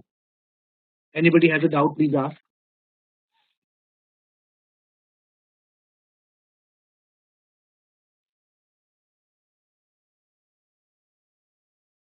Question number D. Okay, Chaitanya. All scientific investigators. Okay. All scientific investigators who provide grant sponsors with clear projections of the outcome of their research receive at least some of the grants for which they apply. No, not necessarily. Not necessarily. I may be a scientific investigator and I have told you that these are the objectives of the research. You may or may not provide me grants. So number D, we cannot say with certainty. It simply says that if you want grants, then you will have to provide clear projections. That does not mean that if you have provided clear projections, then you'll automatically get the grants. No, this is just like saying if you drink and drive, there will be an accident.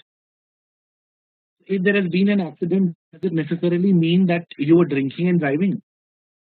No. Number D is trying to say something of that sort. Number D is saying that when the investigators, when they provide clear projections, then they will receive grants. That's not always true. They may or may not receive the grants. So D also is not right. Okay. Did you understand why answer is A for question number 2? Okay. Question number 3. Question number 3. What is he saying? Defendants who can afford expensive private defense lawyers have a lower conviction rate than those who rely on court appointed public defenders. This explains why criminals who commit lucrative crimes like embezzlement or insider trading are more successful at avoiding conviction than are street criminals. According to this passage, what makes the difference between conviction uh, and acquittal? The difference is the lawyer. All the difference is made by the lawyer. If you have a private defense lawyer, then you have a higher chance of being acquitted. If you have a court appointed defendant or a lawyer, then there are more chances that you will not be acquitted. You will be convicted, right? So, embezzlement. What is embezzlement? Embezzlement is stealing from your employer. I think we have discussed this word. Embezzlement happens when you steal from the place that you work, or when you steal from someone who trusts you. Absolutely. When you are in a fiduciary relationship, fiduciary means you are in a trust relationship. You are a trustee, or you are an employee of an organization. And if you steal from the trust, or if you steal from your employer, then that is called embezzlement. Okay? And I think everybody knows what is insider trading. Are you all aware what is insider trading? Insider trading, Mohit? Okay. When you have when you have information that is not in the public realm, okay? When you have information that is generally not available to the public, and you use that information for personal gains, that is called insider trading. For example, let us say you work in a company, and you know you have information that tomorrow this company is going to get a huge order from the government of India. And because of this order, what will happen? The company's share will increase, the share price will increase 100%. So what do? Immediately, you start buying the shares of that company. You tell your friends to buy shares of that company. This this information will be public in a day or so, but you are privy to this information beforehand, and you use this information for your personal gain. That is called insider trading, right? So what is he trying to say? This passage is trying to say that all the difference is made by the lawyer. It is the lawyer that makes the difference. If you have a private defense lawyer, then there will be a lower conviction rate. If you have a court appointed public defender, then you will probably not be acquitted. You will be convicted, even though you have done just in a street crime, right? This is what he's trying to prove. And the question asks you, the explanation offered above would be more persuasive if which one of the following were true. What do you think? He's trying to prove that it is the lawyer that makes the difference. Mohit, you mark B. But number B will work for both the prosecutors. Most prosecutors, most prosecutors would include private as well as court appointed. So no, both are not competent to handle cases involving highly technical financial evidence. So if most prosecutors, which include both private and court appointed, they're not competent, then why is it that private defense lawyers have a lower conviction rate? Number B will not work. Number B will not work. Mohit, did you understand? Many people mark A. Many street crimes, such as drug dealing, are extremely lucrative, and those committing them can afford expensive private clears. Now, you are contradicting the information in the passage. Number A is contradicting the information in the passage, because in the passage he's telling you that lucrative crimes are crimes like embezzlement or insider trading. This is different from street crime. This is different from street crime. He has already told you that. Now, in number A, you are contradicting him by saying that street crimes are extremely lucrative, and those criminals who commit these street crimes, they can afford expensive private lawyers. But the question is that if these street criminals, they can afford expensive private players, then why is it that the conviction rate of for street criminals is higher? So number A does not prove anything. In fact, number A is contradicting what he's trying to say in the passage. You have to make it more persuasive. You have to make it more persuasive. That means you have to prove that yes, it is the lawyer that makes the difference. It is because of the lawyer. There's no other factor. Number A, okay. Number A is actually not proving it. Number A is negating it. Number A is weakening the situation by saying that listen, even street criminals, they have expensive private lawyers. Whereas in the passage he has told you that as far as street criminals are concerned, the conviction rate is higher. So you are contradicting the information in the passage. So A cannot be the answer. Some people have marked number C. The number of criminals convicted of street crimes is far greater than the number of criminals convicted of embezzlement or insider trading. So, so what does this do? Does it prove that it is the lawyer who is responsible for this happening? Yes, number C is right. Number C, that is what he wants to say. Number C is what he wants to prove. He wants to prove that the criminals who are convicted of street crime, the number of criminals is greater. That's absolutely right. That is what he wants to prove. But what is the reason? The reason is the lawyer. So number C does not tell you that why is it that criminals that are convicted of embezzlement or insider trading, why is it that they go scot free? Why is it that they are acquitted? It is because of the lawyer. So number C does not mention or does not talk about the lawyer at all. So number C cannot be the answer. What should be the answer for question number three? Should be D. Yes, it should be D. Answer should be D. Why? Now let's see. The percentage of defendants who actually committed the crimes of which they are accused is no greater for public defended than for privately defended defendants. This means that if there are 100 criminals, whether whether they be street criminals or whether they be um, lucrative criminals, criminals who commit lucrative crimes, when you look at the percentage who has actually committed the crimes, that means who are actually guilty. Let us say 30% is actually guilty. So in both the cases, it is near about 30% of the people who are guilty. So the guilt ratio is same. The guilt ratio is same. Still, if you have a private lawyer, there are more chances of you getting out, not being convicted. Whereas if you have a court lawyer, there are more chances of you being convicted. So what does this prove? This proves that it is the lawyer that makes the difference.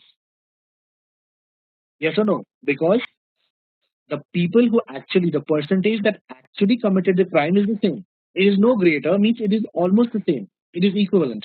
But still, even though it's the same, but still those people who can hire private lawyers, they are not convicted. So it is the lawyer that is making all the difference.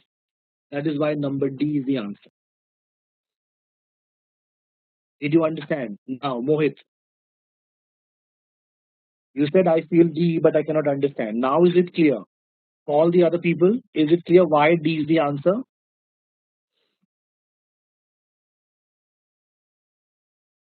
Anybody who has a doubt? Okay, I told you that these questions are on the more difficult side. Okay, these questions are on the more difficult side. So don't get, if you are not scoring well, then don't get depressed. At least you learn something. Okay, if this is clear, answer for number three is D. Let's come to question number four. I have deliberately given you very difficult questions so that you think, it makes you think a lot. Okay, number four. Number four, they're saying that there is a widespread belief that people can predict impending earthquakes from unusual animal behavior. So, how can you predict earthquakes? Animals will start behaving in an unusual way. That is what people believe. But skeptics say that, listen, this belief is based on selective coincidence. According to skeptics, this is not a good belief because there would be people whose dogs behaved oddly just before an earthquake. Because the dog behaved oddly just before an earthquake, you will remember that fact. You will remember that fact. But but at the same time, some of the world's dogs will be behaving oddly at any given time. At any given time, some of the world's dogs will be behaving oddly. So why is it? How can you say? How can you say that your dog behaving in an odd manner just before an earthquake is an indication that there's going to be an earthquake? That is what skeptics are saying. So if you want to clarify, if some clarification is required of the issue which would be most important to an evaluation of the skeptic's position, then what is that issue which needs to be clarified? What do you think? Yes, Nikita, very good. This time everybody has marked correct. It is eel. Is the animal behavior supposedly predictive of earthquakes? Is that behavior specific to impending earthquakes? Or can it be any kind of unusual behavior? If it is specific, if it is a specific kind of unusual behavior, then you can say that yes, animal behavior predicts helps you in predicting earthquakes. But if it is not an but if it is not a specific kind of behavior, it is any kind of unusual behavior, then how can you say, based on that any kind of unusual behavior, how can you say that it predicts earthquakes? It has to be a specific kind of unusual behavior. For example, if if dogs normally when dogs behave oddly, what they do, they start you know um, they start running around in circles. That is what normally happens when dogs behave in an unusual way. Then normally they will start running around circles. Just because a dog is running around circles, based on that you cannot say that an earthquake is going to happen. But yes, if it is generally seen that before an earthquake, dogs will bark 60 times. There's going to be a count of 60. Dogs will bark 60 times. And you see that before earthquake, most of the dogs will bark 60 times. Then this means that the dog barking 60 times is a specific kind of unusual behavior, which is telling you that an earthquake is going to happen. Answer should be E for question number four. Good. Everybody marked E. But if you have any query in any of the other options, we can say.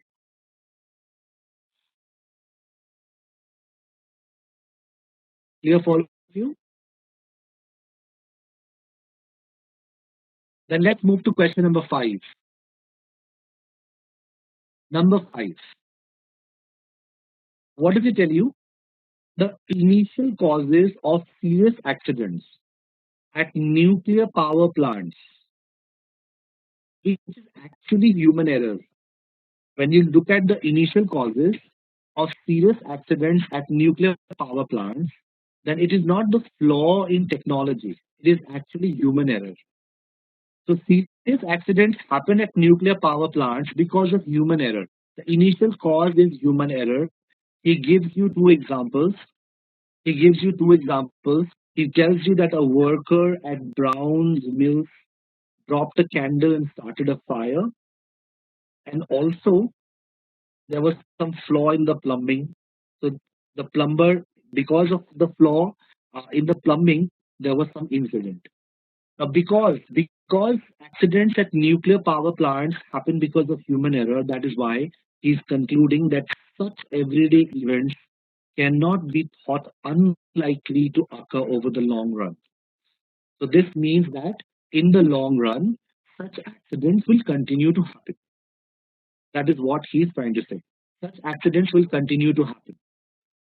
Which of the following most strongly supported the statements above? So how can you say that yes, these accidents will continue to happen in the future as well? Which option proves the point?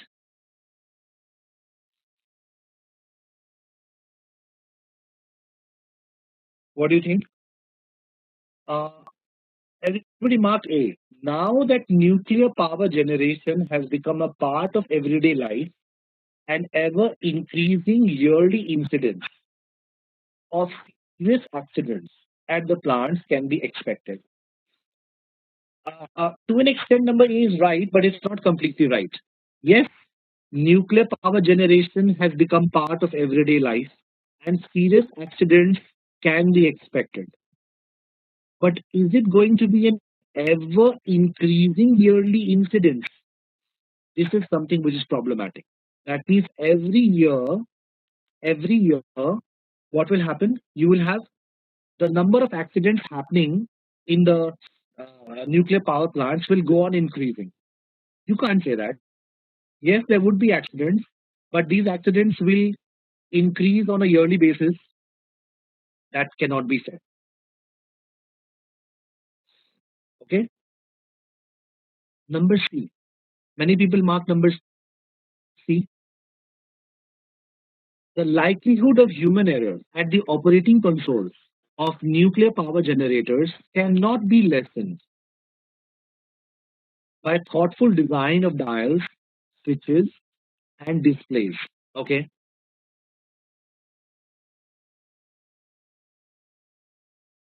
So what does this prove? Human error. Human error cannot be decreased. You cannot decrease human error. So, so what will happen?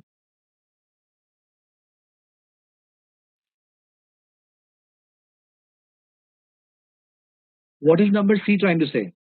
The likelihood of human error at the operating consoles of nuclear power generators cannot be lessened by thoughtful design of dials, switches, and displays. But the problem is that you are assuming that human error happens only at operating consoles of nuclear power generators. Human errors तो कहीं पर भी हो सकता है ना? It can be anywhere. So even if even if you even if this error cannot be lessened, there are other areas where it can be lessened. So overall, if you see, probably we can reduce human error, and if we reduce human error, then the likelihood of accidents happening will decrease. So number C also is not completely right. It's not completely right. Okay. Damini and Shilpa, you mark number C. Please understand why C is wrong. Answer for this question should be B. Yes, it should be B. It should be B. Then he's saying everyday events cannot be thought unlikely.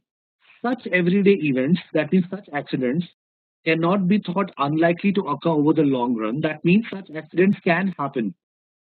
Such accidents can happen. So what will prove that such accidents can happen? Yes, nuclear power plants continue in operation.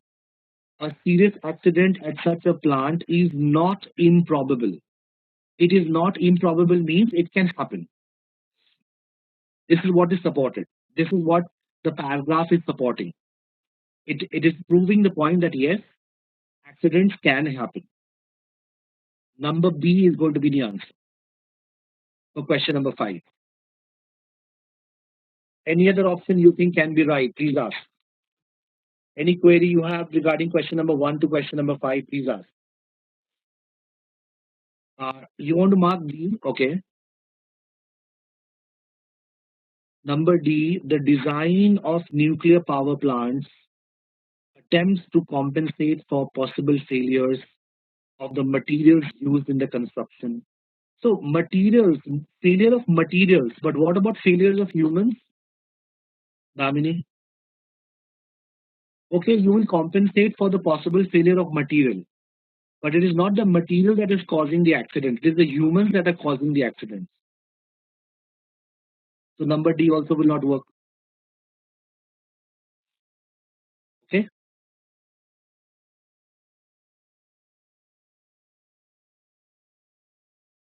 Okay. So what do you think about question 1 to 5?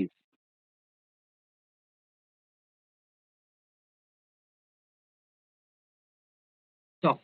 Okay. Yes, they are. They are on the more difficult side. So let's take a look at the next five from question number 6 to question number 10. I'll give you 15 minutes. It is 10:25 right now. So uh, 10:40 we will start the discussion. 6 to 10.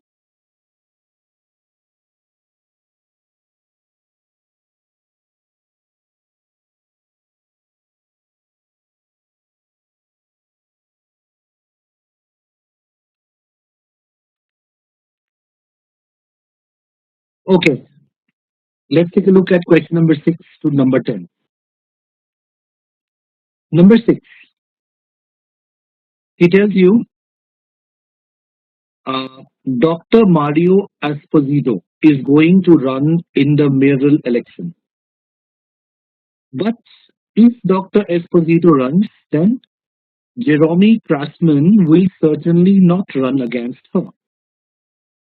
And because Craftsman will not run, that is why he is concluding, therefore, Dr. Esposito will be the only candidate in the election. Now he tells you the flawed reasoning in this argument most closely parallels that in which one of the following. So this is a parallel reasoning question. You have to look for a situation which matches the situation mentioned over here. Okay. So what do you think? What do you think matches this situation, which is parallel? Okay. Now see, a very good way to do this is to make it symbolic. So I can write something like this. I can write like this. If X, then not Y. That means what is X? Dr. Mario Esposito is running for the mayoral election. If this happens, then Jerome Cranston, that is Y, will not run against her. Based on this, what am I trying to say? Therefore, only X. Yes or no? Expressed mathematically, this is what is happening. If X, not Y, therefore only X. Therefore, only Dr. Esposito will be the candidate. The only candidate will be Dr. Esposito. Now we have to look for a situation which matches this.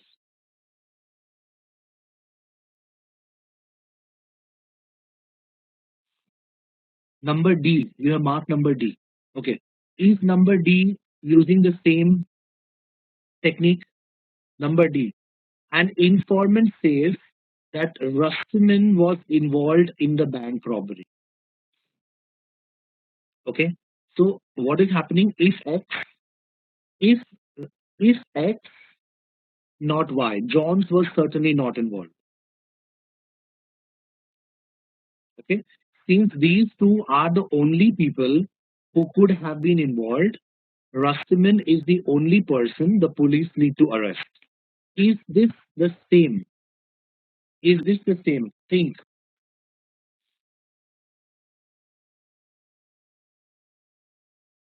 Damini, you're saying no. Why? Why it is not the same? I need an answer for that.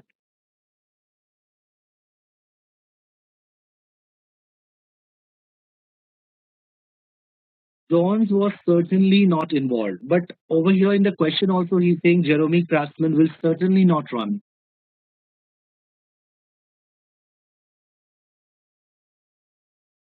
What is the difference then?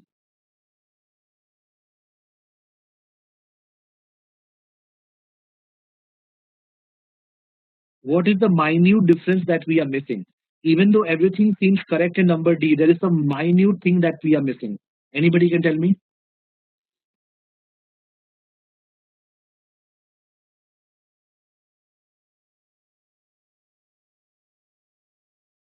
Given that only two could have been involved. Okay, yes, these two are the only people who could have been involved. This is also one problem. He is over here. What he's doing is he's adding something extra. He's adding something extra by saying that these two are the only people who could have been involved. This is one problem. And another very important problem is that if you see number D is in the past tense. Number D is in the past tense. The same thing goes with number E. Number E also is in the past tense. Whereas if you look at this passage talks about the future. It is expected. It is expected. So we should try to make it as parallel as possible. Okay? We should try to make it as parallel as possible. Now, number C is not working, Nikita. Number C does not have the same pattern.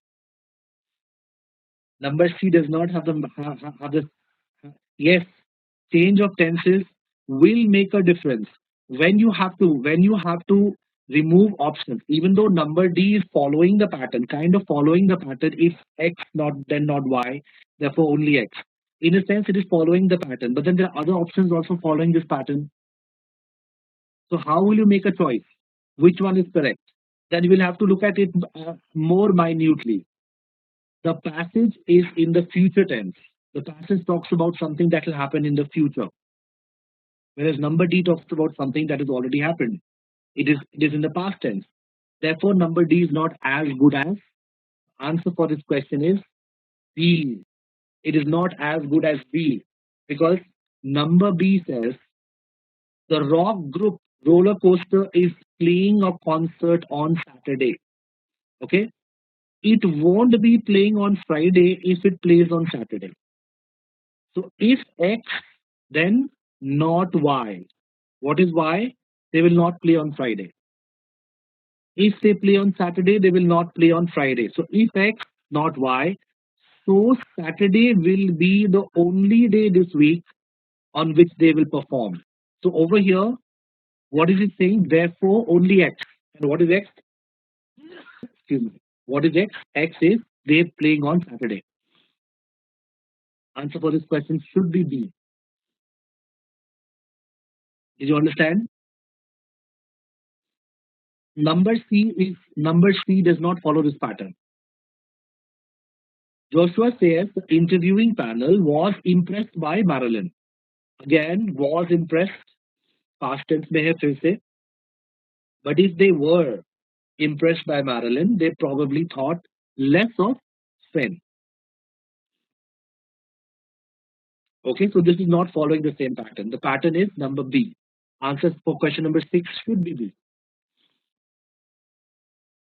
Please take a look. Anybody has any doubt? Please ask.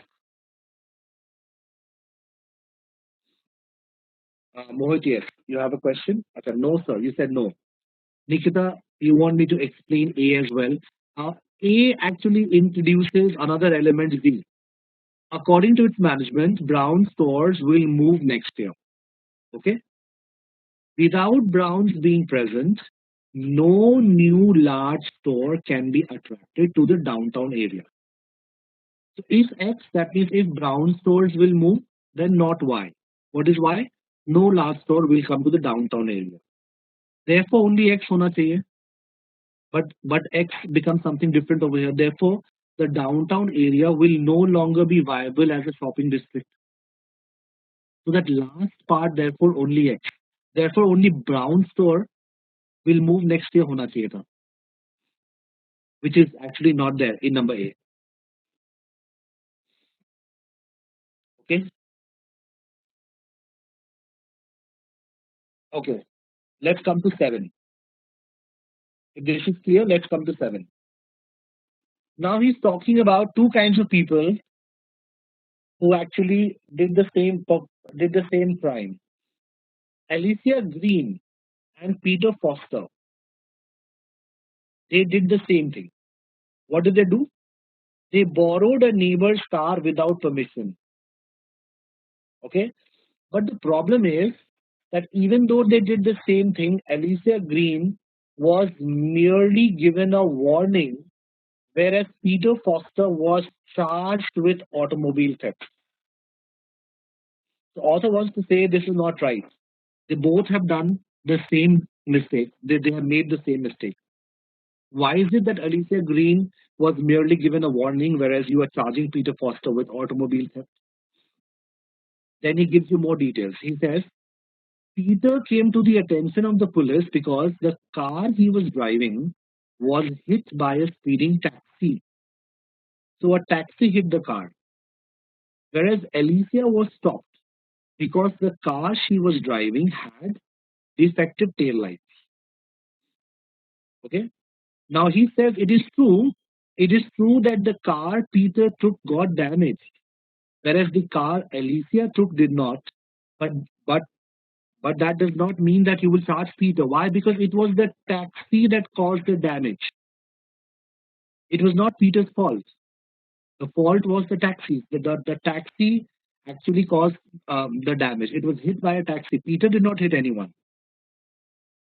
Because it was the taxi that caused the damage, this difference was not due to any difference in the blameworthiness of the behavior. Therefore, Alicia should also be charged with automobile theft, or she also should have been charged with automobile theft. So, Alicia Green and Peter Foster, they have committed the same crime, or they have done the same thing. Then why is it that Peter Foster is being charged with automobile theft and Alicia Green is being let off with simply a warning? Yes, it's true. It's true that the car which Peter was driving, that car got damaged. But it was not Peter's fault.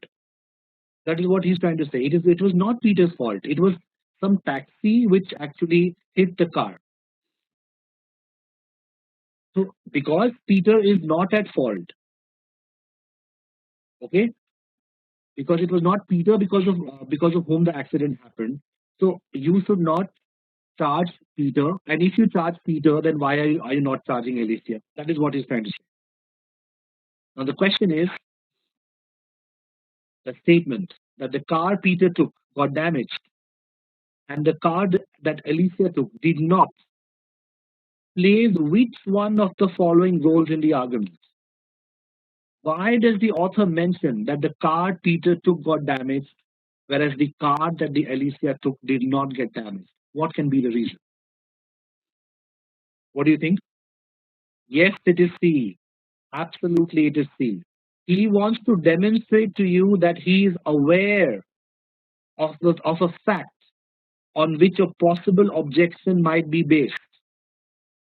You may object to the author and say that, listen, the difference is that the car which Peter was driving got damaged. And that is why he says, okay, it was damaged. I'm aware of the fact that Peter's car got damaged. But that can be no reason to hold him responsible because it was not he who who actually led to the accident. It was not his fault that the accident happened. So people may object to the author's statement that Peter and Alicia are equally are as far as the crime is concerned, they stand on equal footing. People may object. People may say that no, Peter is more guilty. And to address that, he's talking about the car getting damaged. Answer should be number C. Yes, absolutely right. Anybody who did not understand or any clarification is required, please ask. Explain E as well. Okay, it summarizes the position against which the argument is directed. The argument is directed against it. Is it directed against it? No, he is not opposing. He is not saying that no, Peter, Peter's car did not get damaged. Okay, so argument is not directed against it. He is accepting it that yes, this happened. Peter's car got damaged. That is accepted, but that does not make him more blameworthy because it was not his fault. So E will not work. E will not work.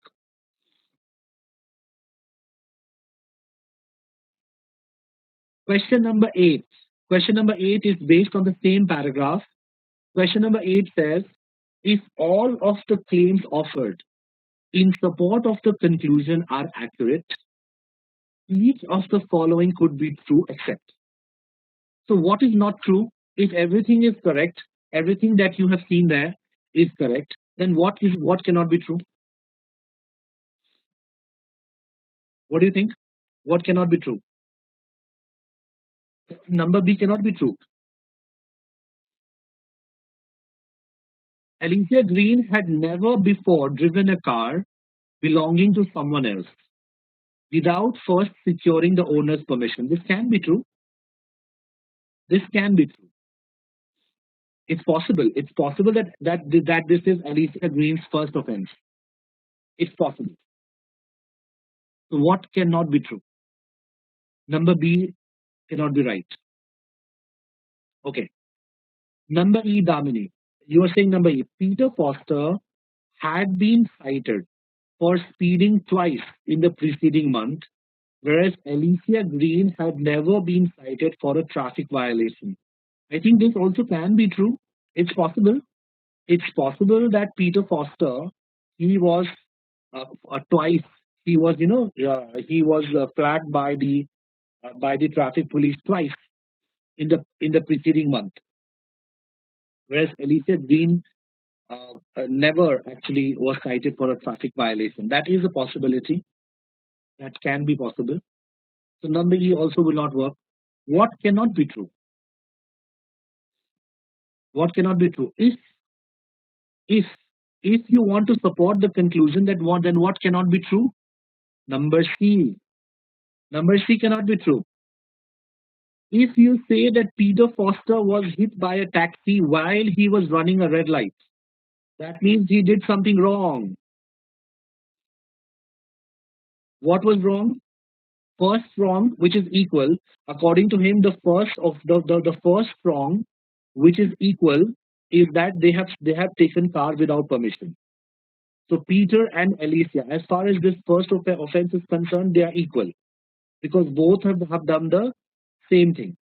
Then why is it that Peter is being charged with automobile theft and Alicia is being let off with merely a warning? Number C, number C is saying that the second thing wrong which Peter did was that he was running a red light, and when he was running a red light, then he was hit by a taxi. So number C is saying Peter is at fault. Peter is at fault. In fact, he is more at fault than Alicia because Alicia Green, she drove with extra care to avoid drawing the attention of the police to the car that she had taken. So Alicia Green, एक offense तो दोनों का बराबर है, but the second offense is that Peter was running a red light, and if he was running a red light, then he should be given a more severe punishment in comparison to Alicia Green. So number C cannot be true if you want to support the conclusion. Did you understand?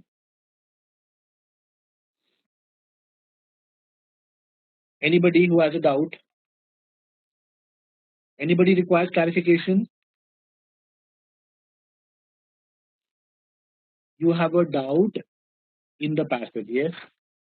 Mohit, what is the doubt?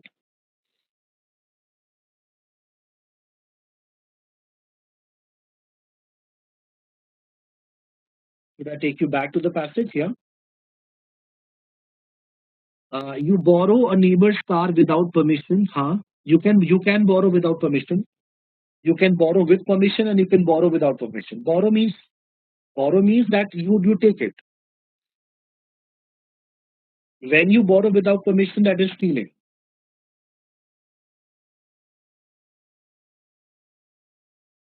Borrow means to take something from someone. Okay. Number 9. Question number 9. What is the office manager saying? I will not order recycled paper for this office. Why? Our letters to the clients must make a good impression, so we cannot print them on inferior paper. So office manager believes that recycled paper is inferior. From this, we can understand that the office manager feels that recycled paper is inferior paper. Now, what is the stationery supplier saying? He's saying that listen, recycled paper is not necessarily inferior. In fact, from the beginning, the finest paper has been made of recycled material. It was only in the 1850s that paper began to be made from wood fiber, and then only because there were no longer enough rags to meet the demand for paper. This is what the stationery suppliers say. Now the question is, in which one of the following ways does the stationer's response fail to address the office manager's objection to recycled paper? So the stationer has told you something, but still he has failed to address the office manager's objection to recycled paper. In which way? What do you think? Number D.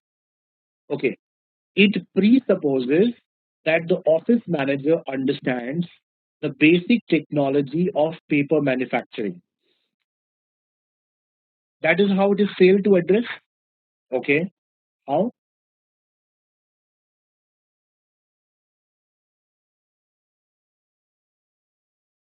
Is that true?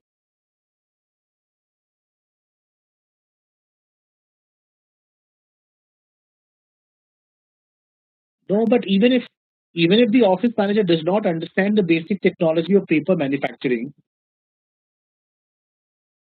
question is how are you? Uh, because the manager might not know the difference. So the manager does not want to use recycled paper. Okay, the office manager does not want to use recycled paper, and you start talking about the technology of paper manufacturing. So when you talk about technology of paper manufacturing, you don't address his concern. Yeah, okay, but how? It presupposes that the office manager understands.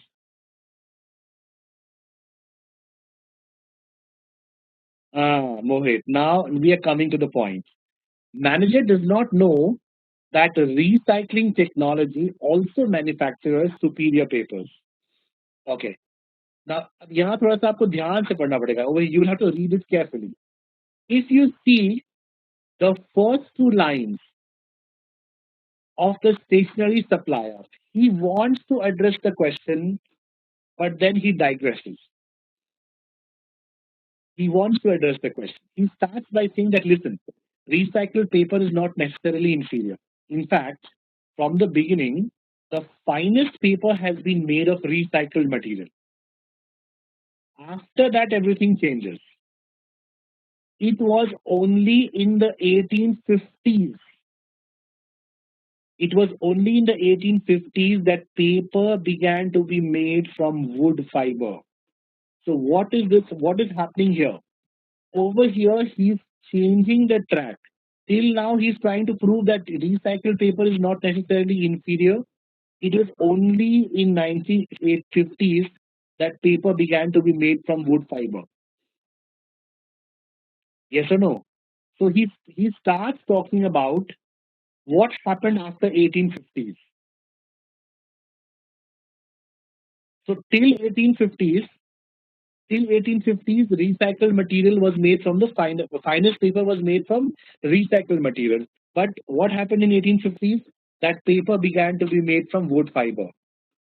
So what is he trying to say?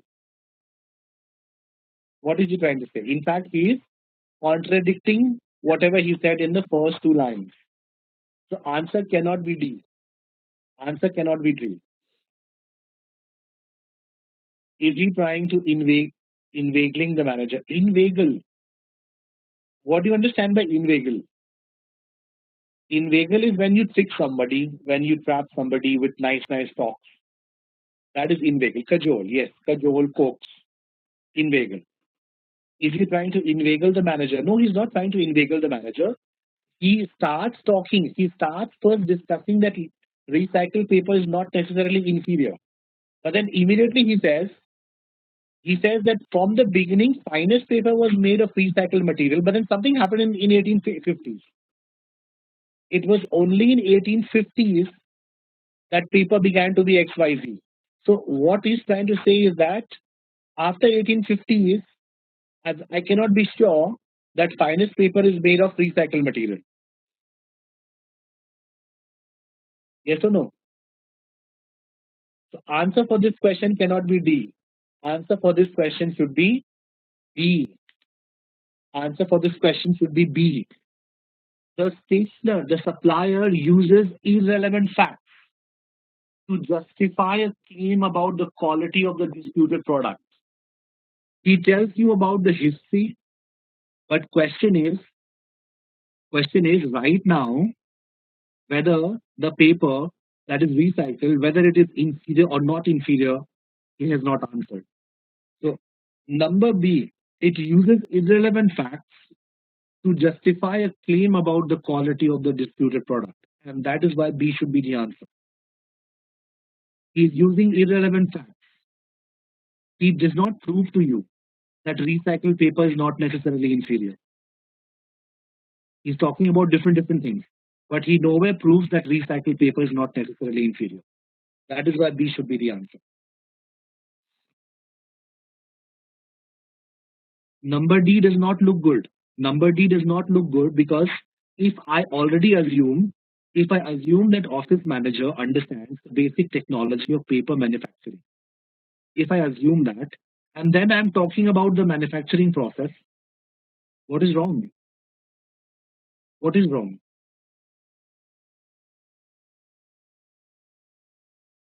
There's nothing wrong.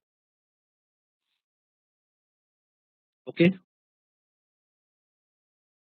Yes, you didn't get the track change, but now is it clear? Now is it clear to all of you? Anybody has a doubt, please ask. I'm in no hurry. Now we come to the final question, number 10. This one I think is not very difficult. Comets do not give us their own light, but what do? They reflect light from other sources, such as the sun. Okay, scientists estimate the mass of comets by their brightness.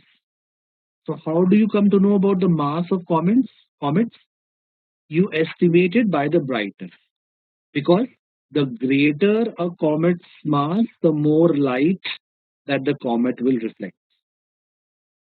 But the problem is that a satellite probe has revealed that the material of which Halley's comet is composed, that material reflects 60 times less light per unit of mass than had been previously thought. Which means that Halley's comet, the mass, whatever mass you have calculated of Halley's comet, based on the reflected light, that is kind of wrong because the material of which Halley's comet is made, it reflects 60% less light. So if reflection is the criteria, then the mass calculation for Halley's comet is wrong. That is what he's trying to say, isn't it? So the statement above, if true, gives the most support to which of the following? What does it prove? Very simple. I think I've already answered the question.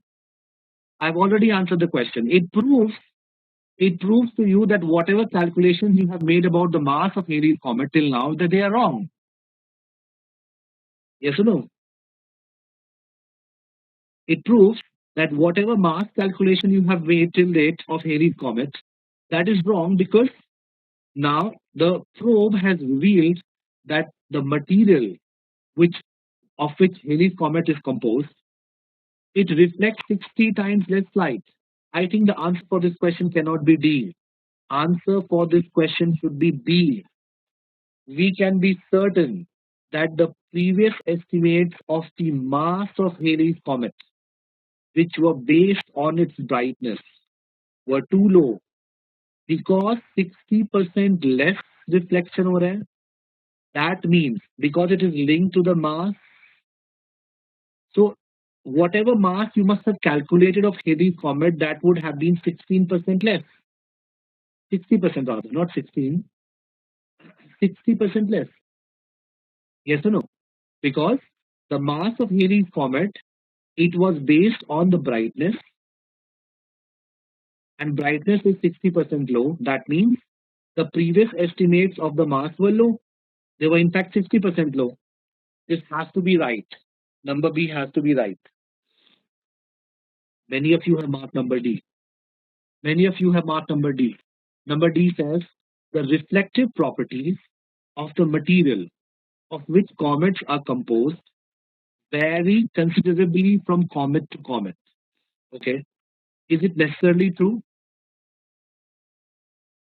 May or may not be true. May or may not be true. Okay. Because you're talking about reflective properties of comets in general. You're talking about reflective properties of comets in general. So what you're trying to say is that if there are X, Y, Z, A, B, C comets, all of them, the materials in all of these comets, the reflective property can vary. We can't say with certainty. We just know that there is one comet called Halley's comet. Halley's comet is made of material which is different. Whether other comets are made of material that vary may or may not be true. So there is a 50-50 chance. There is a 50-50 chance as far as D is concerned, and that is why D is not as good as B. Did you understand? Anybody has any doubt, please ask.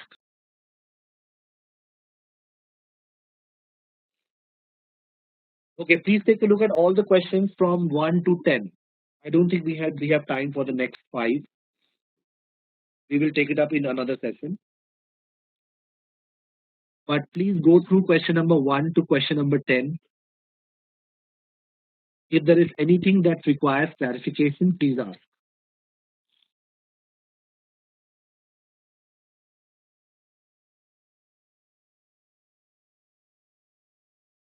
Okay. So I think that's it for today. We have just 15 minutes left, so I don't think we'll be able to complete the remaining 5. We'll take it up in some next session.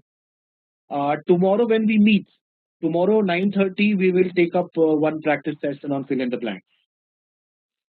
It is going to be a vocabulary workshop, and in vocabulary, we'll take up one practice session on fill in the blanks. Okay? Right? Okay. And yes, if you are coming for backup sessions, I think you must be aware that today 6:30 we'll have subject verb agreement class at 6:30. So if you have not attended that session, you can take a backup. Take care, all of you. I'll see you next time.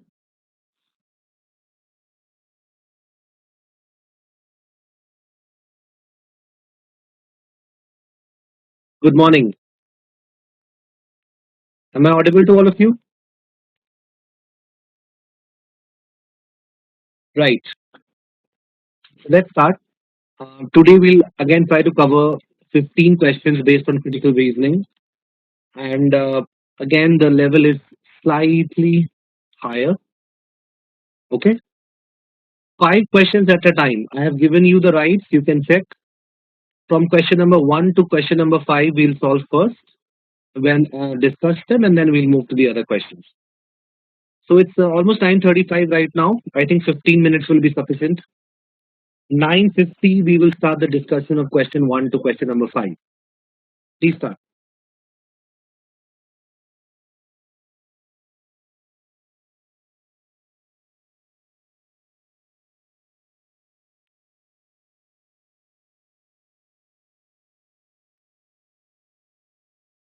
Okay, I think that is sufficient time. So let's start. Question number 1. What does it tell you?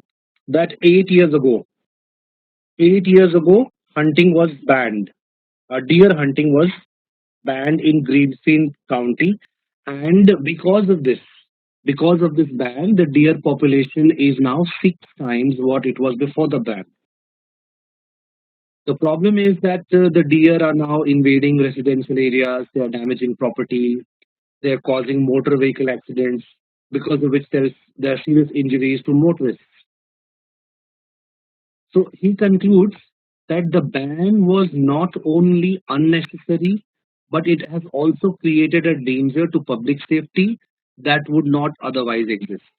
So he believes that the deer population has increased because of the ban, and this ban was unnecessary because it has caused danger to public safety. Now the question is, which one of the following, if true, provides the strongest additional support for the conclusion above? What will prove his conclusion? What will support his conclusion? So he's pinning the blame. What is he doing? He's pinning the blame for the increase in deer population on the ban. So had there not been a ban, then things would not have taken an ugly turn. I think this is what we would need to prove. So what do you think? What should be the answer? Number B, okay. Mohit, you marked number B. Some people have marked number C. Motor vehicle accidents involving deer often result in damage to the vehicle, injury to the motorist, or both. Okay. So is this does this prove that the ban was unnecessary? The problem is that this is already stated. Okay, this is the number B is already stated that there are serious injuries to motorists. There are motor vehicle accidents. He's asking for additional support. So I think number B is already there. Number B he has already tackled. Okay. So I don't think number B can be right. Arpita, you mark number C. Number C says when deer populations increase beyond optimal size, disease and malnutrition become more widespread among the deer herds. You are skirting the issue. In number C, you are talking about the problem within the deer herds. The question is not what is happening within the deer herd. The question is that because of the increase in population of deer, there are a lot of motor vehicle accidents. And all this increase has happened because of the ban. So I don't think number C also would be correct because number C, what is he trying to, what is he trying to prove? He is trying to prove that all this has happened because of the ban. So how will you prove? The culprit is the ban. The culprit is the ban. Had the ban not been there, then this situation would we would not be seeing this situation. Yes, Mohit, answer should be number A. He can support his conclusion by saying that if you look at surrounding counties where hunting is permitted, there is no ban on deer hunting. Then the size of the deer population has not increased in the last 8 years. And if the size has not increased, all these problems which Greenfield County is facing is not faced by these surrounding counties. Answer should be number A. Okay, Arpita. Number C is talking about deer welfare. Number C shows that he is concerned about deer welfare, whereas this passage is not about deer welfare. It's about the fact that because of the ban, deer population has increased. So his conclusion is that the ban is the culprit for increase in deer population, and because there is increase in deer population, there are numerous issues that this county is facing. But the main conclusion is that the ban is responsible, and because of the ban, there is a danger to public safety. So A should be the answer for question number 1. Please take a look. If any other clarification is required, please ask.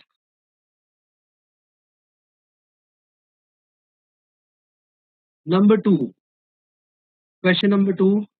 Marine biologists have hypothesized. What do marine biologists believe? They believe that lobsters that are kept together in lobster traps, they eat one another in response to hunger.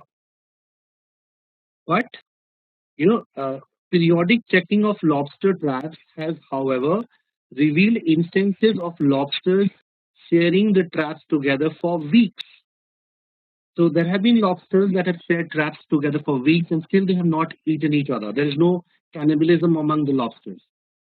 In fact, one particular observation tells you that eight lobsters even shared one trap together for 2 months without eating one another.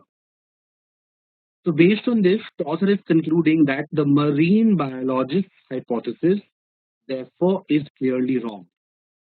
So, when the marine biologists say that lobsters, when they are kept together in lobster traps, they eat one another in response to hunger, this actually is wrong. That is what the author is trying to prove.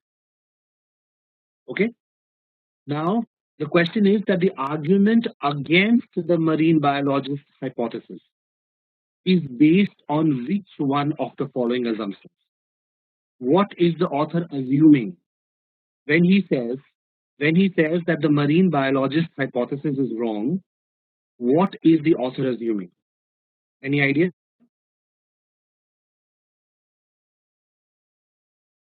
E. Very good. Yes. Answer is E. Great. I was not expecting this, but yes, it is E. Answer is E. The author is assuming that any food that the eight lobsters in the trap might have obtained was not enough to ward off hunger. Okay? Basically, what he's trying to say is that yes, eight lobsters were kept in one trap together for 2 months, but he's discounting the fact that these eight lobsters, it's possible that they were being provided adequate food from outside. The experimenters, the people who were conducting the experiments, they were providing adequate food to these eight lobsters. So if these eight lobsters were already getting adequate food, they were not hungry enough to eat each other. Yes or no? They would eat one another in response to hunger. If you look at the very first line, he says that lobsters that are in lobster traps, they eat one another in response to hunger. Now the question is that if these eight lobsters they were well fed, if they were not hungry enough, then why would they eat each other? So the mere fact that eight lobsters stayed in one trap for 2 months without eating one another does not mean that they will never eat one another if they are hungry. Because in this situation, it's possible that whatever food was being provided, it was sufficient. So yes, E. E should be the answer. The marine biologist, the author is assuming that any food that the eight lobsters in the trap might have obtained was not enough to ward off hunger. Okay, that is what he's assuming. So he's assuming that these eight lobsters they were not getting sufficient food and still they did not eat one another. That is what he's assuming. However, the reality is that if they were getting adequate food, then they would not be hungry enough to eat one another. Are you getting this? Did you understand why E is the answer? Okay. Arpita, can you discuss D also? Yes, D also. What is he assuming? Or the author is assuming that members of other marine species. Now, this is off track. What other marine species do that is immaterial? We are concerned about lobsters. Why do you want to, when you talk about lobsters and when you conclude about lobsters, why do you want to talk about other marine species? They may have different behavioral patterns. They may exhibit different behavioral patterns. Okay. In fact, number D, if you mark number D, even if we assume that other marine species or lobsters we have, then still number D, number D is actually weakening the author's conclusion. It is weakening. It is not an assumption. It is weakening the author's conclusion because what does it say? It says that member of other marine species sometimes eat their own kind when no other food sources are available. This is what author is trying to prove wrong. So number D is contrary to what he's trying to say. Okay.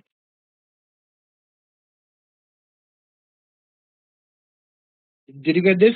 Question number two. Anybody has any issue?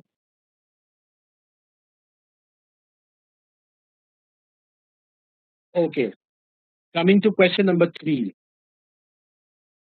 I think I last time I discussed the pattern to solve these kind of questions.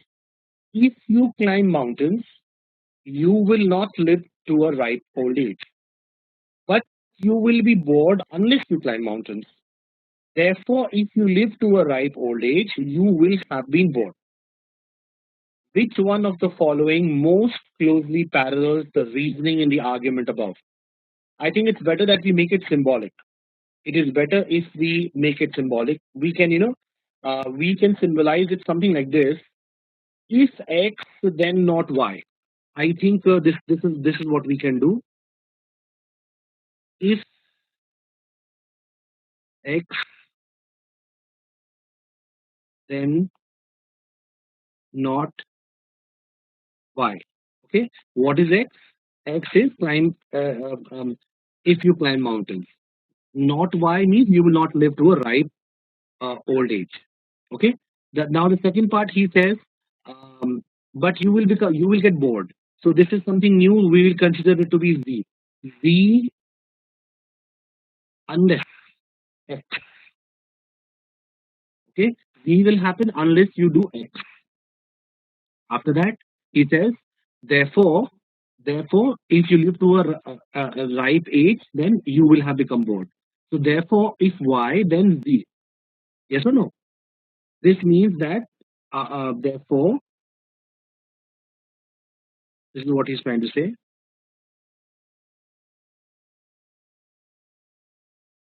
Uh, if Y, then Z. What does X represent? Climbing mountains. What does Y represent? Living to a ripe age. What does Z represent? You becoming bored. So now we know what X, Y, and Z are. So this is the structure. If X, then not Y. Z unless X. Therefore, if Y, then Z. Which one is matching? Puneet, it cannot be E. I think it should be C. If you work for your candidate X, you will not improve your guitar playing. Then not Y. If X, then not Y. Okay. But you will neglect your civic duty. That means Z unless you work for your candidate. Z unless X. Therefore, if you improve your guitar playing, therefore, if Y, you will have neglected your civic duty. Then Z. I think number C makes absolute sense. It is parallel. Uh, yes or no? You mark E.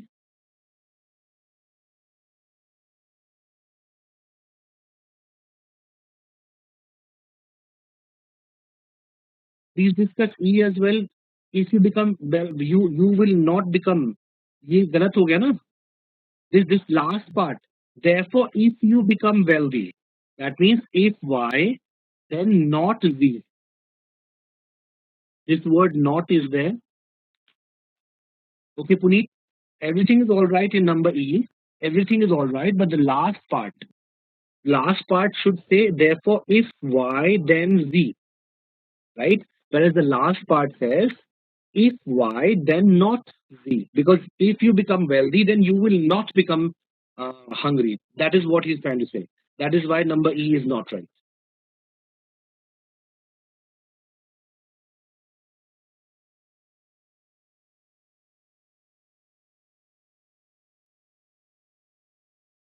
Did you get this? So remember, from next time when you get these kind of questions, all it's better to symbolize it, use symbols. That would be easier. That would make it easier. A, B, and D immediately are gone. If you do not. So if not X, the pattern for A, B, and D is if not X. That itself is wrong because in the question it never says if not X. It says if X. then node Y. That is why A, B, and D are immediately gone. Okay, like a flow chart. Yes, like a flow chart. So should I move to question number 4? Question number 4. No mathematician today would flatly refuse to accept the results of an enormous computation as an adequate demonstration of the truth of a theorem. Okay. So today, all mathematicians, what would they do? They would accept. They would accept enormous computation to demonstrate the truth of a theorem. When he says no mathematician today would refuse, that means today all mathematicians would accept the results, or they will accept enormous computation in order to prove a theorem. However, in the past, this was not the case. This was not the case because there were some mathematicians that refused to accept the results of complex computer demonstrations of very simple mapping theorems. Although some mathematicians still hold a strong belief that a simple theorem ought to have a short, simple proof. Some simple theorems have required enormous proofs. Okay, this is what he's trying to say. But I think even if even if today there are some mathematicians that still hold the earlier belief, even if there are some mathematicians today that still hold the earlier belief that if there is a theorem, then it should require simple solutions and not complex solutions. But the fact of the matter is that even these mathematicians, even if they have doubts, they will still, these mathematicians would not flatly refuse to accept the results of such calculations, because these mathematicians who have doubts today, they are in, they actually are included in this category. So if the question is asking you if all of the statements in the passage are true, which one of the following must also be true? What must be true? What do you think? Yes, A. This one was, I think, simple. It has to be A. Yes, it means that yes, there are some mathematicians who believe that simple theorem ought to have simple proof, but even these mathematicians will accept the results of an enormous computation as a demonstration of the truth of the theorem. These are same mathematicians who have doubts,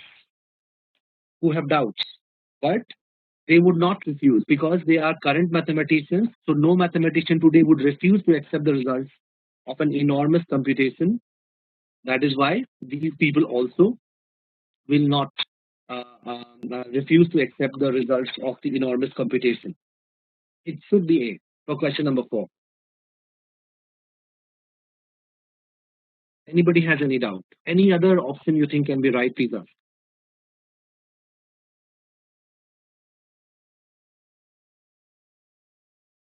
Everybody marked A. Okay, good. Very good. If you marked A. Coming to question number 5. Number 5. In 1990, major engine repairs were performed on 10% of the cars that had been built by the company in 1970s. Okay. However, when you look at the corresponding figure for cars built by the same company and that were manufactured in 1960s, the repairs were carried out only on 5% of the cars. So how is it that the cars which were manufactured in 1970, 10% of them required major repairs, whereas those cars manufactured earlier in 1960s, only 5% came for major repairs? How is that possible? Because generally what happens, the older the car is, the more repairs are required. So that is the discrepancy. That is the discrepancy. So the question is, which of the following, if true, will help to explain the discrepancy? What explains the discrepancy? Very simple. This question also, I think, is pretty simple.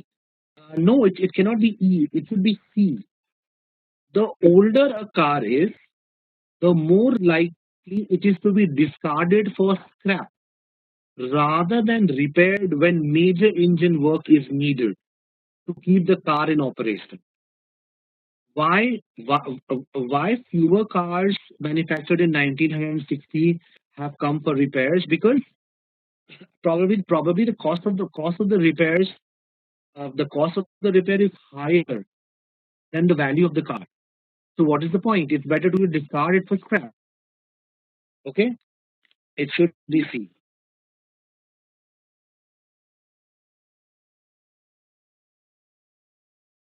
Question number 1 to 5. Please take a look.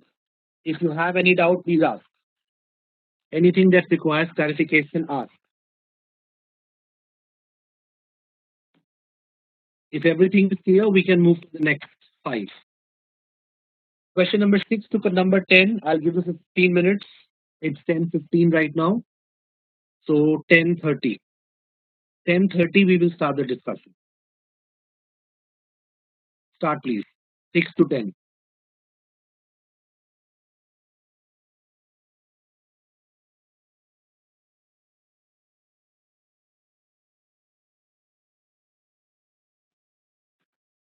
Okay, let's check. This is sufficient time. Are we done?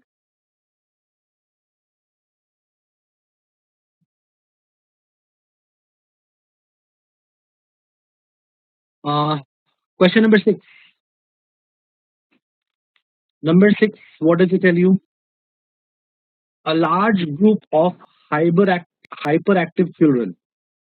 These children who consumed food containing large amount of additives. This group was observed to assess the presence or absence of behavior problems.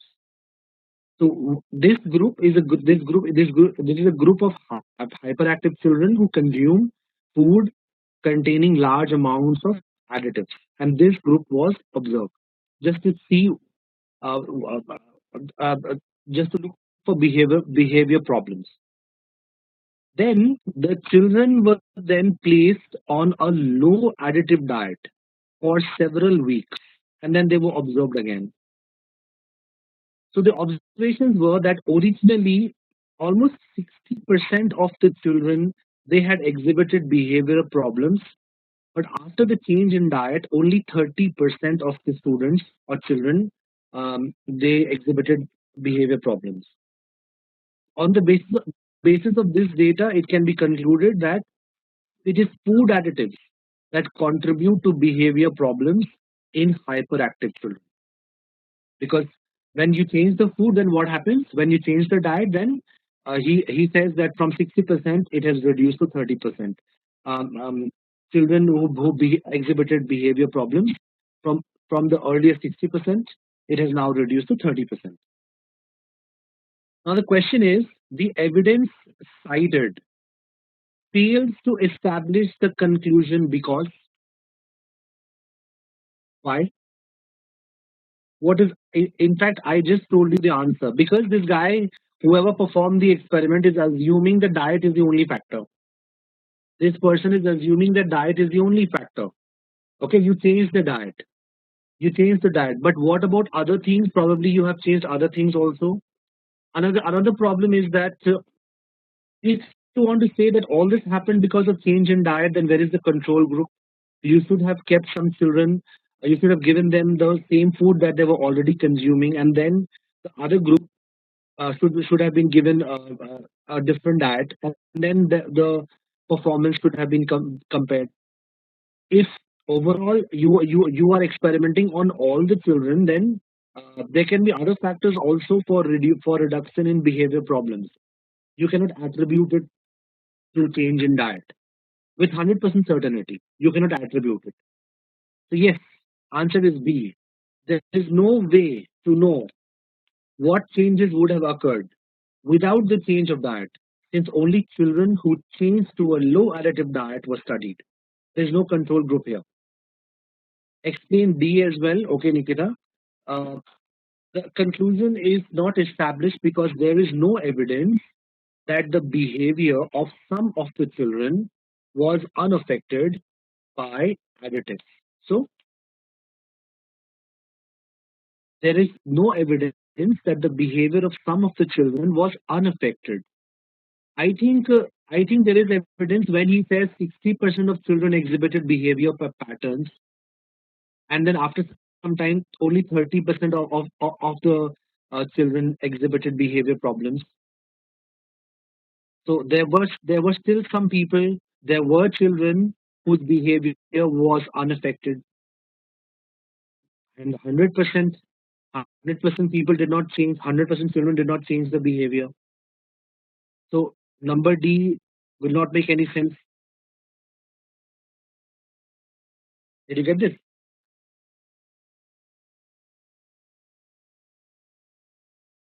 Okay. So question number six. Question number six, I think answer should be B. If there's no doubt, I'll move to question number seven.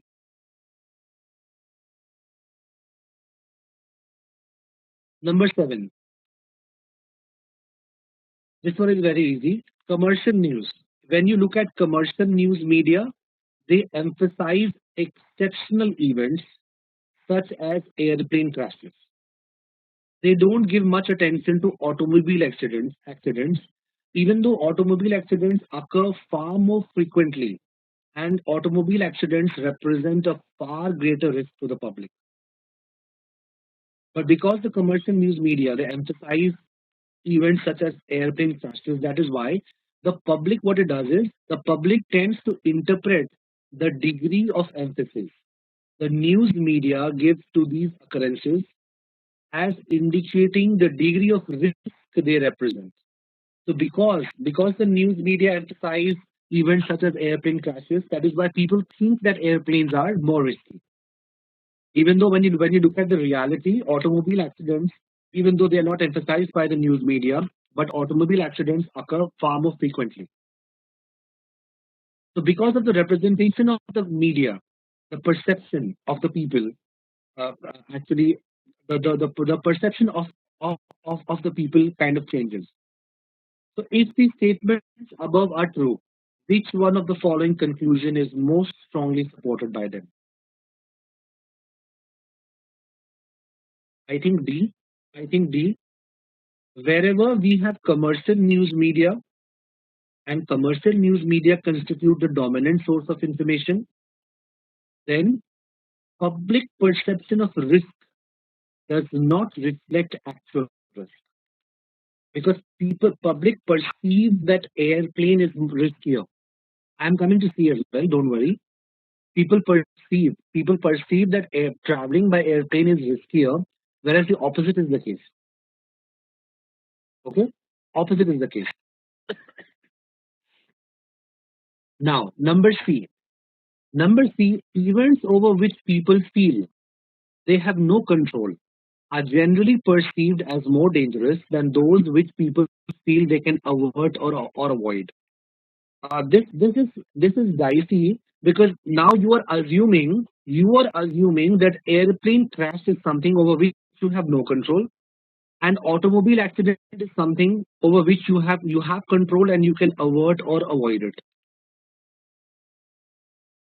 Okay, this number C is based on that assumption. But how can you say that automobile accidents can be averted or avoided and airplane crashes cannot be averted and avoided? Probably airplane crash happened because of human error. In a sense, isn't this assumption correct? No, it's not correct. It is not correct. We as passengers can't control. Please understand, Nikita. Let us say, yes, you cannot control the plane, but sometimes what happens is that even in automobile accidents, you have no control. You are driving properly, somebody makes a mistake. Then what happens? It was not your fault. You were not in control. Okay, so that is what I'm saying. The problem in number C is that you are assuming that automobile accidents happen because you were careless. No, whether an accident will happen, 50% it is how you drive, and 50% it is how other people drive, isn't it?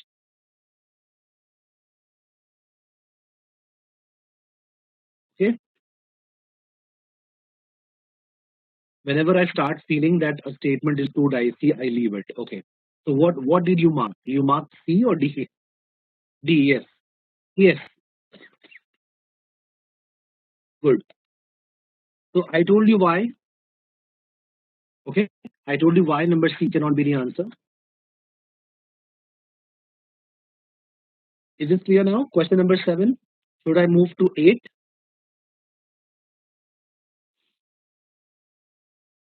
Okay. Number 8. Let's see. What is he saying? He's saying that if you want coherent solutions for the problem of reducing healthcare costs,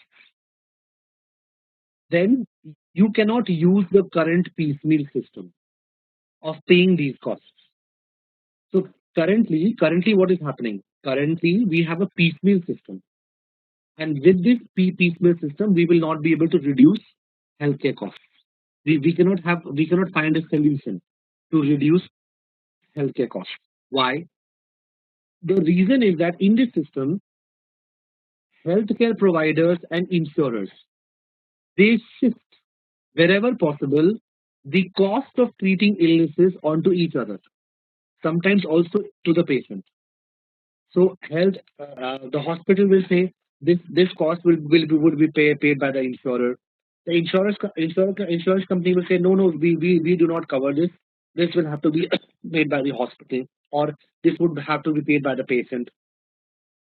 So everybody is trying to shift the burden of cost. Okay. So what is this? Because of this, what happens is that when you push in one part, uh, when there is push in one part of this pliable spending balloon, so it is like a balloon. It is like a balloon. Hospital pushes it that side, insurance company pushes it this side, patients push it this side. It is pliable. Pliable means flexible. It is flexible. So this entire thing has become like a pliable spending balloon. Okay, and an equally expensive bulb pops up elsewhere. So if the hospital pushes it towards the insurers, then this will pop out this side. If the insurer puts it on the hospital, it will pop out this side. It is like a pliable balloon. Then he gives you an example. He gives an example. He says, for example, when the government healthcare insurance program for the poor, when it cut costs by disallowing payments for some visits to physicians, then what did patients do? Patients with advanced illnesses, they presented themselves at hospital emergency rooms in increased numbers. So rather than going to physicians, what did they do?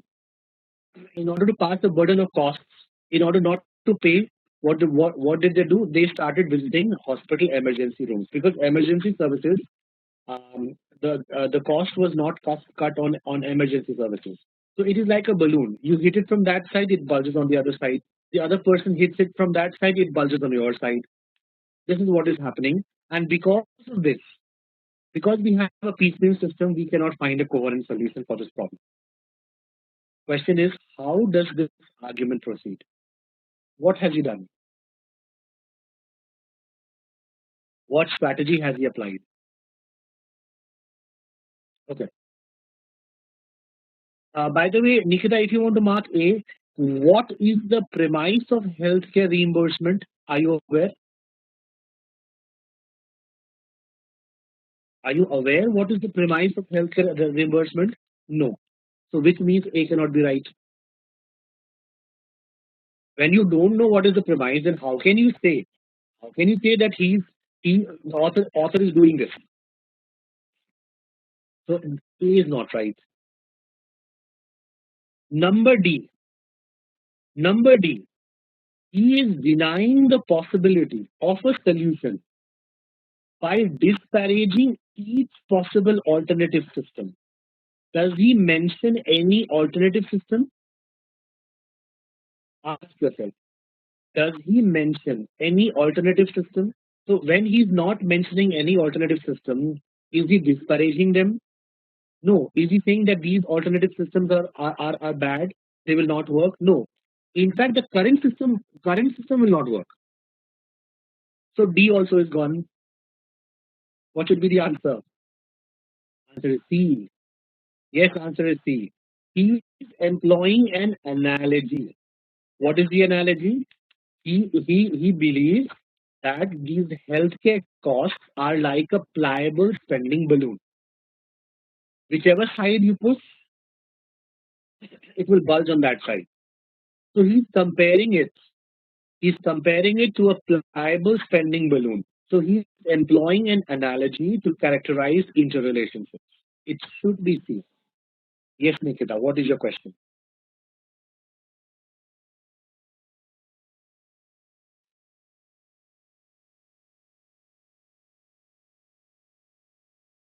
The only reason I chose A over C was that this analogy is only of one line. Yes, yeah, first he tells you the reason. First he tells you, what does he do? First he tells you what is happening, what is the current situation. And then he tells you that this situation is just like a pliable spending balloon.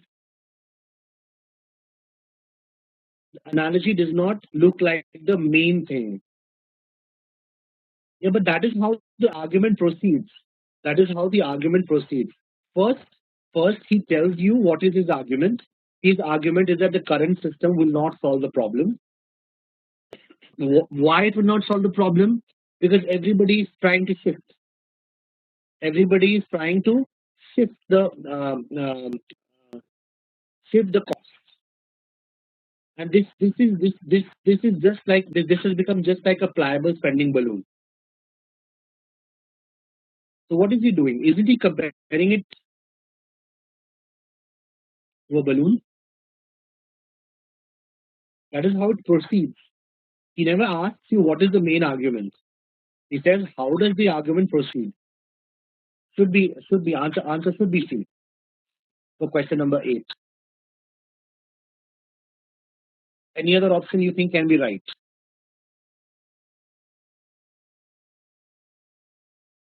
Okay. Number 9, same paragraph.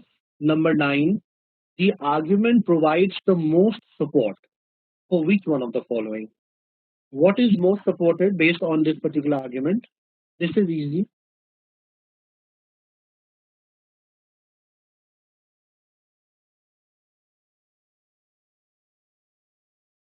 Number E, nay, unfilled hospital beds. How? Why have you come to specifics? Since unfilled hospital beds contribute to overhead charges on each patient's bill, it would be unwise to hold unused hospital capacity in reserve for large scale emergencies. But you're looking at only one of the aspects of the cost. The cost of treatment, apart from the charges for hospital beds, there are so many other charges. So, in fact, number E, what is happening is that in number E, if you are focusing only on hospital beds, then you are actually using the current piecemeal system.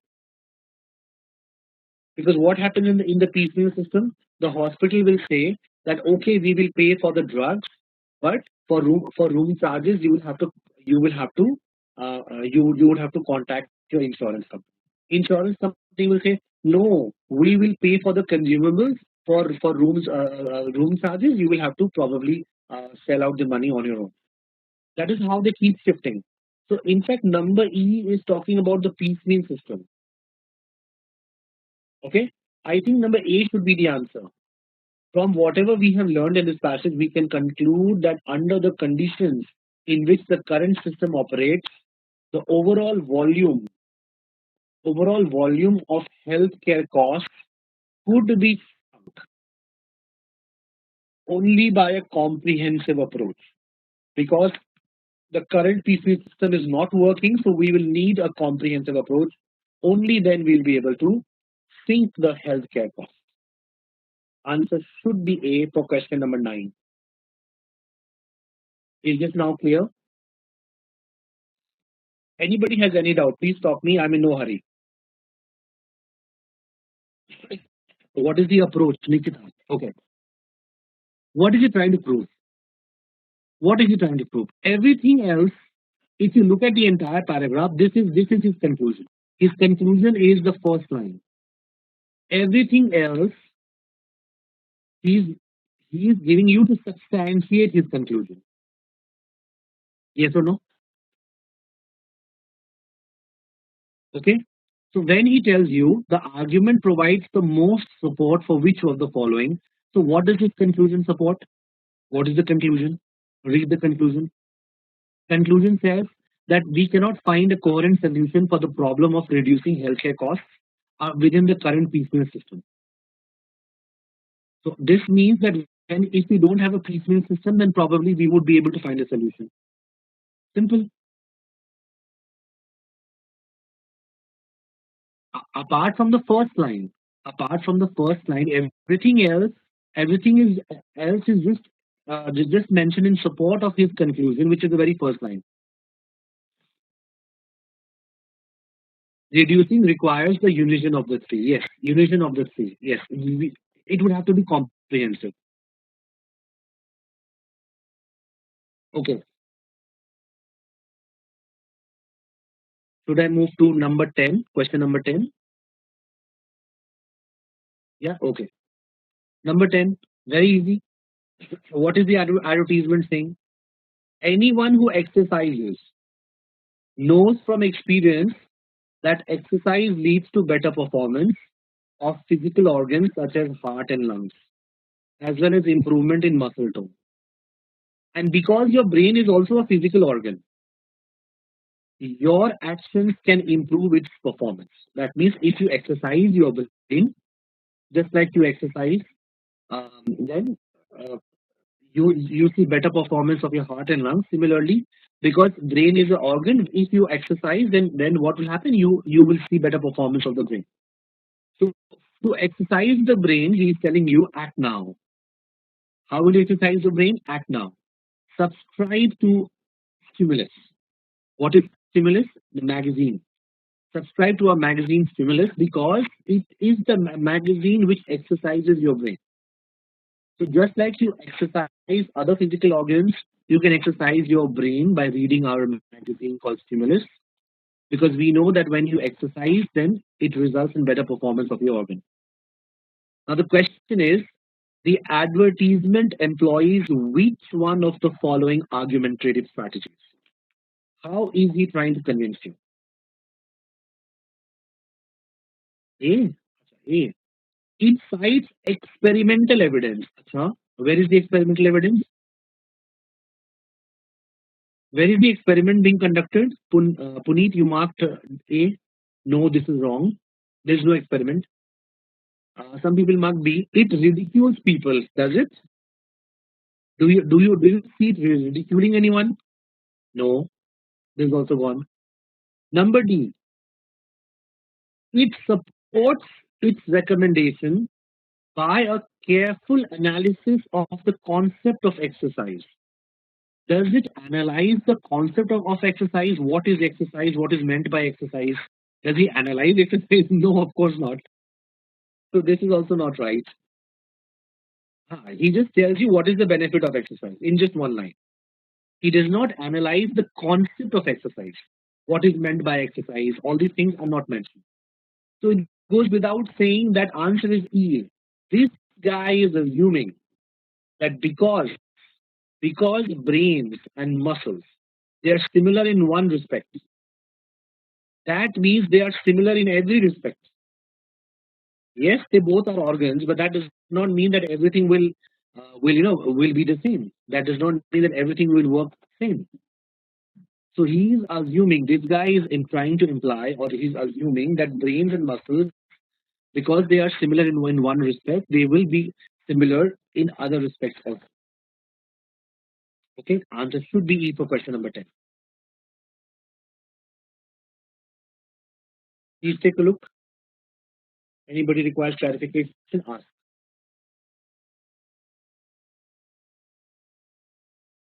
Okay. Now let's come to the last 5 questions for today. Number 11 to number 15. I will give you 15 minutes. 10:55 is the time right now. 11:10 we will start the discussion. Please start.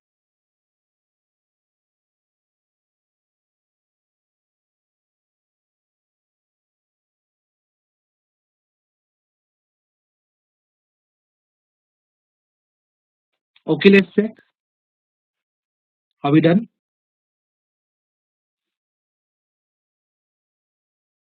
Question number 11. Number 11, he starts by telling you that environmentalists, they believe that consumers should have environmental awareness. They should be aware of the environment, and consumers should accept moral responsibility for our effects on the environment. If we accept moral responsibility, then what will happen? Then those products that directly or indirectly harm the environment, it would be avoided. Okay? But the problem is that unfortunately, it is usually impossible for consumers to assess the environmental impact of a product. So if they are not able to assess the environmental impact of the product, then the question is how it will be impossible for them to consciously restrict their purchases to environmentally benign products. Okay, when I don't know, when it is impossible for me to assess what is going to be the impact, how will I make a decision whether to buy it or not buy it? Because of this impossibility, there can be no moral duty to choose products in the way that these environmentalists urge. Since why there is no moral duty? Why? Yes, it should be B. Absolutely. Yes, there is no moral duty because a person cannot possibly have a moral duty to do what he or she is unable to do when it is impossible for me to assess the environmental impact. And how can you say that it is my moral duty to do something or not do something when I'm not able to assess? Yes, absolutely. This is the answer, number B. Because if you look at the starting statements, it says that if consumers are aware of the environment, then they will accept moral responsibility. And when they accept moral responsibility, they will select products that do not harm the environment. But the problem is how when they cannot assess whether it will harm or not harm, then how will they accept moral responsibility? Okay. Raj, you asking for number C. Since moral considerations should not be the sole determinants of what products are made available to consumers. Number C will contradict what this passage is trying to say. Okay, it will contradict. You have to continue the thought. Over here, he's saying because it is impossible, because of this impossibility, because it is impossible for people to judge whether something is has environmental impact or does not have environmental impact. That, then because it is impossible, so you cannot place a moral duty on people. Okay, why you cannot place a moral duty? Why you cannot place a moral duty? Because if you are in a situation where you cannot make a judgment, then how are you expected to judge? How will you judge? Okay, this is what he's trying to say.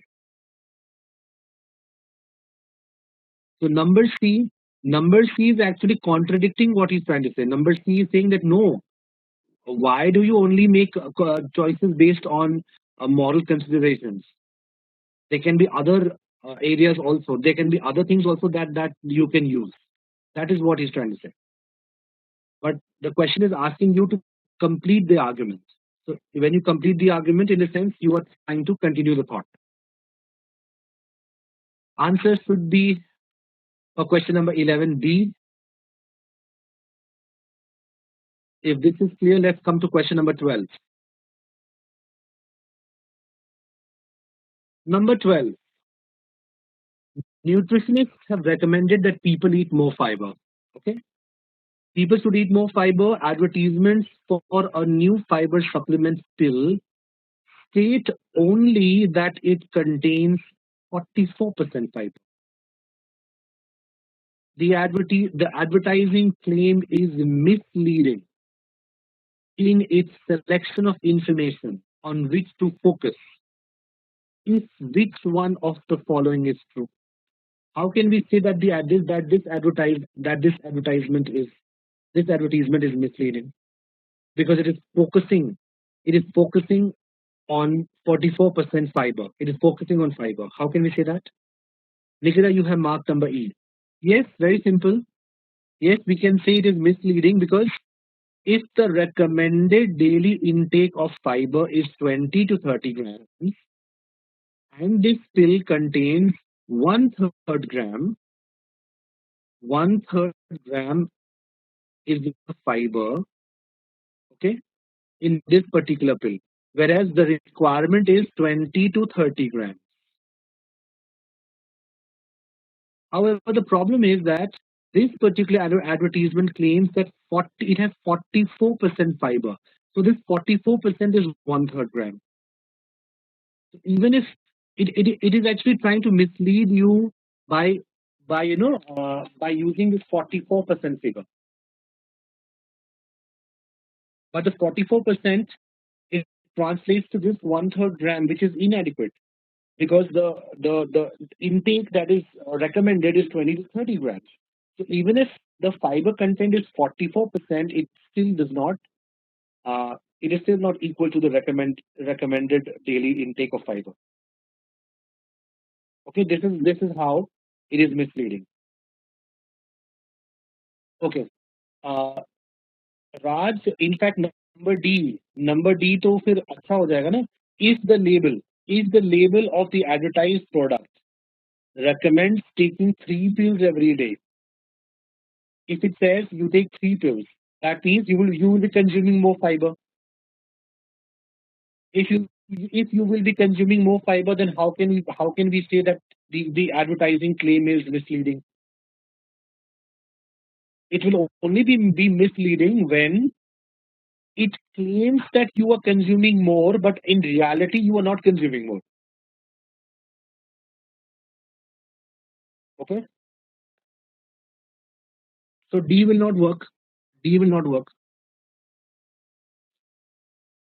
Any other option you think can be right? Please ask.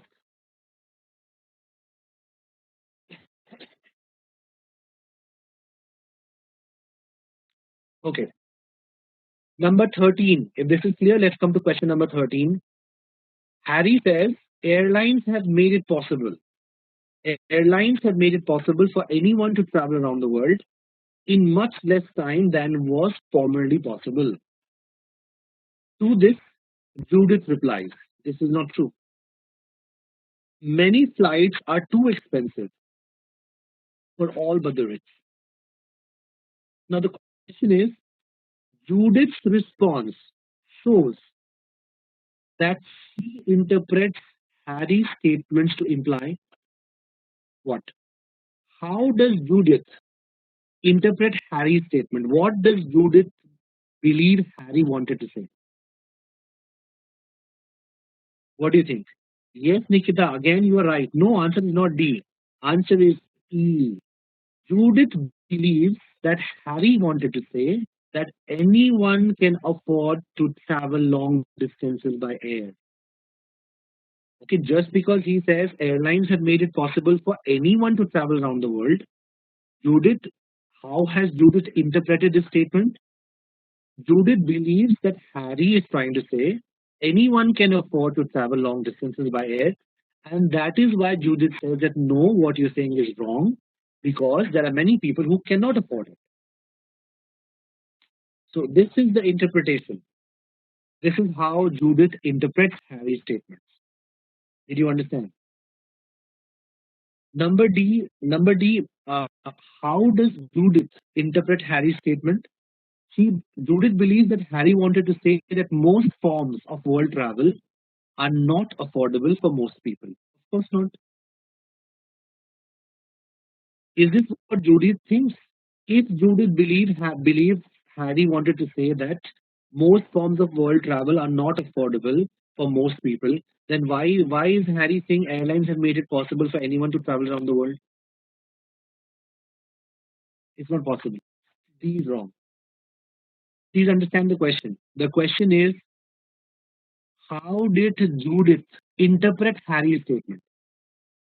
Harry ने तो बस ये बोला ना, airlines have made it possible for anyone to travel around the world. So Judith believes that Harry wanted to say anybody can travel on travel by plane. That is what Judith believed Harry wanted to say. And in response to that, Judith says that no, Harry, what you're saying is wrong because there are many people who cannot afford flights. Answer is E. Did you understand? Anybody has doubt, please stop me. And don't keep doubts to yourself. Please discuss. Question number 14. Number 14, Vivek. Vivek, which is an artificial sweetener, it is used only in soft drinks. It is carcinogenic for mice, but only when it is consumed in very large quantities. For a person, for this sweetener to cause damage to a person, a person would have to drink 25 cans of Vivek sweetened soft drinks per day. Okay, for that reason, Vivek is in fact safe for people. So for this sweetener to actually cause damage to humans, we humans would have to consume 25 cans of Vivek sweetened soft drinks, and for that reason, Vivek is safe for people. So, in order for the conclusion that Vivek is safe for people to be properly drawn, which one of the following must be true? Very simple. If we have to consume at least 25 cans, that means he's assuming that we will consume less than 25 cans, fewer than 25 cans. Yes, number C should be the answer. People drink fewer than 25 cans of Vivek sweetened soda per day. Only then we can make the conclusion that Vivek is in fact safe for people. Yes, 14 answer is C. And finally, question number 15. Before the printing press, books could be purchased only in expensive manuscript copies. Okay.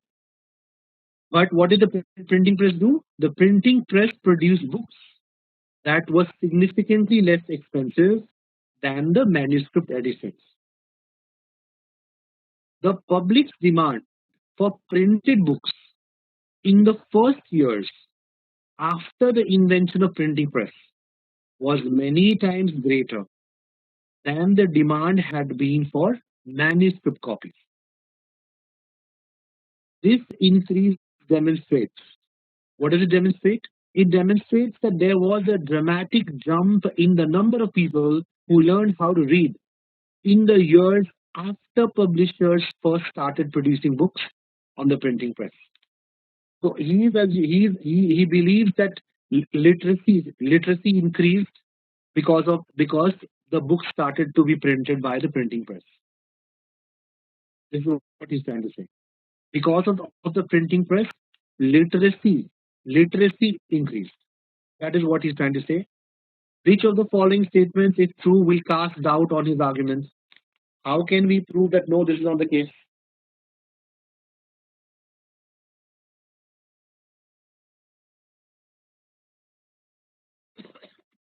Number E. Mohit, your mark number B. Number E. The first printed books published after the invention of the printing press would have been useless to illiterate people. Okay, since the books had virtually no illustrations. So what would happen? But problem is that he is trying to say that in comparison, earlier only 10%, only 10% people used to read books, or let's say only 10 books were sold earlier. Now 1,000 books are sold. Now 1,000 books are sold. So if 1,000 books are sold because of the printing press, this proves This proves that many people have learned how to read. Earlier, only 10 people would were able to read and therefore buy the books, and now thousands of people were able to read and buy the books. So how will we cast doubt on this argument? Yes, I think number C should be the answer. Number C says in the first years after the printing press was invented, printed books were purchased primarily by people who had always bought and read expensive manuscripts, but they could afford a greater number of printed books for the same money. So it is the same 10 people.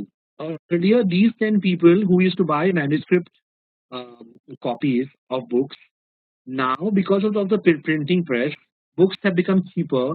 So they are increasing their purchase. They can afford more books, and it is the same group that is now buying more and more books. This proves this proves that it is the same number of people who are reading the books. Other people have not learned how to read. That is how we can cast doubts on his arguments. It should be C. Okay? Please take a look and tell me if there is any doubt, anything that requires clarification. Please ask. Okay. Everything is clear? Right. So that's it for today.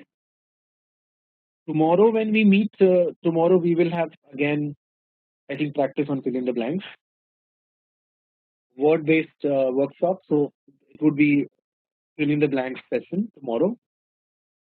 And if you want to come for backup sessions, then in the evening we will have grammar review. Sorry, error correction, verb tenses, and tomorrow will be comparison and parallelism if you come for backup sessions in the evening. Okay, so that's it.